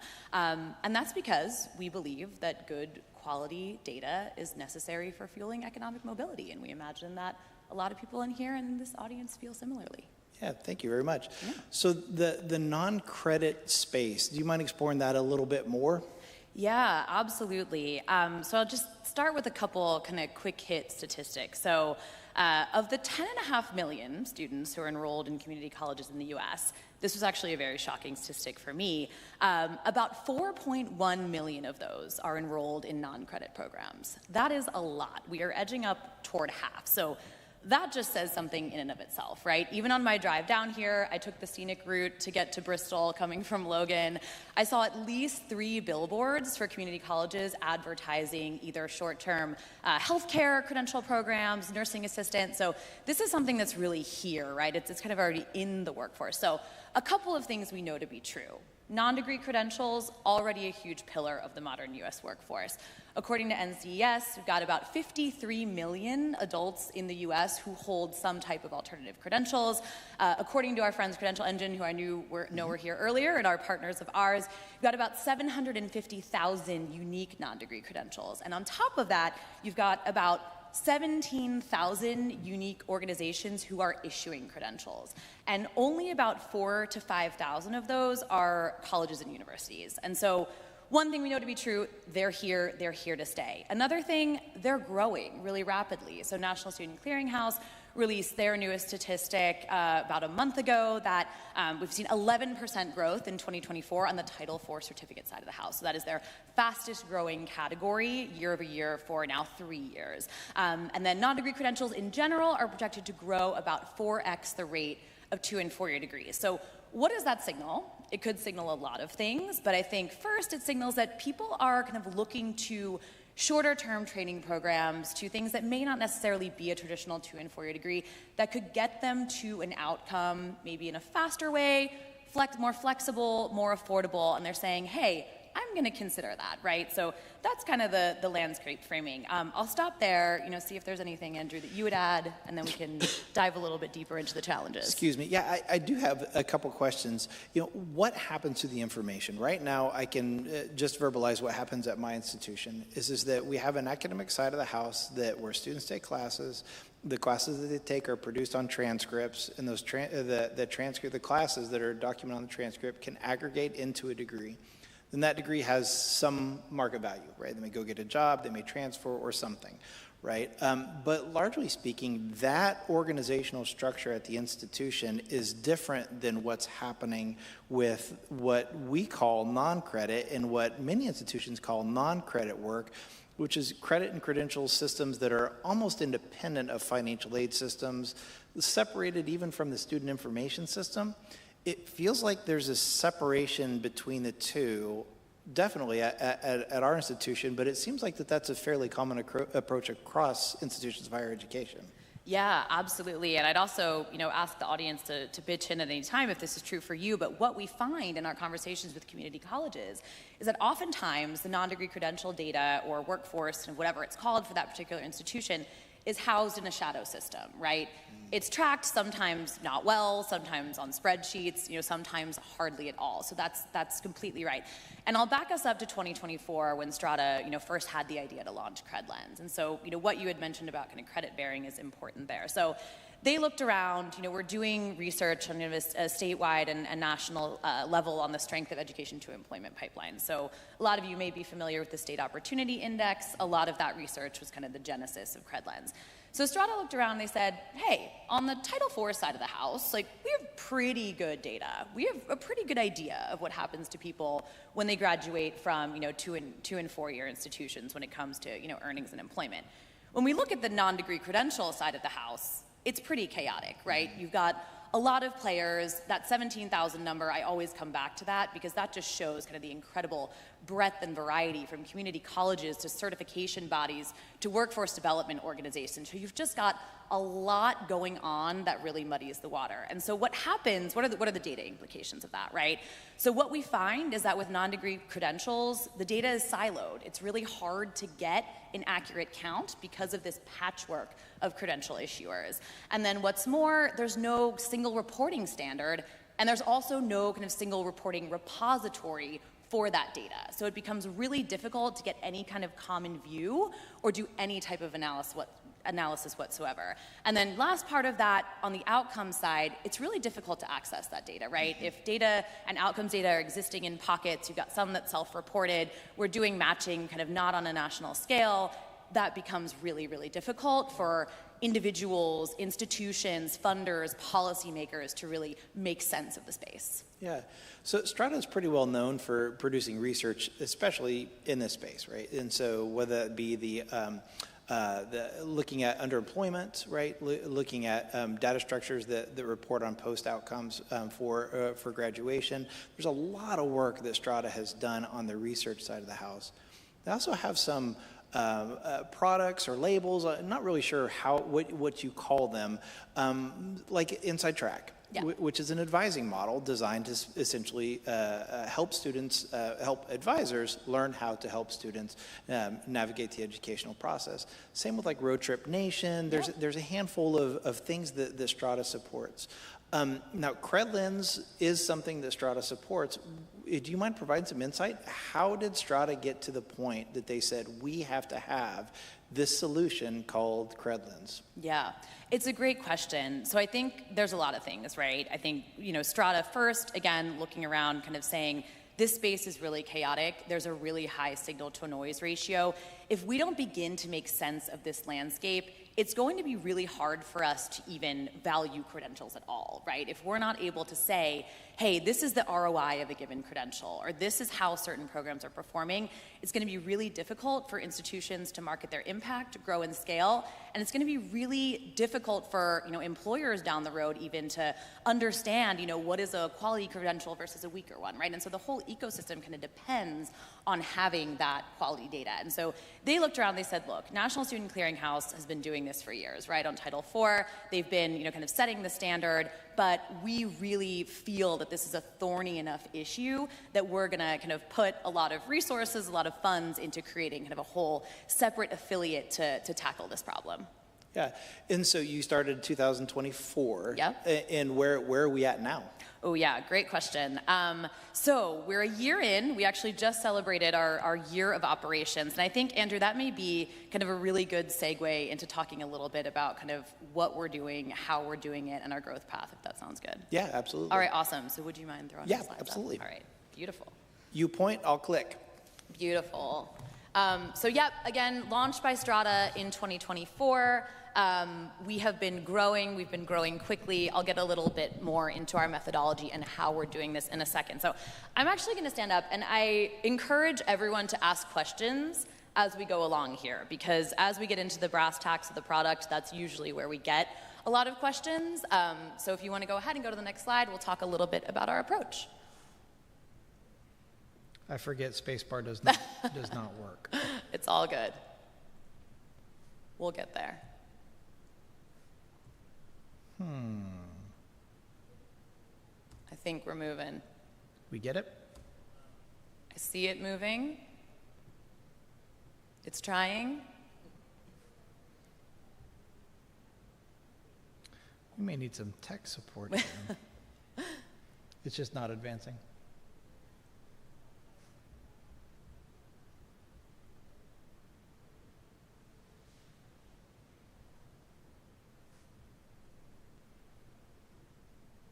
I can also just start the voiceover while we do this, if you want. You may need to. For whatever reason, it's not advancing. I'll get it figured out. All right, so how are we approaching this? So early on, when Strata first launched us, they said, we really want this to be a public utility. We are going to build this so that this can eventually be a very powerful resource for R&D, for analysis, and there we go, right on cue. So how are we doing this? How are we actually addressing the data gap for NDCs? So our structure, nonprofit national data trust, from the outset, being very, very clear about our sources and how we're building. Again, rich new resource for quality research, and really tight controls on access, which we know, since we are dealing with institutions' most sensitive data, is super, super important. Our approach, how are we doing this? So if you think back to what I was saying about some of the challenges, right? This patchwork of data, the siloed data, no single reporting standard, no streamlined solution. Well, we're aiming to fix that by really creating a centralized platform, right? So taking verified credentials, taking that individual level learner data from our stakeholders and institutions, matching that with outcomes data sources on the other end to really make that process easy, right? We often refer to the easy button. We know that gathering outcomes insights is difficult, and we want to streamline that process and make it very easy for our stakeholders. And one really important thing here, so can't underscore this enough, but robust architecture, security processes. So we often joke at CredLens that we're kind of built antithetically to a growth stage startup, because we actually delayed production on the product to make sure that we really had our ducks in a row when it came to security. Again, dealing with institutions' most precious data, we want to make sure that we're really, really, really doing good by our partners in that way. So what does that mean? Kind of best-in-class enterprise software, AWS Redshift, Snowflake, et cetera, modern data mesh, and then the thing we're most proud of, so making really astronomical progress on our security protocols. So got our SOC 2 Type 1 in December when we were only about 9 months old, and recently got the first step of our ISO 27K audit, which is really exciting. So again, we don't think of this as an afterthought. This is something that's really kind of baked into the product from the get-go. All right, we can go to the next slide. Okay, so this is where it gets fun. I'm going to take a stroll over here. This is breaking down how it actually works, right? So I'm talking about outcomes insights. I'm talking about outcomes data providers. What does that actually mean? So on the left side here, and that laptop in the middle, that's the fancy CredLens production environment.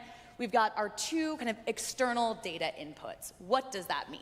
We're going to take an example of the top one here. Let's just say we're Bristol Community College.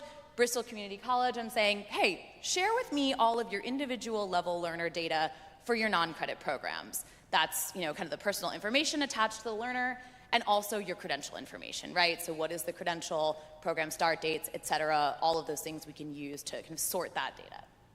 And then we're saying, all right, we'll take that, we're going to clean it, we're going to format it. and then we're going to match it. And this is where the magic happens, right? We're going to match it with outcomes data providers on the back end.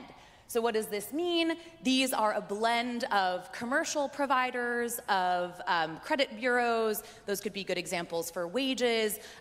Some commercial providers that are scraping social media and LinkedIn to get us really robust third-party data across earnings, employment, and education. So answering some of those key questions. So we're going to match that. It's going to come through our platform, and what you get on the other side are your insights delivered through those visualizations and dashboards, right? And so that's where we get to this other side, actionable outcomes insights. So I mentioned the 3 buckets of earnings, employment, and education. So what are some of the questions that we can answer? On the earnings side, longitudinal earnings. What are people making after the program, after program completion? What are they making before, at credential attainment year 0 and up to 5 years after? We can look at credential ROI and break-even periods. We can do comparisons across credentials. For employment, and this is where it gets really exciting, because for any of you who are matching with state wage data out there, you know that it doesn't necessarily capture employment. So this has been very exciting for a lot of our stakeholders. We're able to see down to job title, company, aligned profession, kind of promotion, career progression, where people are working, how they're advancing in their careers, what those pathways look like. So if you have, a CNA training program, you probably want to know down the line whether or not those people are actually working as nursing assistants, or did they go on to get some other type of credential and stack that and then get a degree? Those are all questions that we'll be able to answer. And then education. So we've been in really, robust talks with National Student Clearinghouse on trying to partner to bring in some of that 2- and 4-year degree data as well. But I think most importantly, especially for institutions like yours, really understanding the stackability, right? I know Bristol and some of the other community colleges that I've heard from are doing really incredible work when it comes to figuring out how some of their non-credit programs can stack into credit-bearing programs. But you may also want to know what other credentials people are getting, right? If there are other third-party credentials that folks are receiving, you want to be able to know that to see those stackability patterns. And that's kind of a very hot topic right now. All right. I think we can go on to the next one. There you go. Okay. So again, this is a little bit of kind of reiterating some stuff we've already spoken about, but I'll let you all read this for a second. Some key questions that we're focusing in on, right? So these are the things that we have found to be just of utmost importance to our institutions when they want to really hold the mirror up and understand how their non-credit programs are performing. So key questions to answer. How much does someone make after earning the credential? That's one we definitely want to know. How do those earnings change over time? What's the ROI and break-even period of earning this credential? Eventually, counterfactual groups. Is one group with the credential earning more than one without it? Employment, again, where are people working? What's the timeline to employment, right? We know that's a metric a lot of us are held to. And then, what share of credential holders are staying with their employers, so retention rates, and then, are those aligned professions? Education, again, stackability, and then kind of, other like credentials. How are people stacking those together? And how may those relate to, your more traditional 2- and 4-year degrees? All right. So again, for community colleges, and this is where, I'd love the audience to pitch in with questions, but things we've heard from our conversations with community colleges specifically. So Andrew, we were talking a little bit about this in our prep, but what we're kind of seeing in the air is increasing pressure on community colleges to really walk the walk when it comes to kind of aligning programs to the labor market, right? So we see, and I do, of course, see community colleges as opportunity engines, right? Getting people into the workforce, fueling economic mobility, all of those things. But it's really difficult to do that if you don't have good quality data on how your programs are performing, right? It's hard to know what a credential of value is if we don't have the data to determine what that looks like. And so again, one thing we've heard, all right, in states where we're shifting to outcomes-based funding, Texas, Ohio, Virginia, there's a huge call to action and actually kind of money left on the table for community colleges to prove out their third-party credential attainment, right? Not something that they're really able to do right now. Can our community college stakeholders prove out their employment outcomes? Not really. If state wage data doesn't capture that, it's really, really, really difficult to do. And then again, incomplete non-degree visibility. So oftentimes, if we've talked about non-credit side of the house living outside of the credit-bearing side, which just keeps the data siloed, doesn't give us a full picture. And then again, making up for some of those shortcomings of the UI wage data. And then some ways that CredLens can help. So again, certification matching. The tack that we're taking right now is kind of walking in the front door of a lot of the major certification bodies, right? So you think about some of the more influential ones, just throwing out examples, not necessarily ones we're working with, but MSSC, CompTIA. If we can get that data in the trust, we're able to see some really meaningful sectoral clusters, and we're able to triangulate some of that third-party credential attainment for community colleges, which is then going to help them recuperate money. It's going to help them just market their impact even further. And then unified results tracking, right? So across those 3 buckets, able to kind of track things that may be kind of outside of that, of the state wage tracking, and then employment, and just kind of overall benefits, right? Identifying credentials of value. I come from workforce development. My last job was building a workforce training organization in the nonprofit space. And we found that it was really, really difficult to figure out which credentials were actually valuable. We'll come out with HB8, Tennessee will release a framework, but even as they say, and they say this very, very transparently, we are missing key buckets of data to actually prove what a valuable credential is, right? If we don't know what the ROI of those credentials are, if we don't know what the employment pathways are, it's going to be really hard for us to say this is a worthwhile program, right? So again, these are just things that have been bubbling up in our conversations with community colleges and some of the ways that CredLens is working to help. All right, and that's all she wrote on that.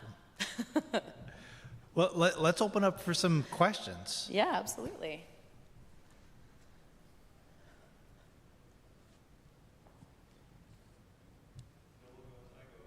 Go for it. Come on, Ray.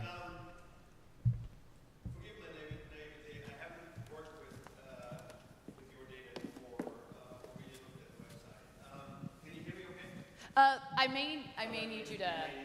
You're doing a great job projecting, but it may be my hearing. We need the microphone. But so in terms of the data, and everyone is always interested in earnings data because it's good for marketing and for various reasons, and of course it's helpful to our students. But I'm trying to work through an example. So when you say earnings data for non-credit offerings, to what level does it drill down to? Are we talking only certificates? Are we talking micro-credentials? Because I'm giving you examples. Here we're trying to do a micro-credential stackable in bookkeeping or accounting basics that feeds into an intermediate one.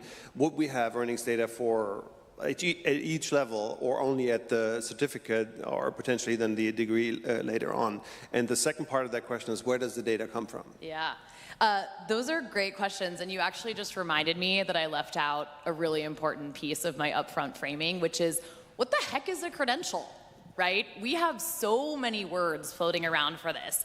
We've talked to organizations who definitionally in our world are offering credentials, but they don't see it that way, right? They see it, they're like, well, we don't really offer a credential. CompTIA offers a credential, but we don't, right? So just the fact that we can't get definitionally aligned on what a credential is just shows how much noise there is in the space. So to answer your question directly, all of the above, right? So for us, a credential really means kind of any certificate, certification, micro-credential, badge, license, really anything kind of sitting outside of that traditional, Title IV, 2 and 4 year track. And really, the level of granularity is what the institution shares, right? As long as you share that program level information, what is the credential, what's the certificate, what's the badge, what are the start and end dates, the completers, all of that stuff, we're able to work with that, and that's how we analyze, right? So we'll organize that by cohort, and we'll show you how each one of those is performing. Does that answer part 1 of your question? Awesome. All right, so for part 2, where does the data actually come from? So while we can't disclose the actual sources, unless everybody wants to really quickly sign an NDA, we can tell you that what it is a blend, right? So I think part of the magic of CredLens and what folks haven't been able to do before is that we're able to take multiple outcomes providers, right? So both commercial, public and private. So I'll hint at kind of the credit bureau, like that could be directionally the type of outcomes provider you could think of that basically holds the types of wage data that we would be interested in.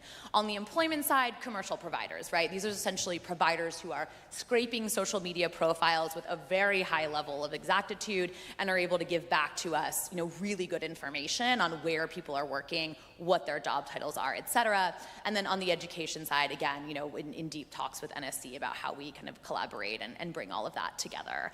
So the beauty is that, you've got one source that gives you a part of the picture, right? Maybe you've got one source that gives you W-2 salary data. Well, that's not capturing 1099 data, right? We know that for a lot of these programs, you've got people who are earning work, as contractors or 1099, part-time, whatever it may be. So the more sources you have, the more powerful that analysis gets. And we're able to blend those sources together, see how powerful they are, and that's really something that nobody tackling this effort has done before. Does that answer it? Can I ask a quick follow-up? Of course. Hold on. We're just running the mic around everywhere. That's a good work. Okay, the follow-up would be, okay, so I'm really trying to, I've looked at earnings data before, and I worked with national data sets in a previous life. And the question here is, let's say for a micro-credential in, let's say, bookkeeping, right? Yes. That is such a small credential, and I'm wondering whether or not your data really is able to tease out that marginal earning compared to the before earning that badge brings in, and how reliable that data is. Whether or not there, you have done a reliability analysis, that would be part of it's like, how much can we rely on that information? That's my question. That's a great question, and this is where we're probably going to hit the wall of Kate's technical knowledge. However, what I will say is that, and I do see exactly what you're saying now. So, this is where I would tap in Elliot, who's our SVP of product, to talk a little bit about kind of what sample sizes do we need to actually see meaningful trends. Is that more what you're getting at? Yeah.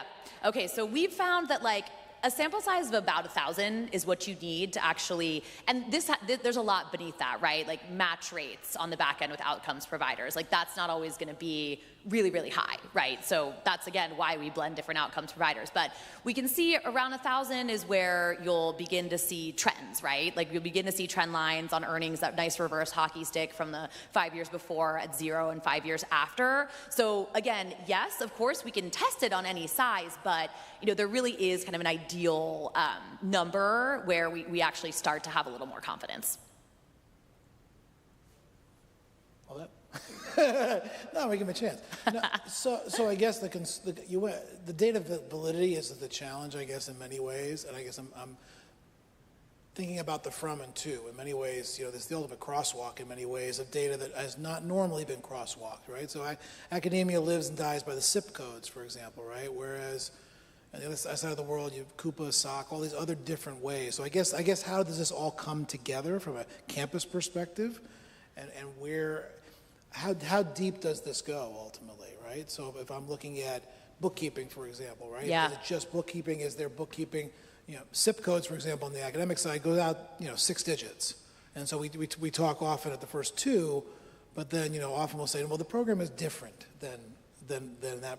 Accounting, business accounting, accounting for different professions, and so on. So I guess that's where I'm trying to get to. How granular can this be? Yeah, it can be very granular. So, because the thing is, look, it all depends on how we are defining credential in the database, right? So we're going to be tagging things as credentials. So if it's accounting, business accounting, if there are different certificates and different micro-credentials for those, as long as you provide us with that information, that's the information we use for analysis, right? So the way that I try to think about it is the individual level learner data, right? Your name, address, date of birth, all of that good stuff, that's just the baseline for matching, right?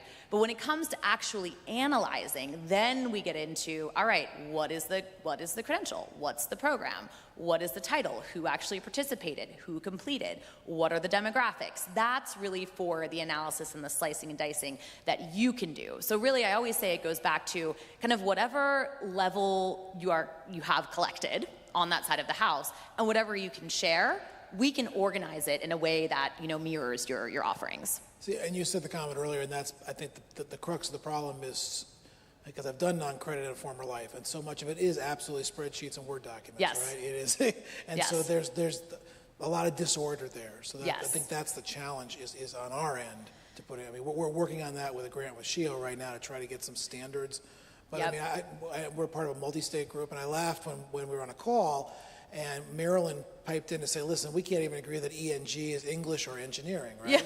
Yeah. So you understand, Yeah. that's the challenge. And Yes. The data's the from, not the to so much. That's, you know. Yeah, and I'm glad you pointed that out because, you know, what we're doing, it does kind of seem to indicate a certain level of institutional data maturity, right, that you would need to make this happen. Now, I will say for colleges or, you know, any of our stakeholders who are very, very early on in that journey, there are incredible organizations like Education Design Lab out there who we're actually collaborating with, who are meeting these institutions where they are, specifically focused on non-credit, micro-credentials, those pathways, to really help them with that transformation, right? So data coaches, digging deep, you know, how do you, institution, organize this to facilitate this process? So, you know, again, while we can provide value across that whole spectrum, you know, I would say our expertise isn't necessarily in that data coaching element, but again, you know, as long as the information can be pulled, like a nice SQL pull is usually what it takes, we can clean, we can organize, we make the rest pretty easy. So our whole motto is meet institutions and organizations where they are. Got it. Great. Thank you. Appreciate it. Yeah, of course. Well, Kate, thank you very much for being a part of this and for coming and talking a little bit about CredLens and the work that you are doing. Yeah. Would you have any final words? Oh, goodness. Well, what could I say other than that? I'm very, very thrilled that data seems to be a big theme of this conference. And I've heard it all over, kind of in the halls and all the rooms and all the conversations. And I really feel like we're kind of on the edge of a paradigm shift, right? There is a push from the landscape, from kind of higher education and just, you know, society writ large to say, hey, you know, community colleges, we see you as opportunity engines. We see you as catalysts for economic mobility. But now we're going to say, who's walking the walk, right? There's a lot who are talking the talk, but who's actually doing it? And I would say without quality outcomes insights, without that good data, it's really hard to do. And so as we see the flywheel moving and our partner base really, you know, beginning to kind of make those strategic data-informed decisions, continue to grow and market their impact, we're really hopeful that that's the direction the space is moving. Well said. Thank you so much. Yeah, thank you. Thank you all. Thanks.